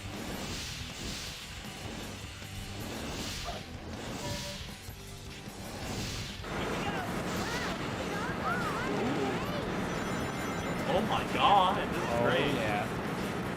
That was great. Do it again. Oh, trust me, we'll be seeing them. Look out! Look out! Sonic, look out! Whoa! Wow! Leave it to me. Level up. See, here's what I like about the music. it's pungent, meaning like it's there, and it's like you know it's there, and it's helping with the game, but it's not overpowering it. Yes. Which I think is a big problem I have with other video games, where it's like the music is just overpowering the game itself. There's this game that I played called, I think it was called like Try Not to Freeze. Okay. And it was like a post-apocalyptic game where you have to build a civilization and you have to keep it alive in like this huge ice age. Yeah. And the music is so good, but man, does it overpower the game. Mm-hmm. The music is really good. Markiplier actually introduced me to that game because he played it. You know what game that he played that like I've always been meaning to play and I just haven't yet? No, I played G-Money. I know. I can't say I have. It's fun. You kind of have to like I know what you're doing. Prop Hunt would frustrate me to no end. As much Oh, fun yeah. as fun as I have watching it, it would frustrate me to no end. Yeah, there's a lot of characters rumored because of data mines for multiverses. Nick All-Stars is pretty fun. It's free on PlayStation Plus, so I nabbed it. I usually have the opposite problem where I don't focus on the music in other games. Yeah, that's me too. Where like a lot of modern games, the music is just not memorable. Yes. Yes, I agree. Well, oh my god, that's something I love about the Mass Effect trilogy, is the Mass Effect trilogy, the music hits that balance so amazingly. Especially the first two games. The first two games, the music, it hits you when it needs to hit you, and then it tones itself back when it needs to tone back. I love that so much. It's because we're getting closer to the center. No, I would genuinely agree with you, though. But to me, music is always one of the first things I notice. Yeah. In a lot of stuff. Like, that's just how my brain is wired, I guess. Got it. But even when it comes to movies, it's music. Music will pop in my head first and foremost. Yeah. Okay. Let's go! Here we go! Leave it to me. Let's go! Got it. That's how Constantine works, too. Oh, no. Oh, Ghostbusters. I wonder how long this thing is. If we stay ahead of the trains, we'll be okay. Oh, fucking Medal of Honor Frontline. Michael Giacchino got his start doing music for... Bye-bye. Doing those games. He did the music for those games.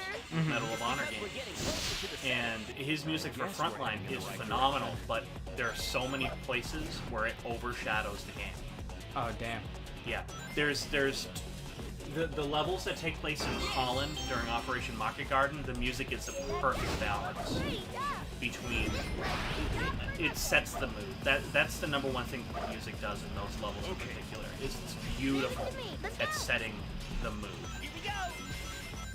Like, you'd expect it to be, like, action-packed, but it's not. Yeah. It's very somber, and it's very quiet. And there's usually a little boy singing. Yeah, there's a little boy doing the vocals. And it's part, and I think that's what makes it work, is that it's not a girl, or it's not a guy, and it's usually not a big choir. It's a little boy. And I think it's one of the... It truly is one of the most atmospheric games I've ever played, and it's not a horror game. It's a World War II game. We've got to play that, Antonio. I think you would get a kick out of it. And what was this game called again? Medal of Honor Frontline. This is for the PlayStation 2. Early PlayStation 2. I think I've only played one Medal of Honor game, and I don't even know which one it is. The two big ones that I played a lot growing up was Frontline and Rising Sun. Both in which I think are fine games, and their best attribute is the atmosphere they give you. They both nail atmosphere. None of the other Medal of Honor games, other than the music, have really done anything for me. Call of Duty, on the other hand, Call of Duty Finest Hour has really shit characters in it, a real shit plot, but man, is it good at selling you are in Stalingrad, you are in the Battle of the Bulge. It's really good at selling that. Got it. That's interesting.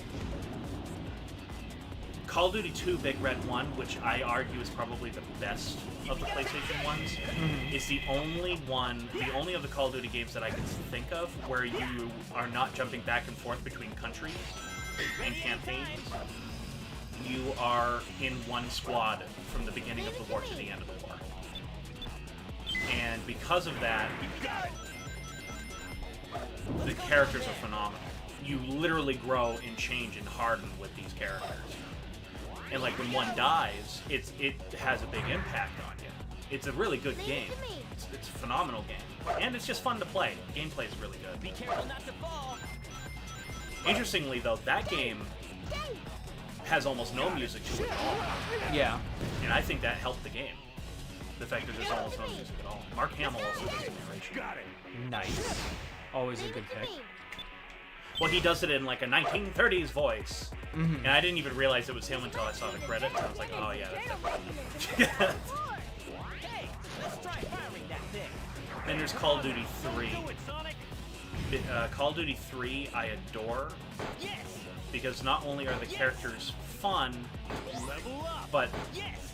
what this game does differently from the other ones is that instead of it being across the entire war, it's localized to one campaign during the war, and that was the breakout from Normandy in 1944. And because of that, the game gets really nitty-gritty with the setting and history.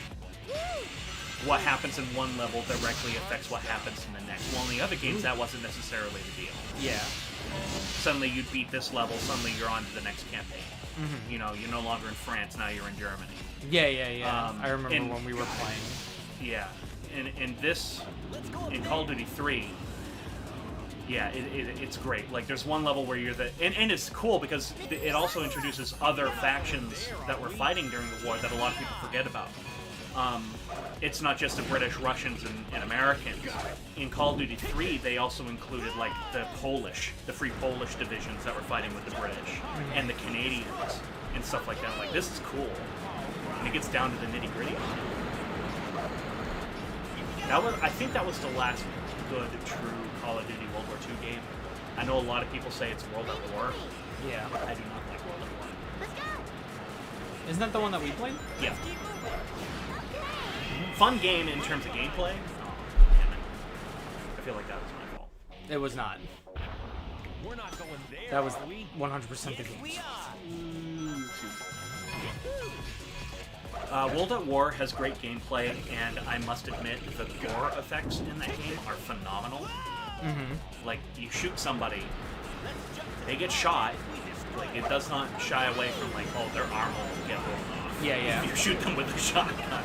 You will fucking decimate them. Yeah, you will decimate that body. After all, we are nothing but meat. Let's keep moving.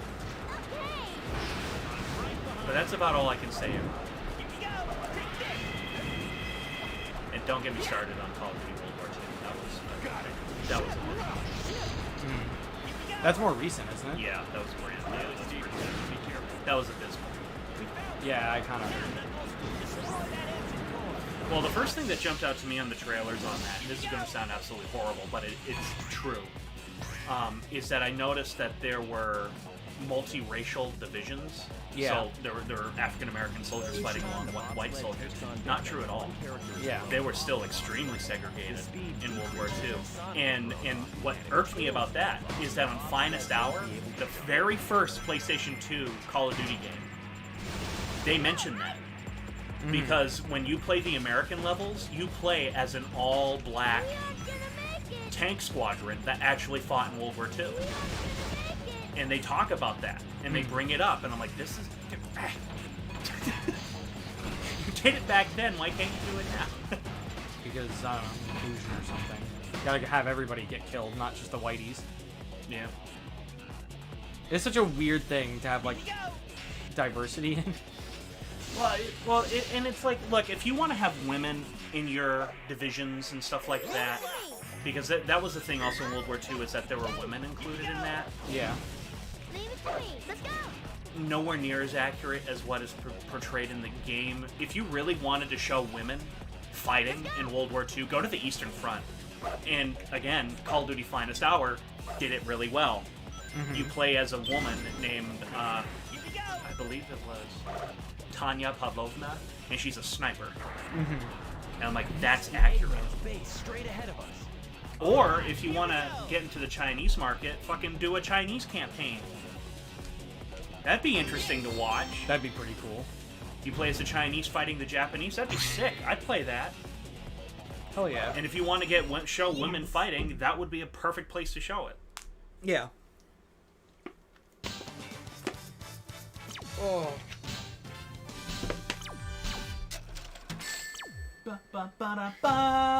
No problem. Or hell, if you really want to get into it, just show how horrible it was that the black battalions that they would always bring in would essentially just be like you're the shields.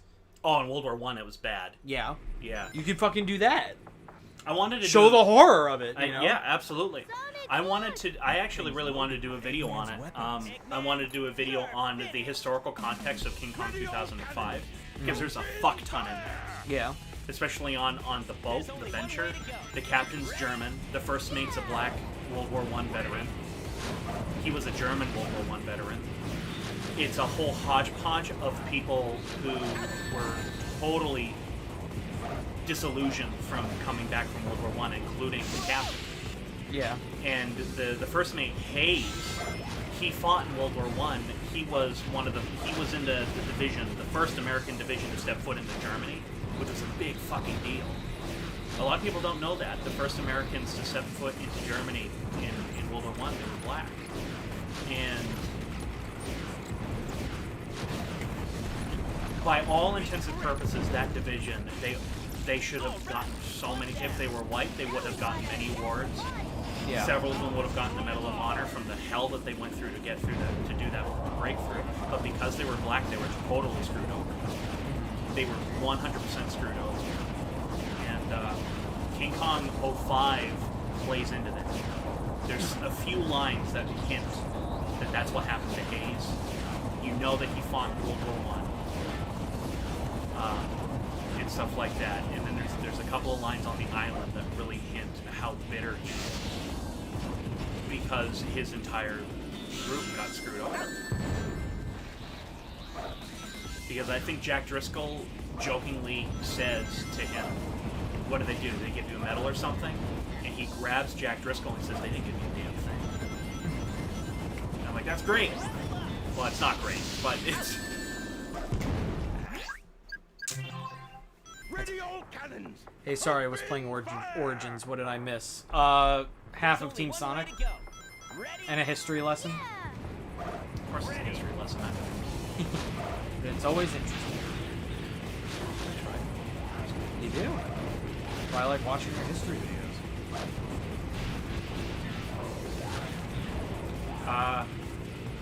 You see, I want to call this thing the egg carrier, but Yeah. I know it's not the egg carrier. No, egg carriers from another game. Yeah. This is the Albatross. Yes, this is the egg albatross. See, I'm learning. You're learning Sonic. I'll hand you the encyclopedia and you can study.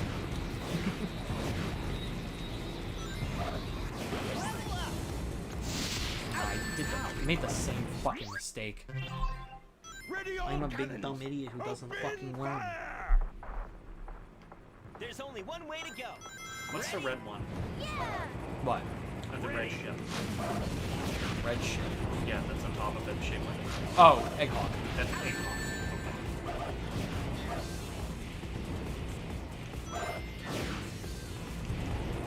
Alright, nobody laugh at me.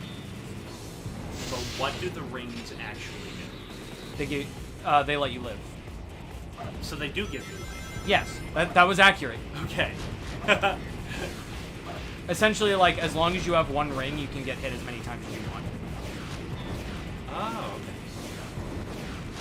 But as soon as you get hit when you don't have any rings, you die.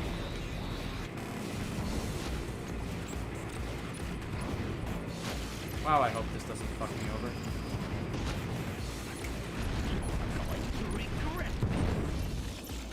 Where am I? All right, one down. Now we gotta Going attack backwards. the body. Destroy 'em all. Okay. Yeah, but question. Why didn't you do that with What? Why did you get the ship with Knuckles since He's not really low enough for me to actually hit him with Knuckles. It's just easier to just homing attack him over and over. It would be nice if my friends came and actually fucking backed me up, though. Because they do extra damage. I don't know why this is reminding me of Ace Combat. But I think it's because there's a giant ship and you have to hit it over and over and over again to bring it down. I love Ace Combat. I think that might be my favorite game. I've only It's right up there. I really, as cliched as this is, The Last of Us. That might be my favorite game of all time, but man, is Ace Combat 5 right up there. I've only played one Ace Combat game, and I didn't really care for it. And that was Ace Combat 0. That's the sequel to Ace Combat 5. Yeah. Ace Combat 0. As a fan of Ace Combat, how do you think that stacked up? Eggman's getting away! I learned! I like Ace Combat 0 just because it continued the Belkin stuff. Got it. Or expanded upon more of it all. Yeah. As a game, no, it did not hold up to Ace Combat 5. But at the same time, I never thought it was trying to. Yeah. Because the problem with Ace Combat 0 is that it's a prequel to Ace Combat 5, so you already know what's coming. And you know how the game has to end. Yeah. Got it. And it's a very tragic ending. Here we go. Got it. I was expecting that to be just an arcade-like game. No. Got it. Here we go. Got it. Here we go. Ready? Go.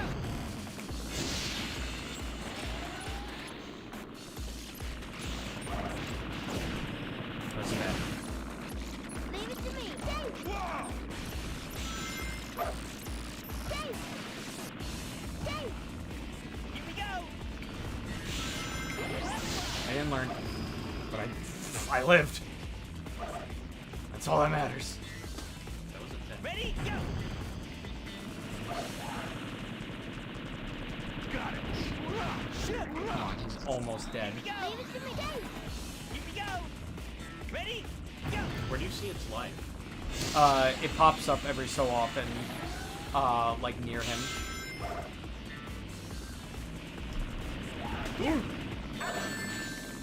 But okay, I guess not.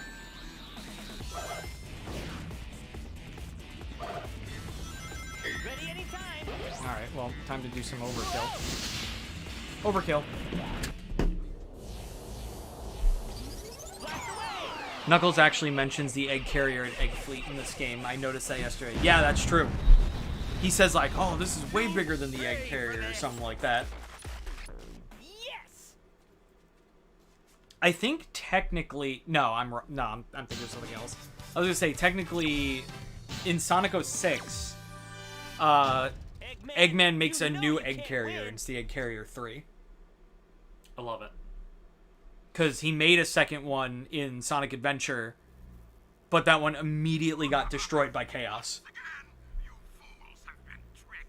It's a fake? It's a fake. Canyons, watch as I conquer the world with my air fleet. And this time, you can't stop me. Drat, a trap to stall for time. Sonic! It's not an Eggman robot. I will never understand that line. Sonic! Knuckles! Wait for me! All life form data successfully What? copied. That's new. It's almost like maybe Eggman isn't the villain of this game. Oh! That was a twist. Oh yeah. But well, no. But that explains why it's not an Eggman robot. It's not an Eggman robot. But here's the problem with that line though. How does he know? It is. The one, how does he know? I guess you can just tell, like, oh, he can tell by looking at it that it's not, like, Eggman's, like, design. But Let's go! technically, because you know who that was, right? Yeah, that was Here we go. robot.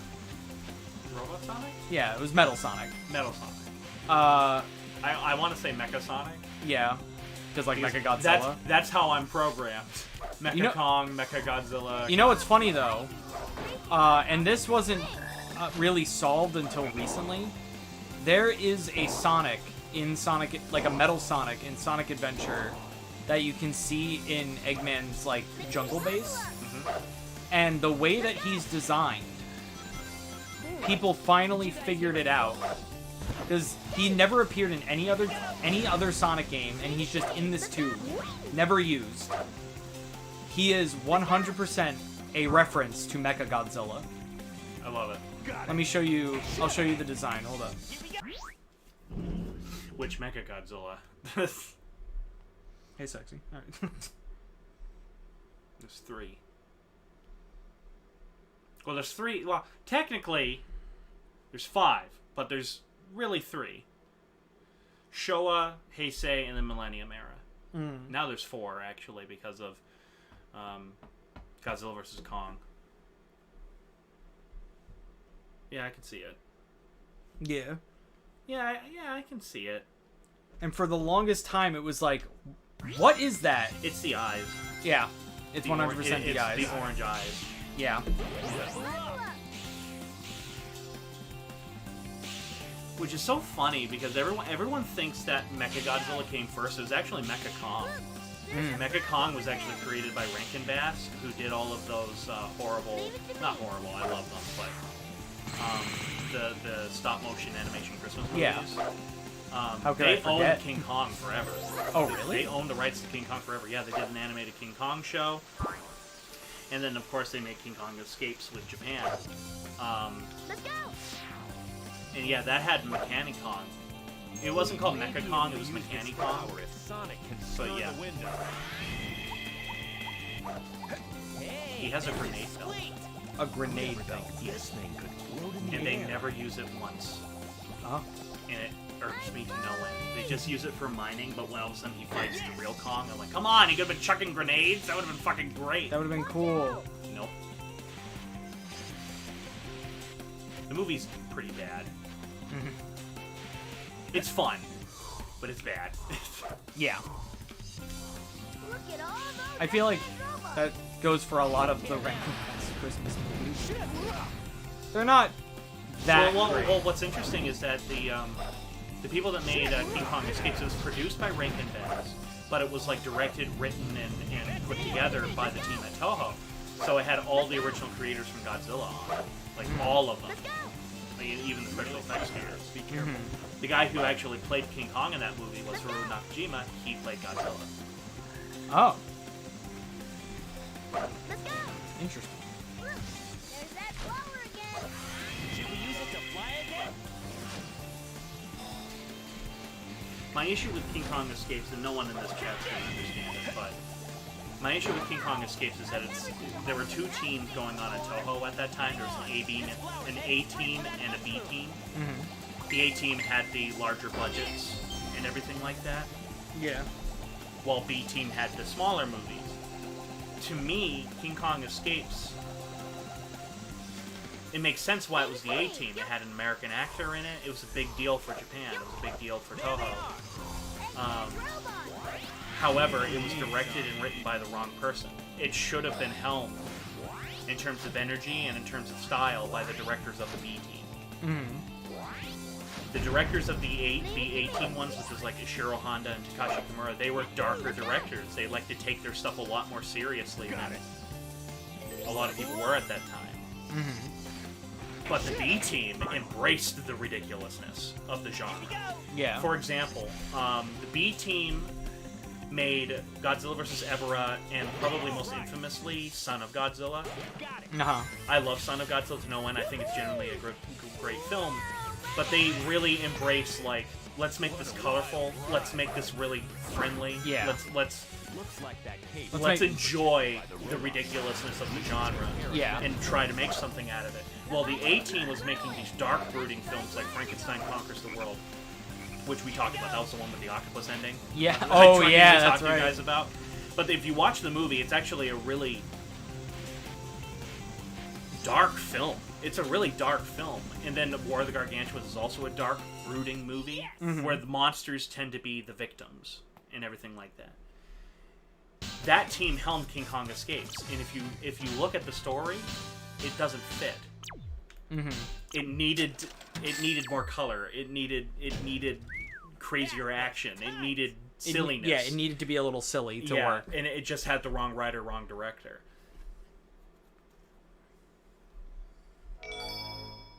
That's kind of... There's another movie that happened to, Latitude Zero. That movie had the wrong writer. No, it didn't have the wrong writer. It had the wrong director in that case, because the script is a lot of fun. You sure it's safe around But here? Ishiro Honda wanted to take it more seriously, and as a result, the movie unfortunately suffers because it should have been insane and colorful. But, and I love Ishiro Honda. He's my favorite director of all time. But he just wasn't cut for that kind of movie. And he knew it, too. Yeah. He was a very loyal company man. He directed whatever the studio signed him. Chucky? Oh, Chucky was telling me that he got it over. Leave it to me. Let's go. It's kind of like what happened with Disney. With the A team versus the B team thing. A team worked on Pocahontas. B team worked on Lion King. Oh, really? I didn't know that. Yeah. Shit. B team worked on fucking Lion King. And guess what was the better fucking movie? Well, you see, I can't say that with the A team versus B team at Toho, because if you look at the two movies that were made when they were really doing the A team B team thing, they're so radically different that I can't really say one's better than the other. Yeah, because they both do their jobs for their specific market unbelievably well. Like War of the Gargantuas is my favorite non-Godzilla movie in terms of non-Godzilla kaiju film. Because War of the Gargantuas, the movie's a fucking masterpiece. Oh, I've heard. It's a masterpiece. My dad fucking loves that movie. And it's not only badass with the fights, but it's the monsters are the true characters. Yeah. That's where the depth comes into it, is what the monsters are. And it really plays up who's the real monster here. But man is the monster. We're not going there, are we? Yes, we are.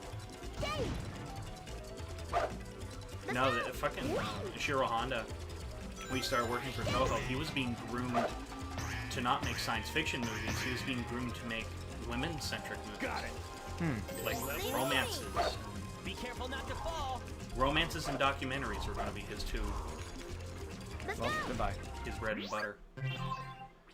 But You in sure 1954, it's safe around here? he made a freak accident happen. He landed the director chair on Godzilla. And that movie was a huge hit, to say it the least. Yeah. And when it was exported a few years later to the United States, even though it was highly Americanized, it Sure it's safe around here? was by far the highest grossing Japanese movie in a foreign market. It blew every other Japanese movie released in foreign markets out of the water. Like, the highest grossing Japanese movie before Godzilla hit theaters overseas was Rashomon, Akira Kurosawa's Rashomon. That made only $200,000 in the US market. Godzilla King of the Monsters made $8 million. Holy shit. Like, it made a fuck ton of money. Here we go. And Look, there's a frog over there. so Toho realized that they had a market. And so they didn't go to Ishiro Honda at first. They went to other directors to make some of their science fiction films. But then by happenstance, Ishiro Honda got the short straw, and he was assigned to direct another science fiction movie called Rodan, which is a phenomenal movie. That too was not just a gargantuan hit over in Japan, but when it was released in the States a year later, it was the highest grossing science fiction movie that year. Oh my. And so suddenly Toho went, oh, this guy's good at it. Yeah. He's our moneymaker. So, at first, Ishiro Honda embraced making these science fiction movies, but by like the mid-19th, I'd say 63 was when it started. He started getting tired of it, and he felt pigeonholed into making these movies, despite the fact that he wanted to make other movies. He wanted to make romances. He wanted to make documentaries. More somber character pieces instead of giant science fiction movies. And Toho never let him do it. We're not going there, are we? Yes, we are. It reminds me of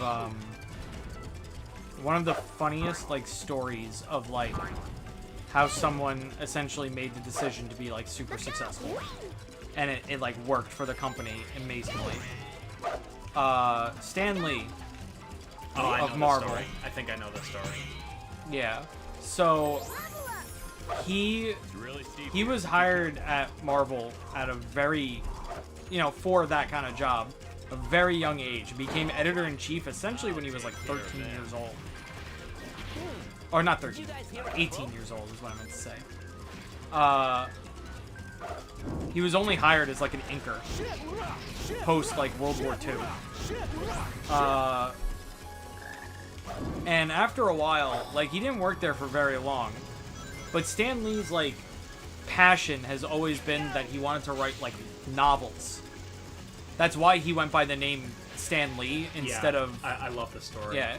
He went by the name Stan Lee instead of his real name because when he became a real author, he didn't want to have the name associated with comics. And he talked... he's like... He was thinking of resigning from comic books. And... Because he's like, I want to write, like, real stories with depth and character and stuff like that. And then his wife just goes, why not just do that with comics? And he's like, shit, you're right. And then he did that. We're not going there, are we? Yes, we are. Okay. Sonic do keep saying that. That was close. That was one heck of a battle. Oh, by the way, I think you guys can do this now. Not that I'm saying to do it right now, but like I think this is an option. You can super chat now. Yeah, I still haven't figured that out. Like, I've been monetized for longer than you. Yeah. I think you guys can super chat. I'm not sure. I'll have to find out. I don't know how. I'll figure it out someday. All right. Hey, there they are. Got it. Shit, rock, shit, rock, shit, rock, shit, rock, shit, rock. And he's dead. Shit rocks, alright. Oh, he shit rocks. Look, there's that roller again. Should we use it to fly again? Take this. Yes. Oh, is this the part of the level coming up? I think we're almost there. Yes. We're almost there. Yeah. Where we see Mecha Godzilla. Yeah, where we see. Got it. Take this. Shit, already.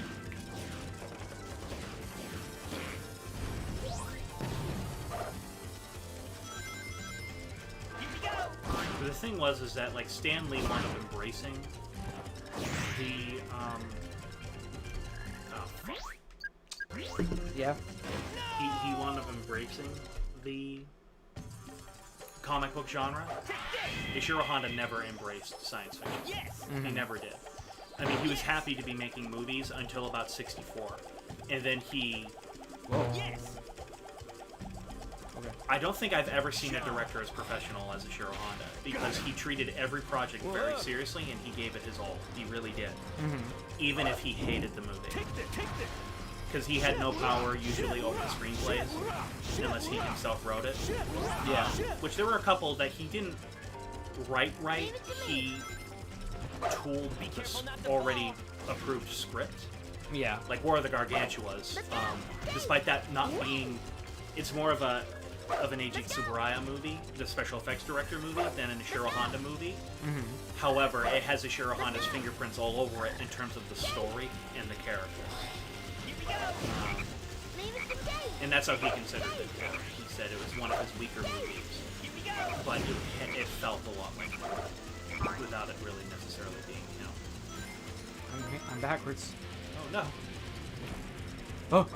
No. No. No. Oh, I didn't know those were gonna pop up. You did that and stuck your ass out at the same time. That was fucking hysterical.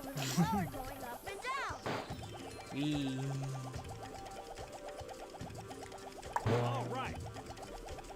I'm not fucking defeating you again. Let's go.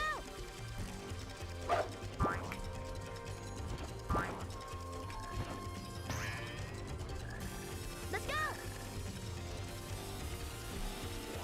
Dave. Here we go.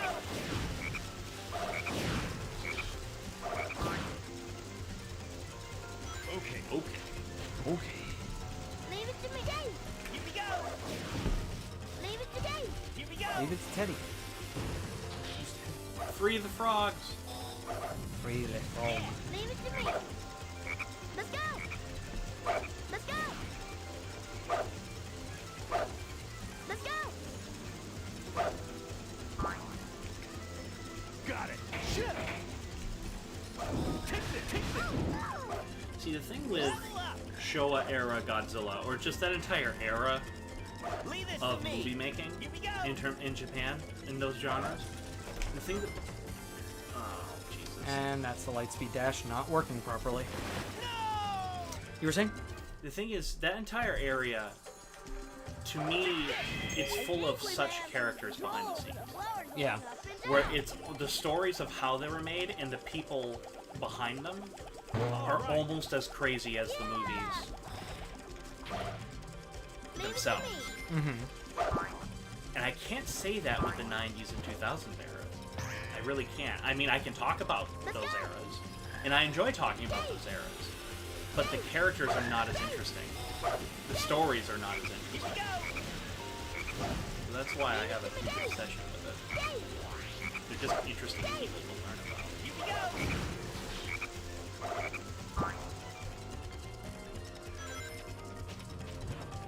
It's like, actually, you know what, to go back to your Stan Lee comparison, it's like Stan Lee.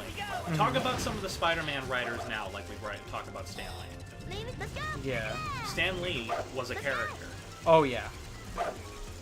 There will never be another man. Stan Lee. There will never be another Stan Lee, ever. Got it. And if there is, they're going to be called the next Stan Lee. Yeah, exactly. Let's leave it to Sonic. There's that black frog again. It's almost like Christopher Nolan, the Dark Knight trilogy. Yeah. It's like if you ever make something that was kind of campy into something very serious, yeah, it's now going to be called the Dark Knight trilogy of X. Yeah. Fuck. Can you fucking function, Sonic? Jesus Christ.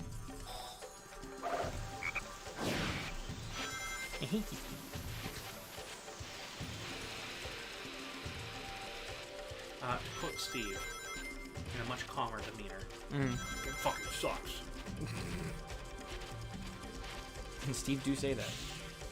Oh, it's that part. It's coming up. Uh-oh. They're trying to take us down to the swamp. Hurry! So you have to avoid... Oh my god! I told you. Something really big about Shit. It's always This is really interesting when you play as Vector the Crocodile. Oh yeah? It's just like, what are the logistics of this world? Well, Victor, right? Vector. If he's sentient, why isn't that crocodile sentient? Quite close. Conundrum. It's like Pluto and Goofy. I swear to God, if anyone in fucking chat says that Goofy is a fucking cow, I'm going to murder somebody. Who said it was a fucking cow? Someone was like, "Oh, I looked it up. Goofy's actually, I think it was Mai. She's like, Goofy's actually a cow." I'm like, "Are you daft? Are you an idiot? Are you daft, woman? Mai? Where? He's clearly a dog. He is a dog. Pluto's got some weird fetish that Mickey is indulging in. Look, it's that hedgehog. Look, it's that hedgehog. I will not say that. Hey, isn't that Okay, if you don't say that, then I'm not gonna say that I want to eat dog food. Well, you did. I have eaten dog food. It was against your will. Yeah, but I've still eaten dog food. Mission complete. No, that character was built specifically for this game. Omega, yes. We have a date with Eggman too.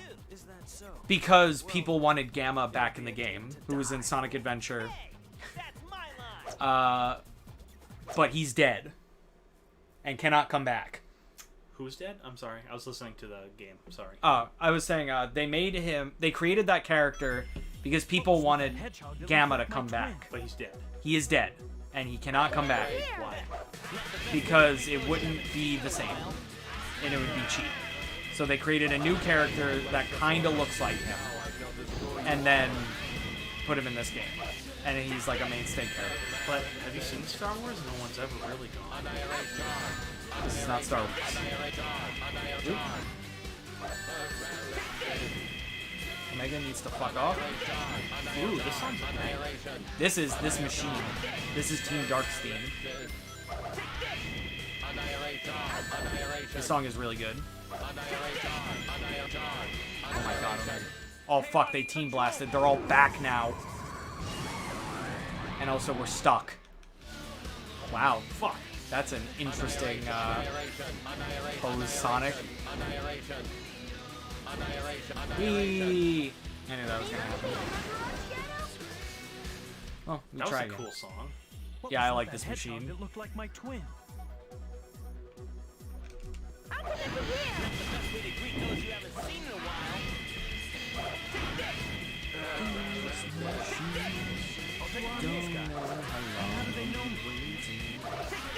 While the Eggman's watching. It actually says that? Yeah. Good God. There. My opinion of the song just went like, yeah! Hey guys, chill out.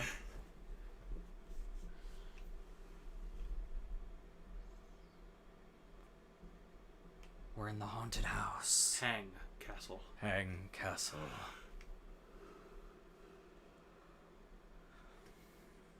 Sonic, you sure this is the right way?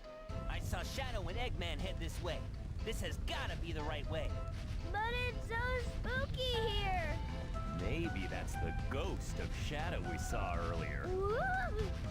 Stop it, Knuckles. Acknowledging that Shadow should be dead. And that it's kind of weird that they saw him. So it's okay to bring Shadow back. Well, yes. Gamma. Yes. Because he was saved. Somehow. Well, also to be fair, Shadow is like not a normal animal. He was like created to be more resilient. Leave it to me. Because he is the ultimate life form. Who is? Shadow. Guess is luck. He's the ultimate life form. Yes. He is not like, he's technically a cyborg. He is dreamy. He We're is dreamy. turning upside down again. He's dreamy Sonic. Dreamy Sonic. A lot of fangirls online would like to agree with you. That's what I was joking about, yes. It's like, of course, they go for handsome, dark, and mysterious. Long, tan, and handsome. Can I tell you how much I love in that episode of SpongeBob where SpongeBob takes Pearl to prom? Here we go. When SpongeBob sees Pearl's ex-boyfriend, she's like, "It's Octavius Rex, Mr. Long, Tan, and Handsome." And then I just love SpongeBob's whoa. Whoa. That was so funny. It gets me every time. So long, tan, and handsome. That's so funny. You surprised me. Got it. That's so funny. And he just looks like a... He's just a normal anchovy. He's just a normal anchovy. And I think that's what's so funny. Leave it to me. God, I love old SpongeBob. Let's go. Oh, yeah. First you take your leg, stick it in the air. Then you take the other one. Oh, yeah, that's right. That was that on that episode. Yeah. Then you take your round into a great big lunge. Then you do the sponge. Do the sponge. And then they get kicked out, right? Yeah, they get kicked out. Because they just destroyed the entire thing. Yeah. That's so funny. I also love how they're like, they love us! Yay, we're popular! Go ruin someone else's prom.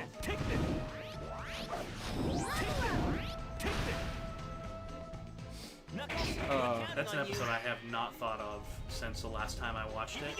Yeah, And same. then you brought it up right now. Yeah. I've not thought about it until literally this moment.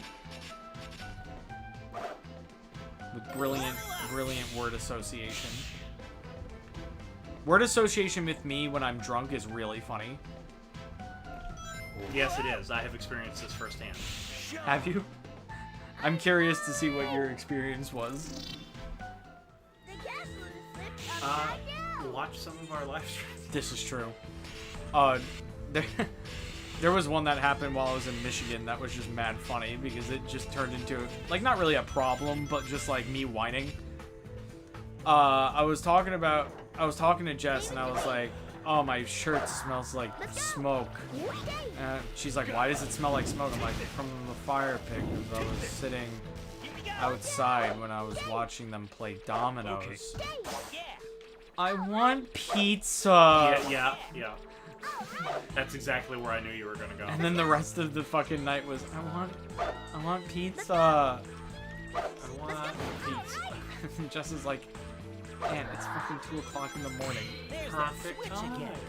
She's like, you can't get pizza. I'm like, I don't think there's any place open that'll give you pizza. And I'm like, order it to the room. Too cool. When you said long tan and handsome, I thought of that episode. By the way, I'm still in Kelp Forest. Ugh. Leave it to me. Worst fucking level in the game. Mostly because of that slide. Hey, you surprised me. Like, why is there a haunted house? Got it. All right. Why not? No, yeah. Why is there a giant monster? That should be your response to every time somebody asks that question. Why is there a giant monster and a giant monster? Let's go. Because it's a giant monster movie. Let's go.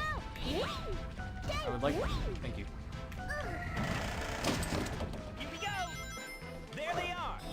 Eggman's robot. Leave them to me, son. Here we Leave go. it to me. Let's go. Wait. I saw something I wanted. Give Flower that eats people. Yeah. Here we go. So... I'll leave this to you, and this can be open for the rest of the stream. Leave it to me. Ask me any Sonic question you have. I'm curious to see what you wonder about, and if I can answer it. Because weirdly enough, 90% of the time there is an answer. Not The bad. castle is flipped upside down. Well, the biggest one has been why are the levels what they are, other than the jungle one. I understood the jungle one. Yes. Just honestly, just because Sonic's world is just that diverse. With the carnival levels, 90% of the time, Eggman builds them. Oops. Leave it to me. Discovered.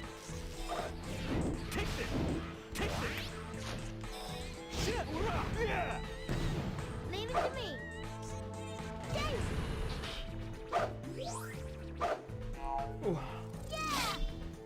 This also goes for the audience. You can also ask Sonic questions. We're back to normal now. I am the resident, fucking Sonic encyclopedia. Okay.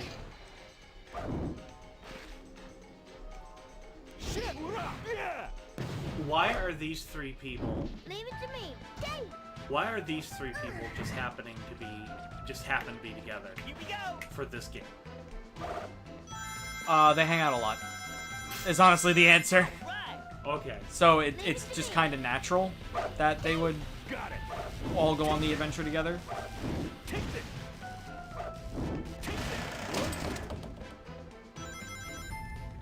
Okay, you want to see something that's actually honestly really fucking cool? You see the Eggman statue in the distance? Now, what was the twist of the game that we just learned? It's not Eggman. Yeah, that it's Metal Sonic doing this, right? It's upside down. It's a Metal Sonic statue. I don't see it. Yeah, I guess I can see it, yeah. Here we go. That is a lovely bit of stage foreshadowing. Well, I can't say it's really foreshadowing considering the fact that we just saw him in the previous... Got it. Yeah, but we haven't really seen entirely what he looks like. Because it is Metal Sonic, yes, but he is different in this game. So what's Dr. Robotnik doing? Okay. You'll see. You'll see exactly what Eggman's doing in this game. Especially when we get to Team Chaotix. That is where that question is answered. I guess I'm just gonna say, like, I thought the way how you and Steve talk about the game. Yeah. I thought the game was gonna be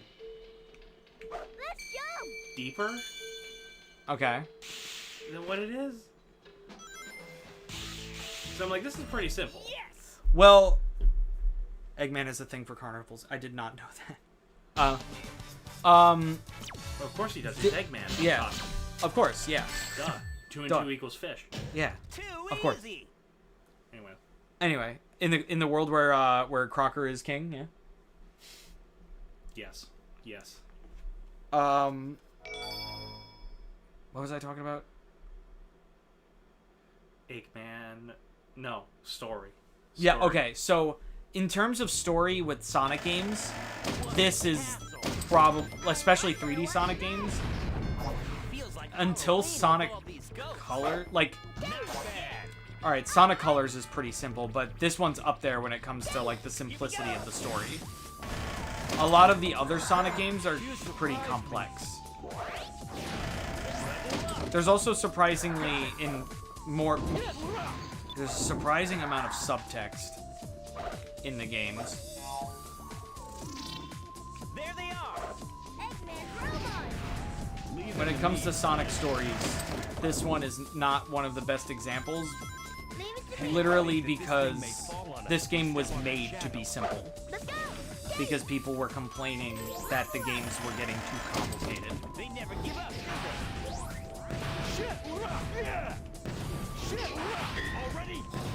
And the one thing you'll learn a lot about Sonic history is that a lot of Sonic games are made the way that they are because Sonic fans complain. And unfortunately, that's almost always a thing.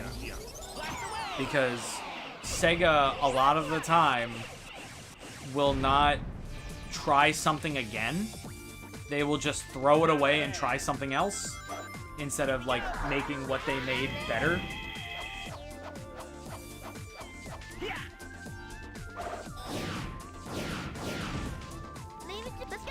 So, like, what we're doing right now, where it's like we're kind of going through stages, jumping, homing, attacking, you know, the works.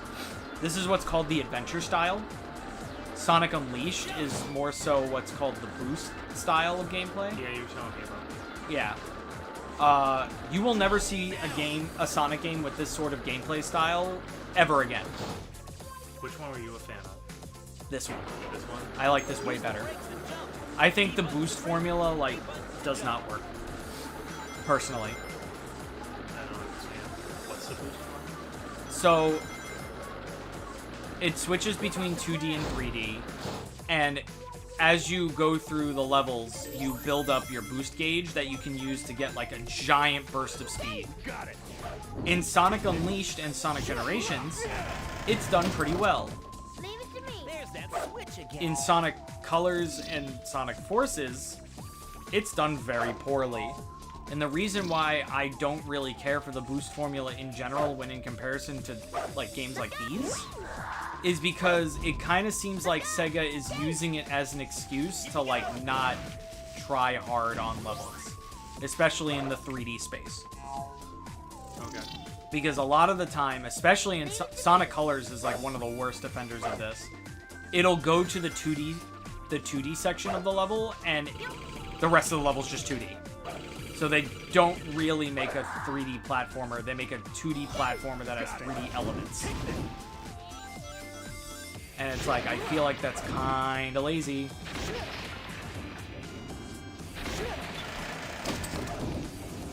But Sega has also been very lazy the past couple of years. But it seems like with Sonic Frontiers, hopefully I can say this without it fucking aging poorly, they're fucking trying so hard. Let's go! Let's go! Because the number one problem with the current latest Sonic game, Sonic Forces, is that it's a very lazy game. It is so lazy.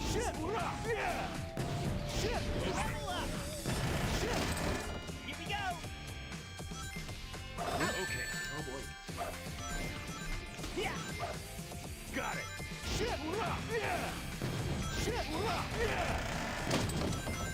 Oh, you got a helmet on? Fuck that. Heroes isn't very deep. All piece of a larger story. Everything is mysteriously interconnected. That is true. Everything from Sonic Adventure... Who said that? Lily. Everything from Sonic Adventure to Sonic 06 is connected. And then after Sonic 06, they kind of stopped doing that, unfortunately. It's kind of just loose cannon. I like Boost. The Boost formula is Temple Run and Mario. It's not lazy because there is 2D. It was mostly lazy because the 3D that was there was too simple. Well, that's what I mean. They're using the 2D so that they don't have to make a 3D platformer anymore. And like no one will notice. But people noticed. Because it's very hard to call Sonic Colors a 3D platformer when 90% of it is 2D.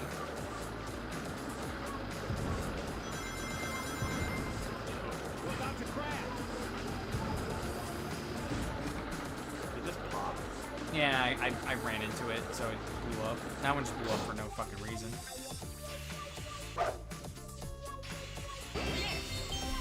Here we go. It's like, go to that one, idiot. There's another trolley. Let's catch it. Go to catch the trolley. Jump. I tried. Jump. Okay. Now. Let's go. I'll take it. Come back to me. Sonic, you level Go. up. Leave it to me. We should take care of them first.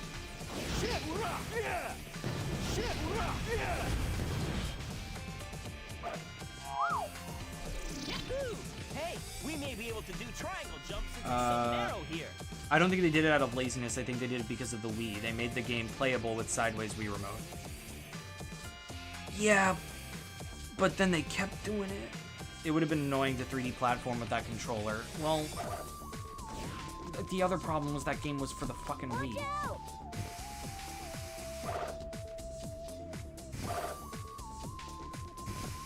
Which I know Sega had a fucking deal with Nintendo, so it's not entirely their fault.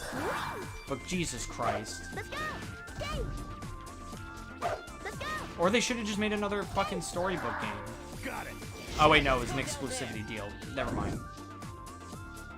I forgot that it was exclusivity. Leave it to Oh yeah, this part gets real trippy. Here we go. You get out of my way, please, thank you. Ready anytime. Time for trials. This place. Sonic! Those three altars look suspicious. Forces has no excuse though. That is correct. Forces has absolutely no excuse of why it is the way that it is. Can you turn so I can see what I'm doing? Let's go. It's really steep here. Be careful. Thank you. Be careful not to fall. Are they in hell? We are in hell. Let's go. Let's go.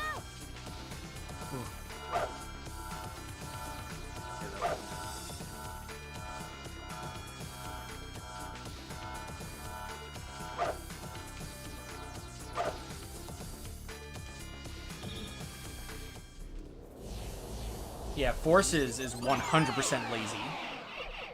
The cutscenes are animated like shit. The story is very... like, it tries to be dark and doesn't commit, which is its greatest sin.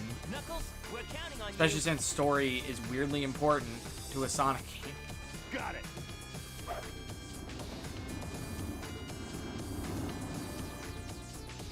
That would be sad. And also the levels are just kind of hallways.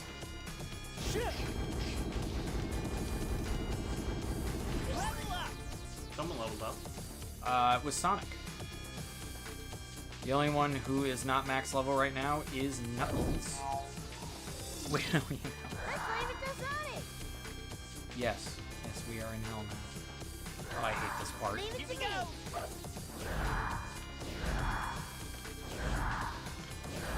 this is fucking.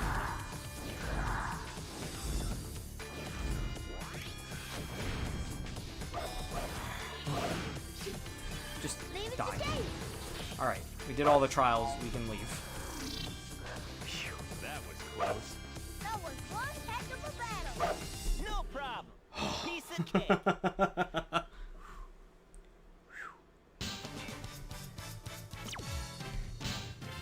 Technically, Sonic has just one eye. Yes. Yeah. Not bad. yeah. It's kind of gross. Yeah. If you really think about it. Yeah. And the fact that his entire belly is his penis, that's another thing, too. That is also really disturbing. Yep. Where's his penis? How come the guys don't have to wear clothes but the girls do? Because of girls? Trying to stop us now? But do they not have dicks? What a joke. Clearly not. Knuckles is supposed to have a fucking four-headed dick. Get them. Wait, I thought Knuckles was another hedgehog. No, Knuckles is an echidna. Payback time, Eggman. Yes. You guys ready? What the fuck is that?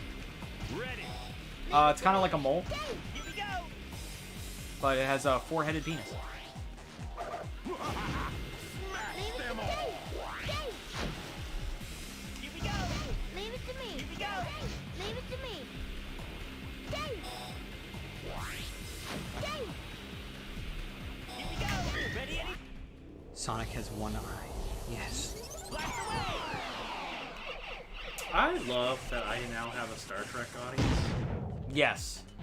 Because, my god, I've never been able to talk about Star Trek before.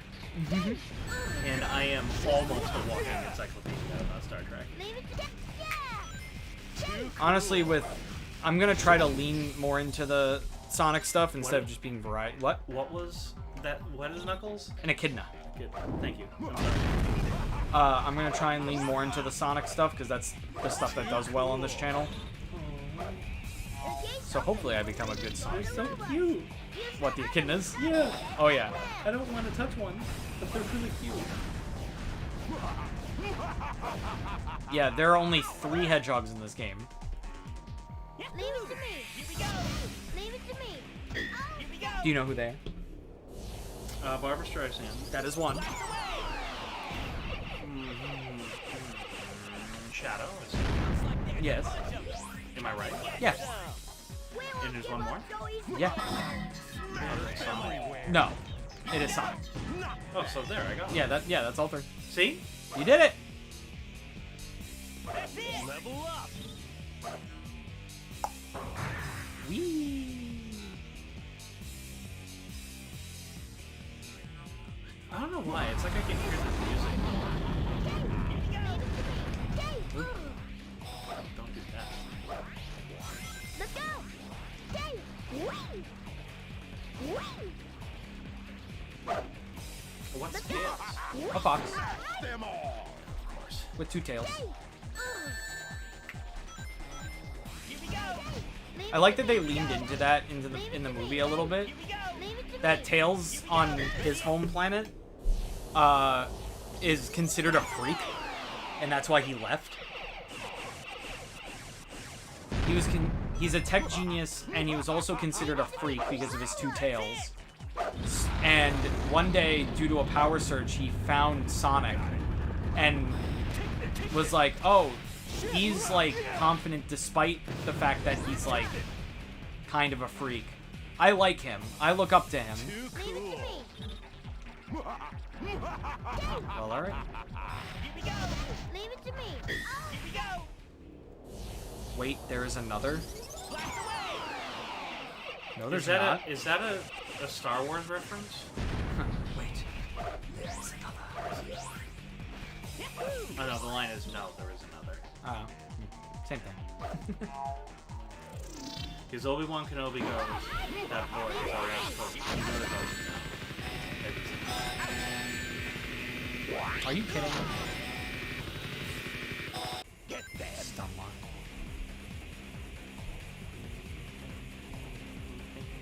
Payback time, Eggman. You guys ready? All right. Ready.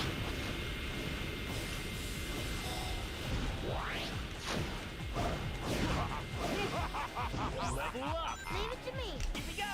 Leave it to me. That's it. I would really like to do this. Here we go. Why? Leave it to me.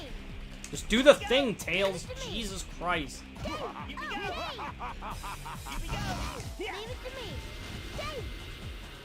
Dave. Here we go. Ready? There we go. No, there's only 3 hedgehogs in this game. Unless you're counting Metal Sonic for some reason. Unless we're actually including Barbara Streisand the Hedgehog. Leave it to me. Yeah, and then counting Amy Rose separately. There goes Sonic. Dave. Here we go. That was great. Here we go. Leave it to me. Dave. Dave. Leave it to me. Oh my god. Here we go. Leave it to me. Here we go. Leave it to me. Here we go. Leave it to me. Here we go. Ready? Blast away. Let me tell you, that glitch makes the final boss really easy. Leave it to me. Dave. Here we go. It's fine. Level up. And they're all dead. The gate's open when we destroy the robot. Use the item inside to save Eggman. Take this. Leave it to me. Here we go. Leave it to me. Dave. Here we Leave go. it to me. Dave. Here we go. Out. Leave it to me. Dave. Smash them all. Here we go. Ready anytime. Blast away. See you later, Stinky. Leave it to me. Here we go. Leave it to me. Here we go. That's Leave it it. to me. Dave. Here we Leave it go. to me. Here we go. Oh. Out. Smash them all. Ready anytime. Blast Look away. at this boss rush. I'm turning that air conditioner on. Looks like there's a bunch of them. Toasty. Come and get some. We won't give up so easily. I gotta tell you, usually I'm not a fan of the boss system. Like, I think it's kind of a gimmick. However, I gotta say the best example I can think of of the boss thing is Mass Effect 2. Holy shit. What does that do different? Nothing really. If you Oh. really look at it in terms of how it's played, it's like, yep, this is the final boss. Yeah. And you're like, okay. But it's pretty cool. Smash them all. Level up. Too cool. Mass Effect 3 kind of has a final boss, but you don't fight it. Yeah, you don't really fight it. The mission on Mass Effect 3 is if the final boss shows up, it's to charge towards the beam and just try to live. Leave it to me. Here we go. Leave it That's to me. the that's the final boss. Charge towards the beam and try to live. That's it. Oh my god. I think King Kong, the game, also does the boss system really well, because on that, the boss is very clearly the V-Rex, and if you play as a human, you cannot hurt it. or you cannot kill it. You can annoy it, and you can get its attention, but you cannot hurt it. The only thing you can do is just try to get its attention and live long enough to keep going. Too cool. Also, hey, sorry I was gone for so long. All good, Robert. I'm just glad that you're here now. Hi, Robert. Hello, Robert. Why was that like kind of a spot-on Baymax impression? What's the matter? Got nothing left? Keep them coming. That's strange. I'm just warming up. This is only the beginning. Take this. Shit. Yeah. Shit, rock. Already? Rock. Yeah. Here we go. Too cool. One last island.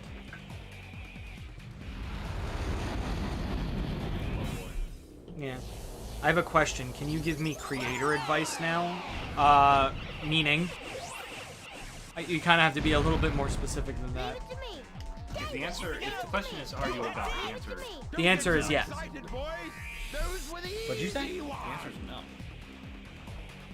Adam, if someone asks you if No, you're a god... No. If he's asking if he's a god, the answer is no. Then no.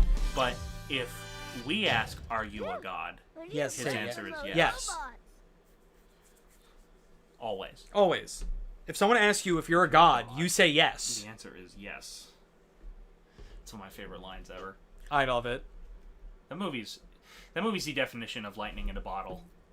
I It's like I understand you were talking about YouTube, but I mean, like, what about it?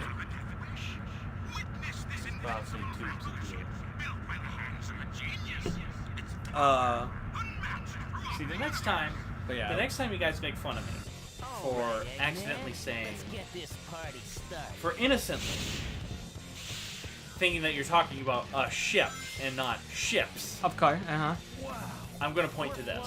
I'm gonna be like, what about the Eggman Armada? Yeah, what about the Egg Fleet? The Egg Fleet. Those are ships. They are ships. Lots of them. Yeah. Get away from the marker. There is a lot of ships in Sonic, to be honest. Look at all And planes. Where does Dr. Robotnik get all this money? That is one of... He plays the stock market. Yeah. That is one of the mysteries of Sonic. In the comics, the Archie comics, which are not canon anymore, but it's still interesting to think about, Eggman used to be a part of the Royal Council before he took over. The Royal Council? So in the Sonic comics, there is there's the Castle Acorn, which is ruled by the Acorn family.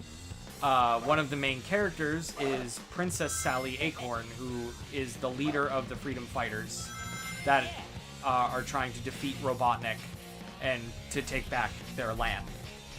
Because Robotnik kidnapped Princess Sally's father, Maximilian Acorn, who is the king, and took over and put him somewhere. They don't know where. He's missing. Makes sense. Yeah. So Eggman takes over and makes all of the animals into machines and bulldozes all of the forests.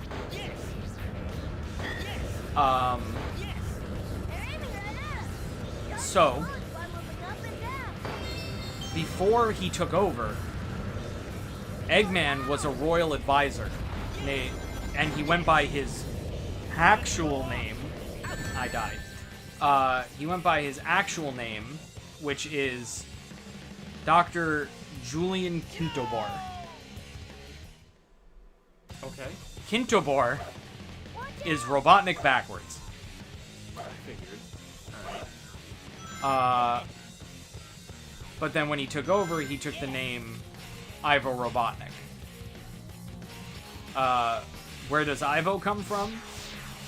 Well, apparently his full title in the comic is Julian Kintobar of the House of Ivo.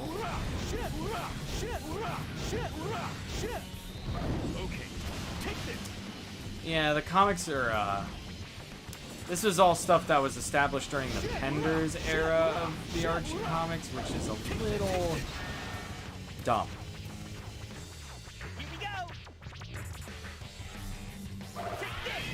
Penders also created the idea of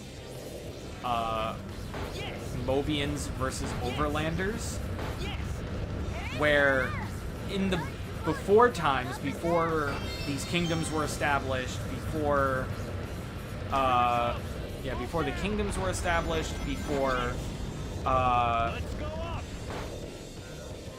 really mostly anything in the series, the planet Mobius was populated by two types of dominant species.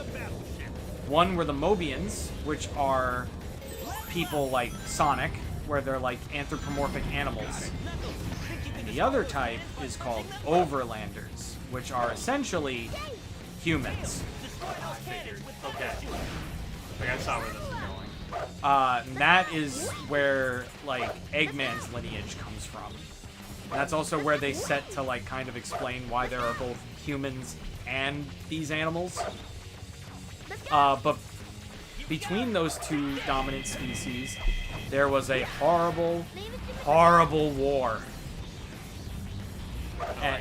And in this war, almost all of the Overlanders got killed. Robotnik is one of the only surviving Overlanders. Along with, like, his family and, like, a couple other people. Which is why he hates Sonic. Well, no, he hates Sonic because Sonic keeps ruining his plans. So wait, there's no humans? There are some humans. Not a ton. Most of the Overlanders got killed. There are a few survivors. This is really dark for Sonic. Yeah, the Archie comics go hard. Once they stop being 90s gag comic and go into actually having a story, they go fucking hard. And it's mostly because Penders is stupid. I like some of it. Ian Flynn took everything Penders did and made it better. For example, in the Sonic Archie comics, there is a multiverse. Mostly because they just wanted to make an evil Sonic. That's all. That was the only reason. I like it. So Penders created an other universe called Mobius, which is spelled M-O-E-B-I-U-S instead of just M-O. I call it Moebius to differentiate, where everything is the opposite. Eggman is the good guy, and Sonic is the bad guy. He becomes known as Anti-Sonic after a while. And Anti-Sonic likes to kind of go into the main universe to fuck with Sonic, because he hates his good self, because he thinks he's a loser, and just wants to kill him. Ready anytime. Ian Flynn took this concept, powered Anti-Sonic up, powered him up with the power of the Master Emerald, made him green instead of just Sonic with sunglasses, and renamed him Scourge and made him an actual fucking character. Where he essentially just wants nothing but fucking chaos and anarchy. Okay, so he's Sonic Joker. Alright. He is Sonic Joker. And he was a fan favorite character, but because technically Ken Penders created him, even though Ian Flynn perfected him, they are not allowed to use that character ever again. There's a lot of characters from the Archie comics that Sega can never, ever use, or Ian Flynn for that matter, can ever use ever again. Why? Because Ken Penders will fucking sue them. Got it. There was an incident that happened. Ken Penders is its own fucking rabbit hole. that I would recommend looking into just to see how much of a fucking asshole this guy is. So Ken Penders used to be the lead writer of the Sonic comics up until about 2005, I want to say. But he was like the lead writer from like the 90s to 2005. And he created a bunch of characters that are beloved by the Sonic fandom. Once he was not the head writer of the Sonic comics anymore, and in fact, didn't even work for Archie Comics anymore. He felt that all of those characters belonged to him. Let Sonic take care of this. He felt that all of those characters belonged to him, and that no one else should be able to use it. The incident that occurred, though, is that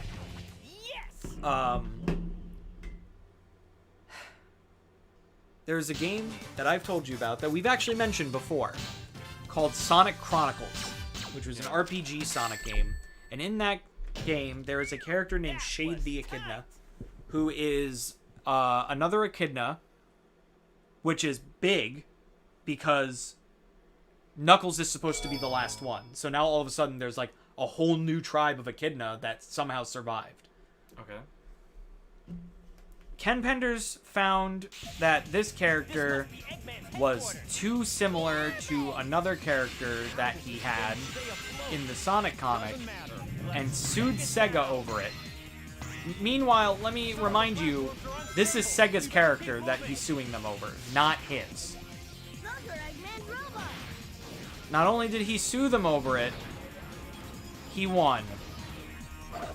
And because he won, there is a bunch of mandates that both Sega and Archie Comics has to follow, or else Ken Penders will threaten to sue again. Well, that gets to the whole debate. There is a genuine debate to this. It's happened with Star Trek. It's happened with Doctor Who. It happened with Doctor Who really bad because anytime you see the Dalek, his most famous arch nemesis, yes, they have to get permission from somebody. Oh, yeah, to use the Daleks. And not a big Doctor Who fan. I'm just a fan of classic Doctor Who. So like the first 4 Doctors. Yeah. Everything after that I don't care about. However, there is a genuine debate about this, and that's because clearly in your dude's mind, the guy that you don't like, yeah, Sega did not create those characters. Yes. He did. Yes. And in a way, he did. Yeah. Because he created. Here we go. I was gonna say He created negative Sonic. Yeah, yeah. As an example. Yeah, he created that. That wasn't a concept even created by Sega. Yes. Here we go. Take this. That's royalty stuff. Yeah. To me, that's what that should have been. Yeah. Because to me, I'd be like, absolutely, you can use it. Just pay me a little bit. Yeah. Which Namco has that sort of thing going on right now, that they are hopelessly avoiding using a certain character in the Pac-Man series because of it. Yes. Because technically, Miss Pac-Man does not belong to them. Does not belong to them. Yeah. Because Miss Pac-Man was a mod. Well, it was a mod called Crazy Auto, I think, that they turned into Miss Pac-Man because Namco thought it was really good. But now because of that,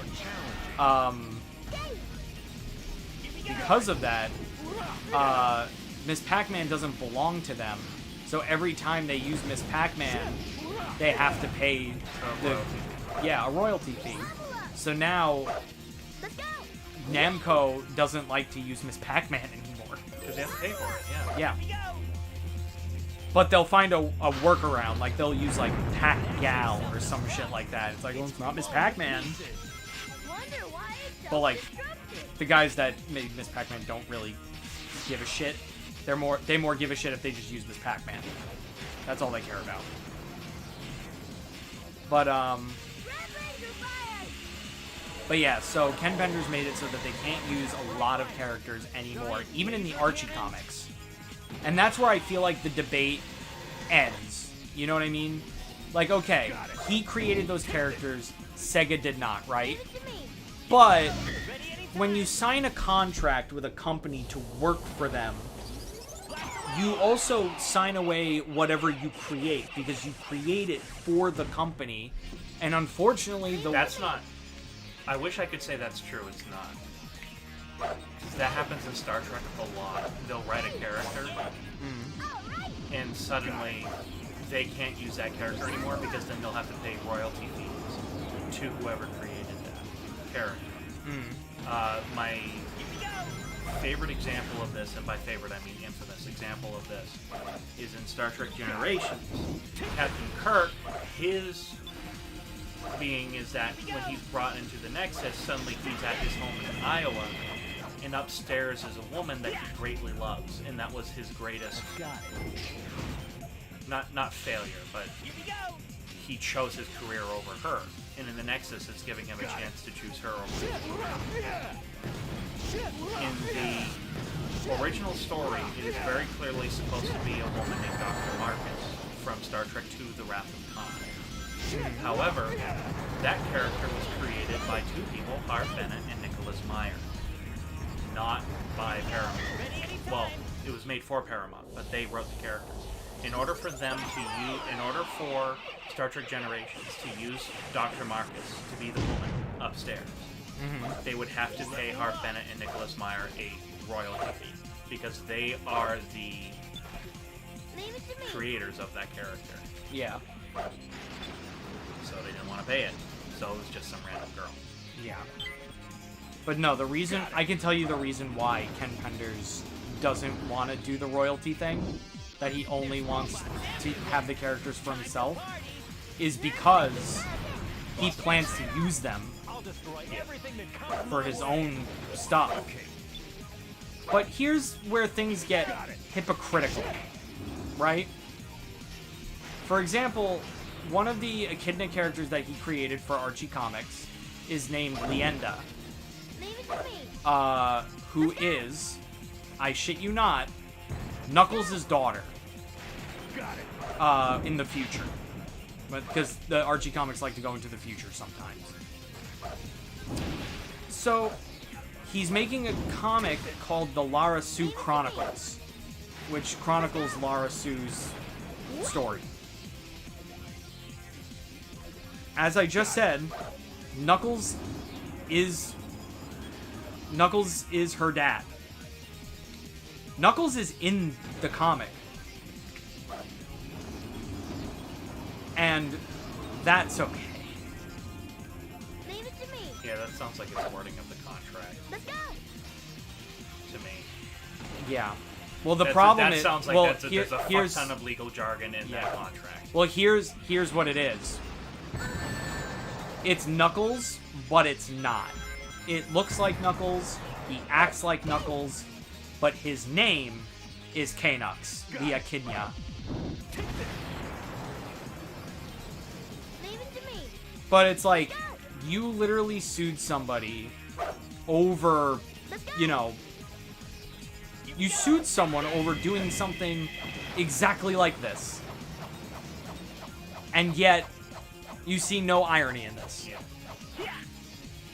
Also, I could give you the number one way that you know that he is a douchebag. Let's go. Here's a story of a man named Ben Hurst. Ben Hurst is the creator of Sonic the Saturday morning cartoon, which is hailed as one of the greatest Sonic things ever. People love it. The creator loved making it. It was amazing.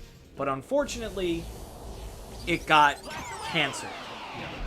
He wanted to make season 3 so bad, but it got canceled. And instead, he was put on to make another show called Sonic Underground. Let's go. Because the appeal would be, it's Sonic with songs. And it's, for one thing, Sonic Underground was made, and it's terrible. But so badly, he was begging Sega. He was begging them. He's like, please, let me make Season 3. I really, really want to make Season 3. And they were kind of, like, iffy on it. They were like, I don't really know. I don't know if there's, like, a market for it. But then Sega saw there was a market for it. So they started to kind of agree. But they still weren't, like, 100%. So he's like, wait a minute. The lead writer of the Archie comics uses these same characters. Let me ask him for help to kind of put in a good word for me. So he calls up Ken Penders, the lead writer at the time, and asks him, like, hey, can you, like, help me convince them to make Season 3? And he's like, yeah, I'll do it. Sega calls back up, essentially says, fuck you to Ben Hurst, and then hangs up the phone. And he's like, what the fuck happened? He's like, what happened? What? I was such in good graces the last time we talked. Like, why are they upset? You want to know why they were upset? Ken Penders convinced them that Ben Hurst was trying to usurp the character from them. That he wanted to take the character away and do what he wanted. Why did Ken Penders say this? Because he wanted to pitch his own movie. Yeah. It's the yellow laser. Oop. That is the kind of man that Ken Penders is. And now, Ben Hurst will never be able to make a third season of that show because he is dead now.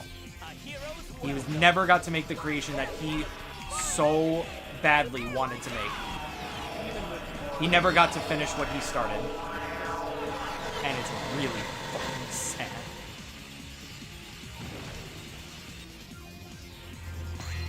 The fans are making a Season 3 of the show, but that still, like, at least to me, that doesn't take away what Penders took from him. Yes! Yeah, that's typical Hollywood, though. Yeah. Very typical Hollywood. Yeah. I've been posting Splatoon and Pokemon, not sure what's best because it seems everyone seems pretty split when I post stuff. You just kind of have to... I guess my advice for that is just find what people seem to like watching more and just go with that. Yeah, really pay attention to YouTube analytics. Yeah, analytics are your best friend. Everything needs a multiverse, even I have one. Isn't the opposite version of Sonic Shadow? No. No, they are two completely different beings. You don't like joke, wibbly, wobbly, tiny, whiny? I don't understand what that means. Legality aside, Ken Penders has shown on Twitter to be an a-hole in general, so it's hard to feel bad for him. Exactly. For one thing, Ken Penders was trying to make Echidna NFTs. That failed. Then, and again, once again showing his hypocrisy. So, as I said before, though Penders created Evil Sonic, if you want to get technical, he did not create Scourge, which is what Evil Sonic became. That was all Ian Flynn. Recently, Penders tried to make a Scourge mini comic series. And I'm like, I would argue that's not your character. Evil Sonic is. Sure. Scourge isn't. Because Scourge is like almost an entirely different character.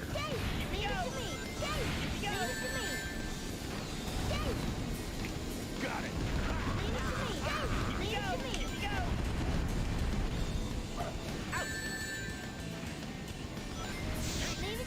Oh my god, Tails, do the thing. I would like a ring. Thank you. Also, newest Ken Penders news.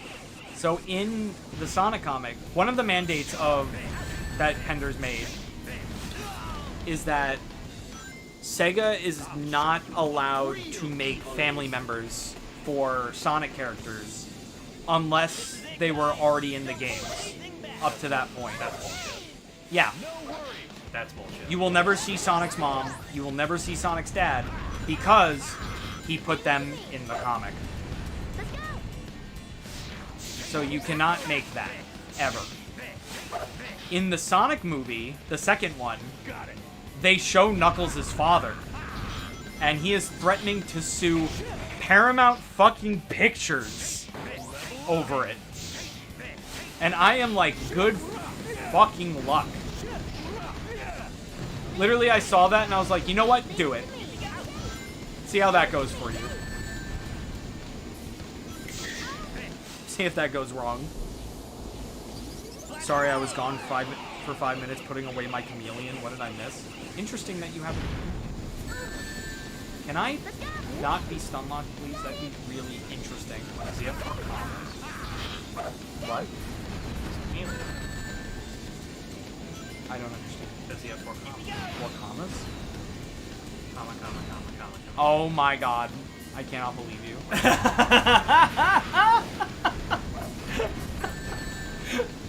cannot believe you just did that. Antonio! Yes. Can't believe you just did that to me. That should be considered a war crime. That was a war crime.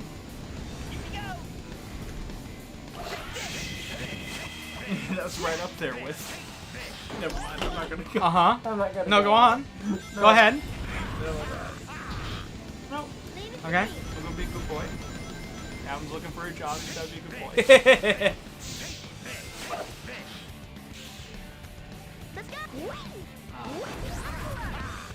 Oh, God.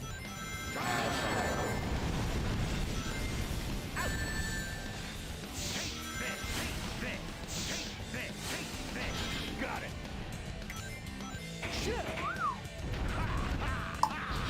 Level up.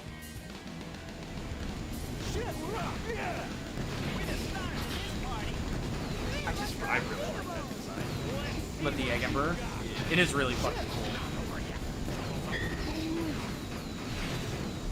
Sonic is an orphan? He is not. Not in every continuity, he's not. He is to me. In the Sonic movie, he is. In the games, they never really bring it up.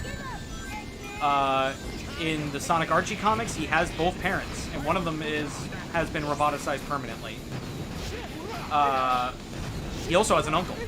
In Adventures of Sonic the Hedgehog, he is an orphan. In Sonic Sat AM, he has an uncle. In Sonic Underground, not only does he have an uncle, his mom is the queen.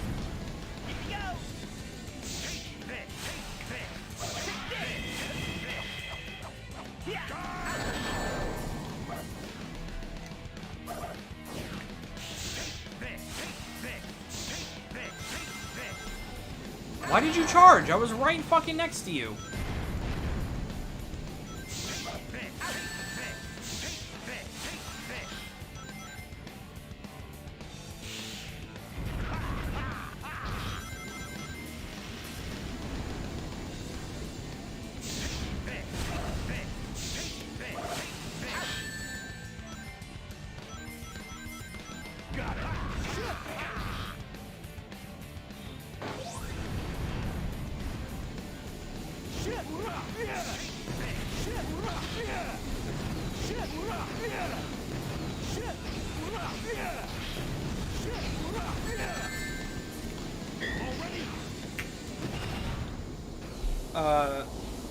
Is wrong that I'm happy that Scourge is a thing of the past because we have Surge and I love her. That is true. If we didn't lose Scourge, we wouldn't have had Surge the Turmeric in the comic, and I do love her. Also, Egg Emperor is dead. All right.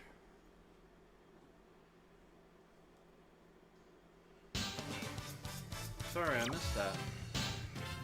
What's up? I missed you defeating the Emperor. The three of us are unstoppable. Oh.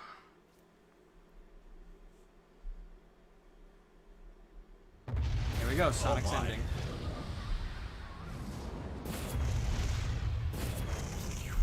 Boy,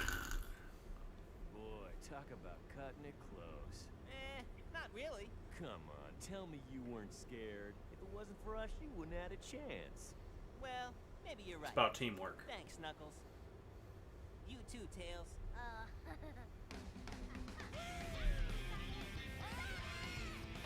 Oh no. That's how Team Rose's story ended. I'm out of here. And now you get to listen to We Can. A lot quicker than I did it. Huh? Well, maybe you're just bad at it.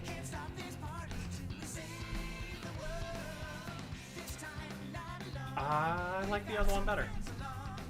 Oh, what? Follow Me? I do too. I think We Can is the weakest theme song in the game. I don't even want to know what the Team Dark is. That's This Machine. You heard it before. Oh, that's it? Yeah. Okay. Because that was great. Yeah, that's Team Dark's theme is This Machine. And then you want to know what Team Chaotix's theme is called? Team Chaotix. And it's fucking awesome. Okay. It's literally about how they like take down all the fucking bad guys because they're a detective agency. Oh, I love that. Literally, the song starts and it goes like, "Once upon a time, you could be a bad guy and could live to see another day.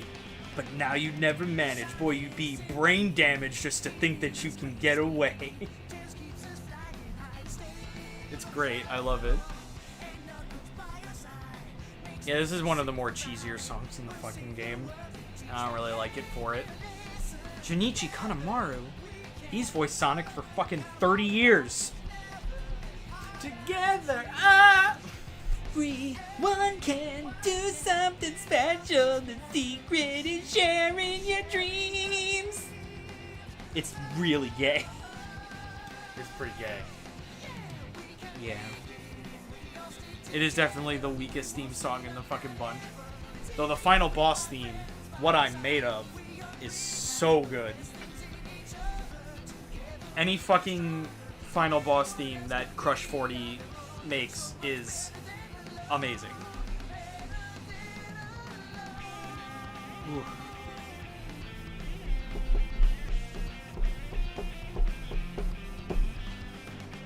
Shadow! Yeah, that's certainly Shadow.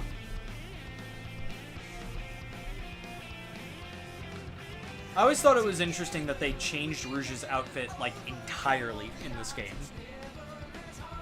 Her usual attire is that she wears, like, skin-tight, like, black, like, on her body, and then has, like, a heart where, like, her boobs are.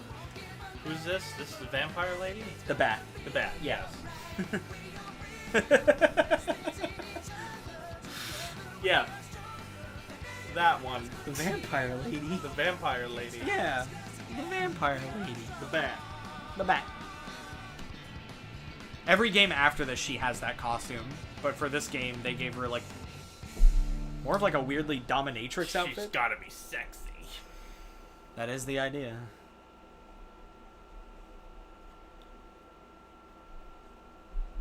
Try another story. No. No. I'm gonna get Chaos Emeralds instead. Because I just want to get that fucking over with, because it's the most annoying part of the game.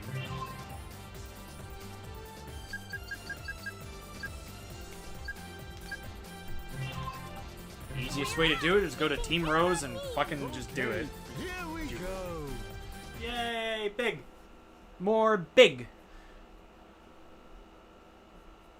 Try the bingo slides. No. Fuck you.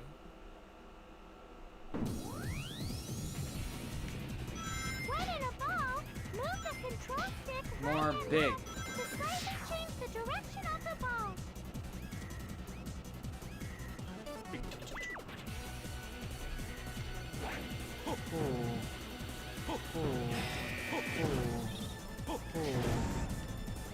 Here we go! Bye, Right. If captured by that robot, you won't be able to escape. The only reason Big exists is because they wanted to put a fishing minigame in Sonic Adventure. And the reason they did that was the thinking is that all of the high-speed gameplay that would be in the game would tire out most players, so they wanted to give them a slower, more relaxed gameplay style to kind of like take a break. That makes sense. It does. Yeah, I understand the thinking, but like it wasn't needed. But we got Big out of it, so. I love Big. He's so far my favorite Sonic character. Right or wrong using the numbers. Are you ready? Because all he wants is his frog. That's all he wants. That's his story in Sonic Adventure as well. Everything that's going on with like Chaos and the Echidna Tribe and Eggman and Sonic, the only reason Big is there is just because he got caught in the middle. It makes me like him more. He just got caught in the middle because his frog got caught up in the crossfire. And he just wants his friend back.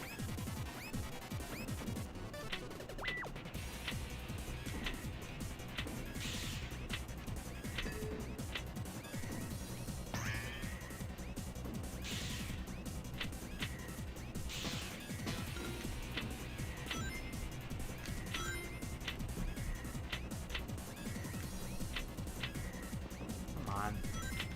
Can you not...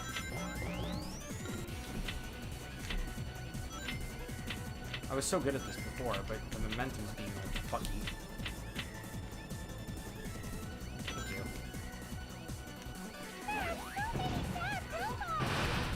Oh. You're right. Why don't we go up? I'll do my best. Here we go. No.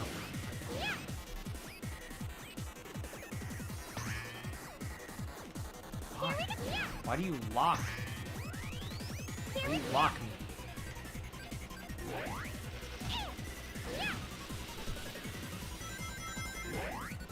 Here we go.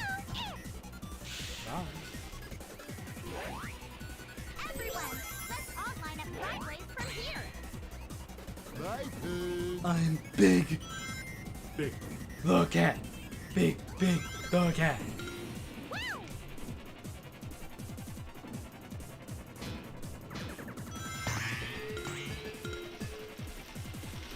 I'll do my best. Level up. My turn. Big should be able to handle this. There are so many bad robots. Wow, you're right.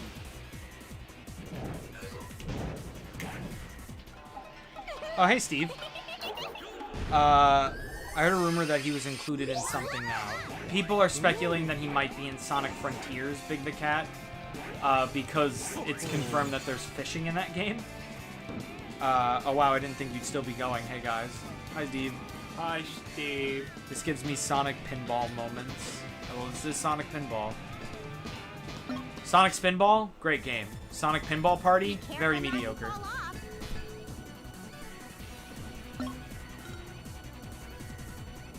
Oh.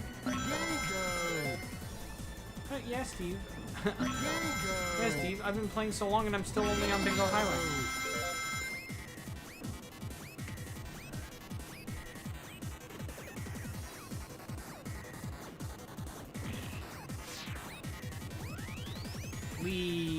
I'm getting sensory overload again. Oh, yeah.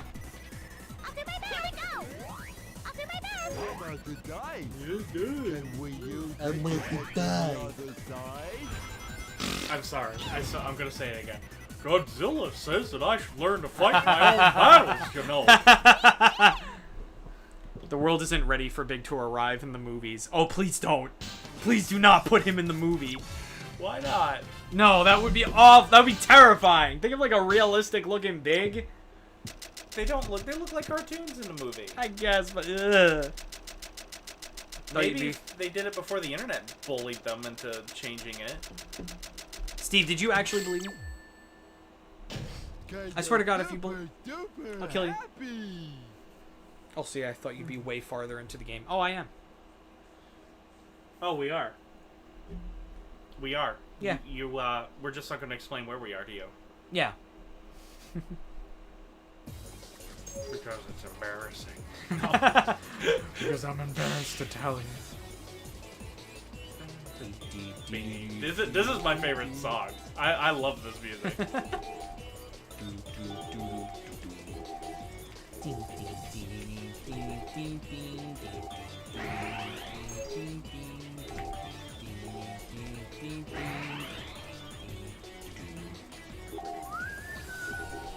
My turn.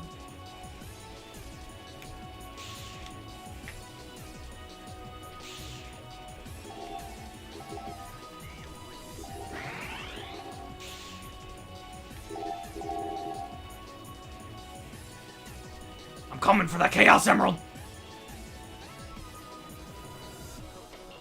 Here we go. I hate you. You're not gonna get them now, are you? Hey, I doubt it. My turn.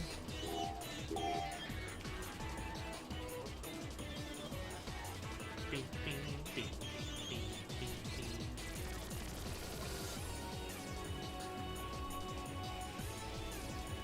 Here we go. Yeah, I'm not getting it.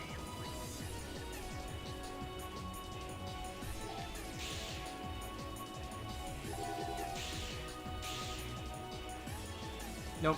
Yeah, I lost. I'm not even gonna fucking give it the satisfaction. Annoying.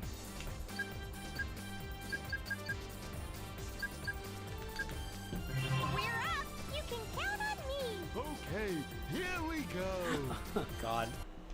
Just a hulked out cat in the Sonic movie. Ugh. Yikes. Well, go watch Cats. Exactly what I mean. That's what I want. Oh, I Just a almost cat. forgot. It's just James Corden. Control Yeah. circuit. Well, no, I was thinking of the girl. To slightly change direction, Oh, shit. win a ball. She always plays fat, silly characters.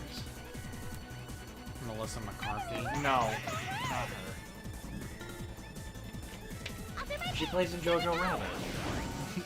I don't know. She pulls a pin. She pulls a pin on a grenade, hands it to a kid, and says, "You see that? Go to any man that doesn't look like us. Go." You won't be able to. Gotta make sure That's awesome. And she hands it to like this 5-year-old kid. Oh my god.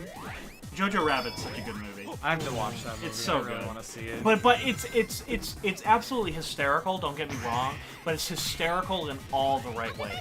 It's a very good commentary on Nazism and how utterly insane the ideology was.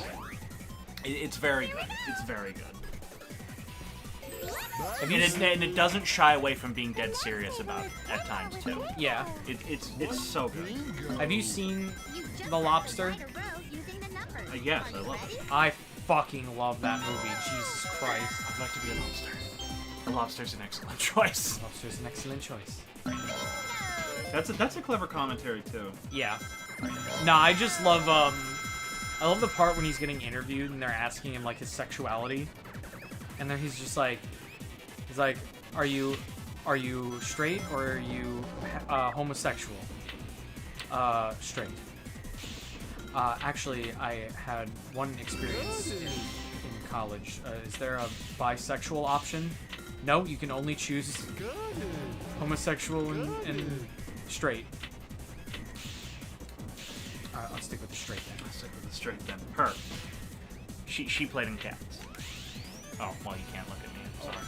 It's all good. Just give me un momento. Okay. Her. She played in Cats. Ah, yes, yes. Her. She's hysterical. I love her. Wow, you're right. I'll do my best.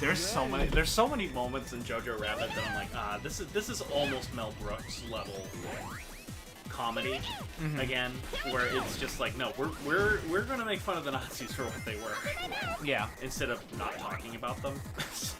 Here we go. Yeah. Instead of just ignoring that they existed in the first place. Let's all line up sideways from here. But there's like characters in that. There's two characters, Sam Rockwell and there's another guy they're clearly gay, and it's hinted that that's why they were like transported from the front, and that they're like being hushed because he's a hero, and they can't say suddenly their hero is gay. Yeah. Which was true. That happened a lot in Nazi Germany. But it's so good because it portrays the relationship in a very realistic way. I'll do my best. And Here we go. you also see that he hates Nazism, but he loves his country. Yeah. And it kind of explores that duality. It's such a smart movie. But of course, it's all done from the point of view of his 8-year-old. Or 11-year-old, I should say. Jojo. Yeah. And I'm like, that's the genius of it.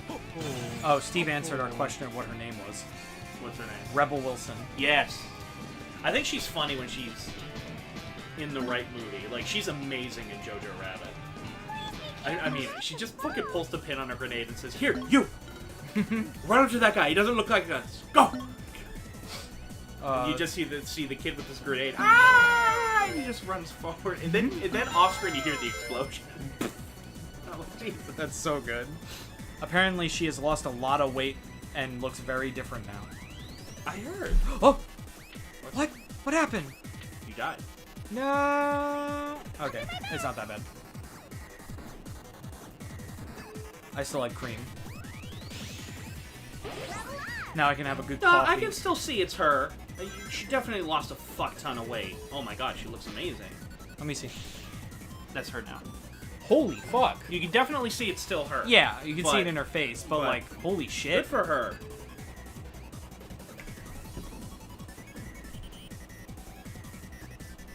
She kind of reminds me of Adele. Yeah. Adele's got a pretty husky build. The Lobster is weird, but so good. It's I love it. Oh, it's one of my favorite movies.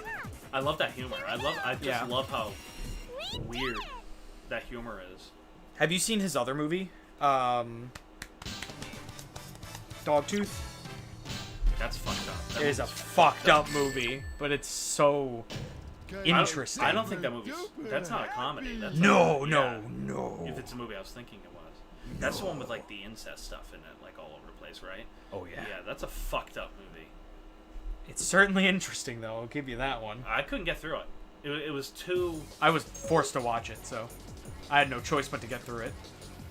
That's an example of a movie, to me, where it's messed up for the sake of being messed up. Mm-hmm. And I have an issue with that. I can agree with you in some spots, but it also is just an exaggerated version of, like, the family patriarch and how toxic of a mentality that is. Sure. At least that's how I took it. Alright, can I have the Chaos Emerald now? I'm sick of this rigmarole. I want it. I want it. I want it. I want it. Give it to me. Give it to me. Don't you fucking run away from me. Hey, I got it. I got it. Fuck yeah. What if he just dropped the F-bomb? Fuck yeah. Fuck yeah. Holy fucking shit, I got it.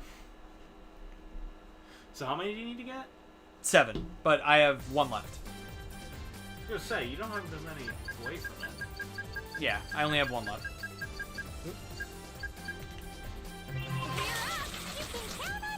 Okay, here we go. Look, if you're gonna make a movie that's like that fucked up, Mm-hmm. the only movie where I can think of where it's fucked up for the sake of being fucked up, but that's the point, like really that's the point, is Cannibal Holocaust. Here we Yeah. are. Because that is an entire meta commentary on when does a film director go too far. Yeah. And the director of that movie, explores that topic by going too far. Yeah. Here we go. I have to see that movie. It's fucked. I And it is Here we go. one of those movies that you want to take a shower after you watch it. Oh But my. boy, do I love it. I think it is a masterpiece. Better get going. It is 100%. I was in college when I first watched that, and I remember I was with Mark shopping, and I'm like, I'm gonna do it. He said, what? I'm gonna sit down and watch Cannibal Holocaust. And he shut his laptop and looked at me. Oh my god. Here we go. Are you sure? Oh my god. Are you sure? I was shocked that Lucas watched it. I really was. Oh, really? Yeah, Lucas I didn't know that. loves it too. He's like, oh yeah, it's super fucked up. But he's like, he loves it too. He also calls it a masterpiece. I was really surprised Lucas watched it because, and I'm not saying this to be mean to Lucas, but it's like I've always taken him as a far more sensitive viewer than I am. And plus, I like Italian horror, so Yeah. a woman puking her guts out. fucking scene. Props to that girl, that actress, because they shoved sheep intestines into her mouth for quite a while at the beginning of that. Ooh, nice. Plus, he had the tubes pumping fake blood from underneath her eyes, and I'm like, Jesus. Oh, yikes. She's good. Props to her. Honestly, what a trooper. Definitely a memorable scene.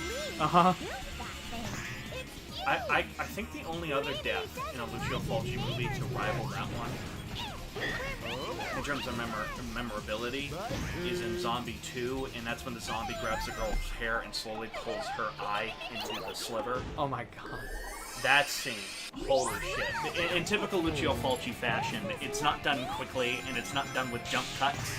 Yeah. It's done in one really slow, long take, so you see all of the inhale.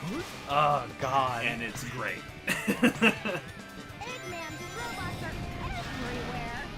What are we That was the movie where the special effects makeup guy, Tom Savini, who did the stuff on Dawn of the Dead, Yeah. he was like, oh, it's an Italian, what are they going to do to pop us? And then he saw the movie, and went, oh, I gotta step up my game. That's amazing. Looks like we have to activate all. Yeah, he hailed the movie. He was like, oh man, the makeup in that movie and the gore effects, oh, amazing. He was like, yeah, well, like, what are they going to do to top me on Dawn of the Dead? And I'm not even blowing my own trumpet, but look at what we did on Dawn of the Dead. And then he watched Zombie 2, and he said, oh my god. Oh fuck. last attack on the egg carrier? You've been in battle before? What? You too, Mr. Big? It's a great documentary Bravo made before Bravo got gay. Where I gotta stop saying that. We're gonna hit it. Where they did 100 scariest movie moments of all time, and it's on YouTube for free. You can watch it. Amazing documentary because it introduced me to so many horror films I never would have known about without it. Like, it's not just it has several of the typical ones. Yeah. Like, you know, number 1 doesn't surprise me at all. You know, has Halloween, Friday the 13th, all of those in there. But it's got, like, a shit ton of, like, French horror, 1930s horror pre-code. Like, it introduced me to the movie Freaks.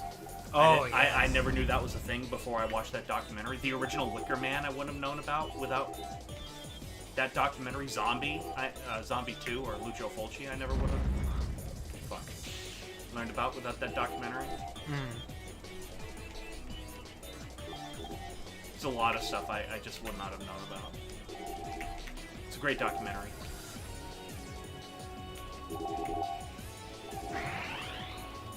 A lot of the people that were interviewed in it, like Wes Craven and stuff like that, they're dead now. Holy shit.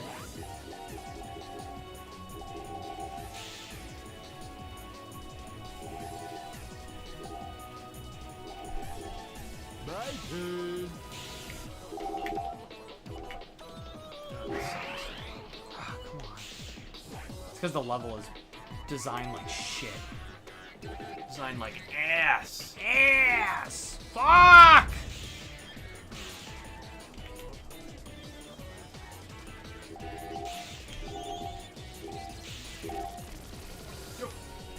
Ah!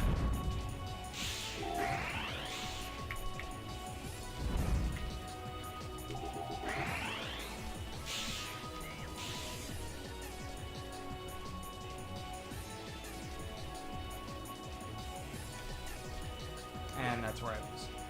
Oh, maybe not. Come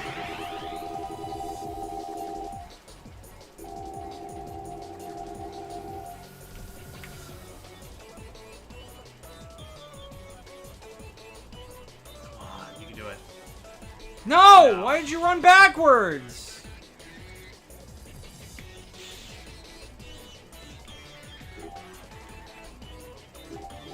Let me tell you, I didn't hit a fucking button for him to run backwards. All I hit was B. I didn't hit any direction. Fuck you. We're up. You can count on me. Wait, is this the first time Cream is actually playable? No. She asked Big and Amy if they have battled. No, this is not the first time Cream has been playable in a Sonic game. Here we That are. was Sonic Advance 2, which was also her first appearance. For that game, You guys want to try down there? Here we go. for in that game, you save Cream's mother, Vanilla. If we just stand A here, lot of furries the are world may attracted to her. disappear. Better get going. Watch out for the first wave. I'll be right back. Level up.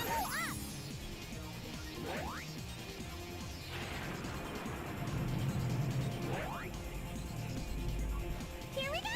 Here we go. Bye, Get Pooh. Get Bushy Shine.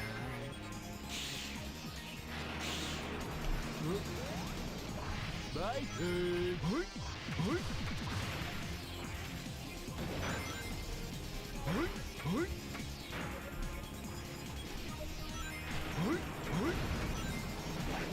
Level up. Here we go.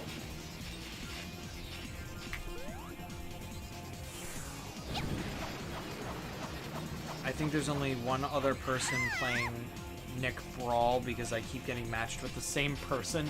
Interesting. Yeah. I guess so. You are the only two people in the entire world to be playing that game. It's you. Maybe he doesn't like his neighbors much. Or at least on your server. Why don't we go up?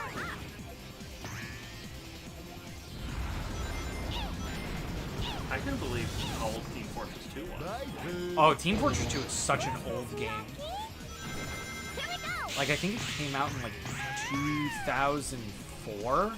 Bye, Pooh. Oh, so late. No. Because they came out with a port for it on the Xbox 360, which came out in, like, 05. Okey-dokey. So maybe, like, 05?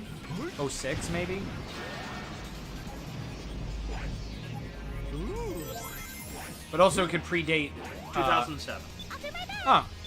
So I was kind of Bye, Pooh. take that. Ooh-hee.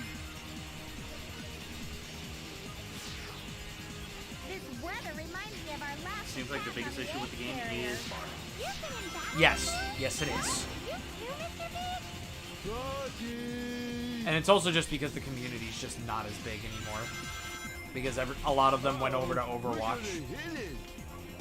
All right. That was a game I had fun with for a while. Overwatch? Yeah. I had fun with it for a short bit.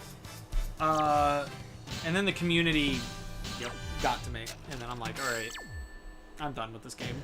Kinda super The only thing that I still remember from happy. Overwatch quite well were those animated shorts. Oh yeah, those are genuinely amazing. great. And then the theme. Yeah. The theme is amazing, even though it's literally a loop. I am not excited in the slightest for Overwatch 2. I honestly could care less.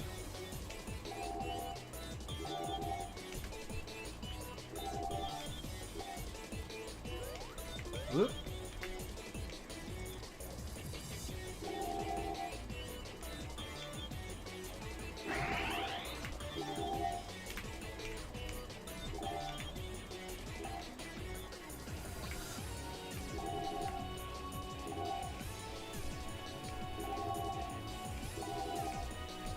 Oh. How the fuck? Carefully. I'm not gonna question it. I'm just gonna take it. Bye, Pooh.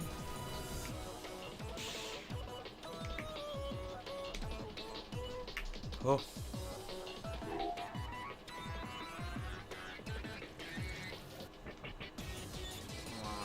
Do it.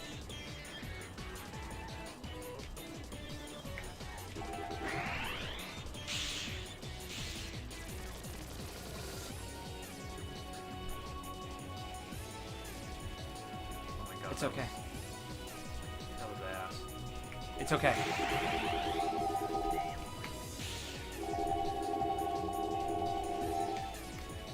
This is it.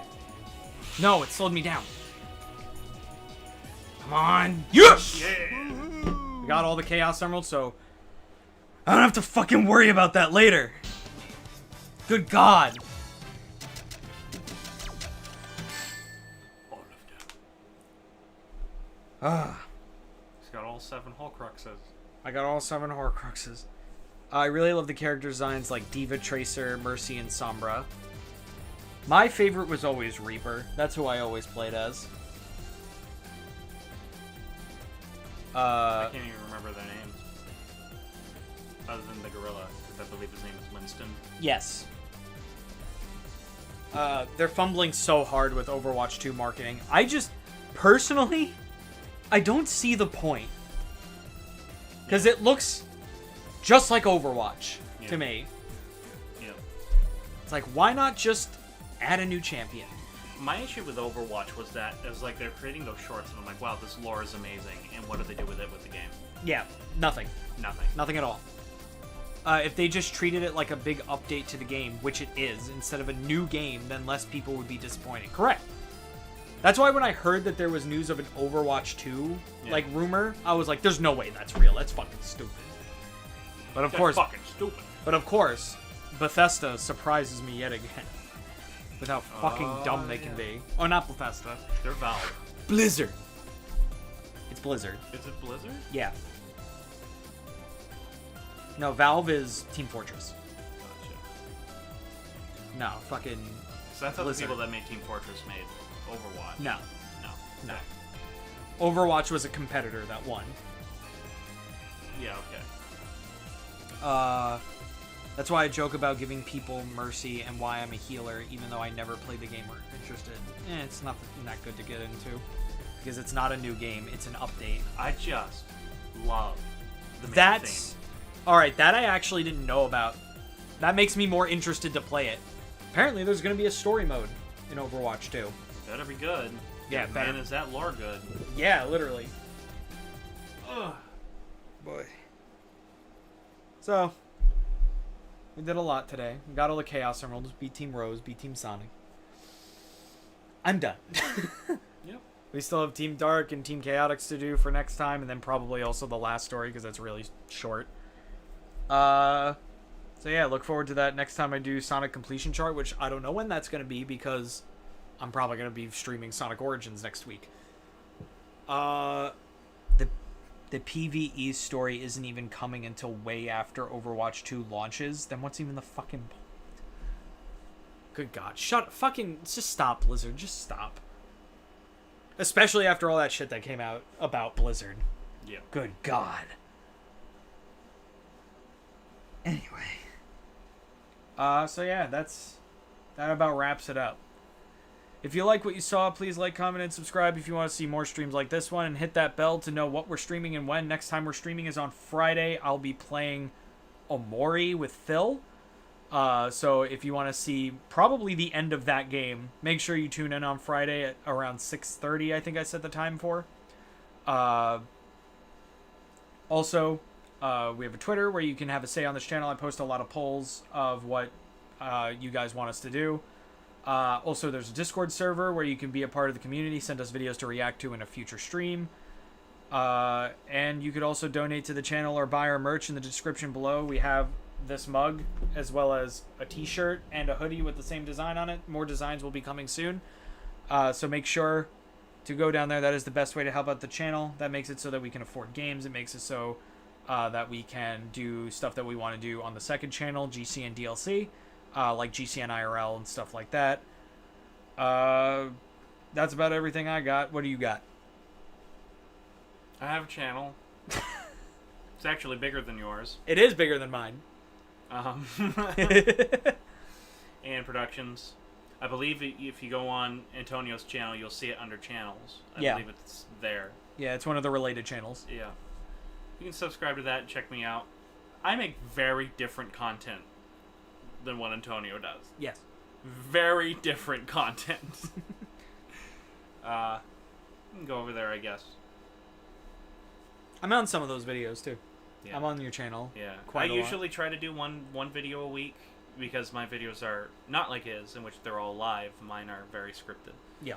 However, I don't know. My channel's up in the air right now, so... So make sure you sub here. Make sure you sub there. Thank you so much to Smashlandr, Warm Lily, Shay64, Elusive Mai. You guys are awesome. Or My Bear, I guess. Astrago, thank you for being so prevalent in chat. Also, FNAF artist Robert was another one that was very prevalent in chat. Thank you so much for being here. Thanks for chatting. Thanks to the King of Scotland for being the latest donation. And thank you to Jason the Boy Harkless for being our latest subscriber. We really appreciate you all. Thanks again for getting us to monetization. I can't thank you guys for watching enough. And without further ado, I'm Bottles. That's Adam. I'm Adam. Yeah. Yeah. Goodbye. Continue.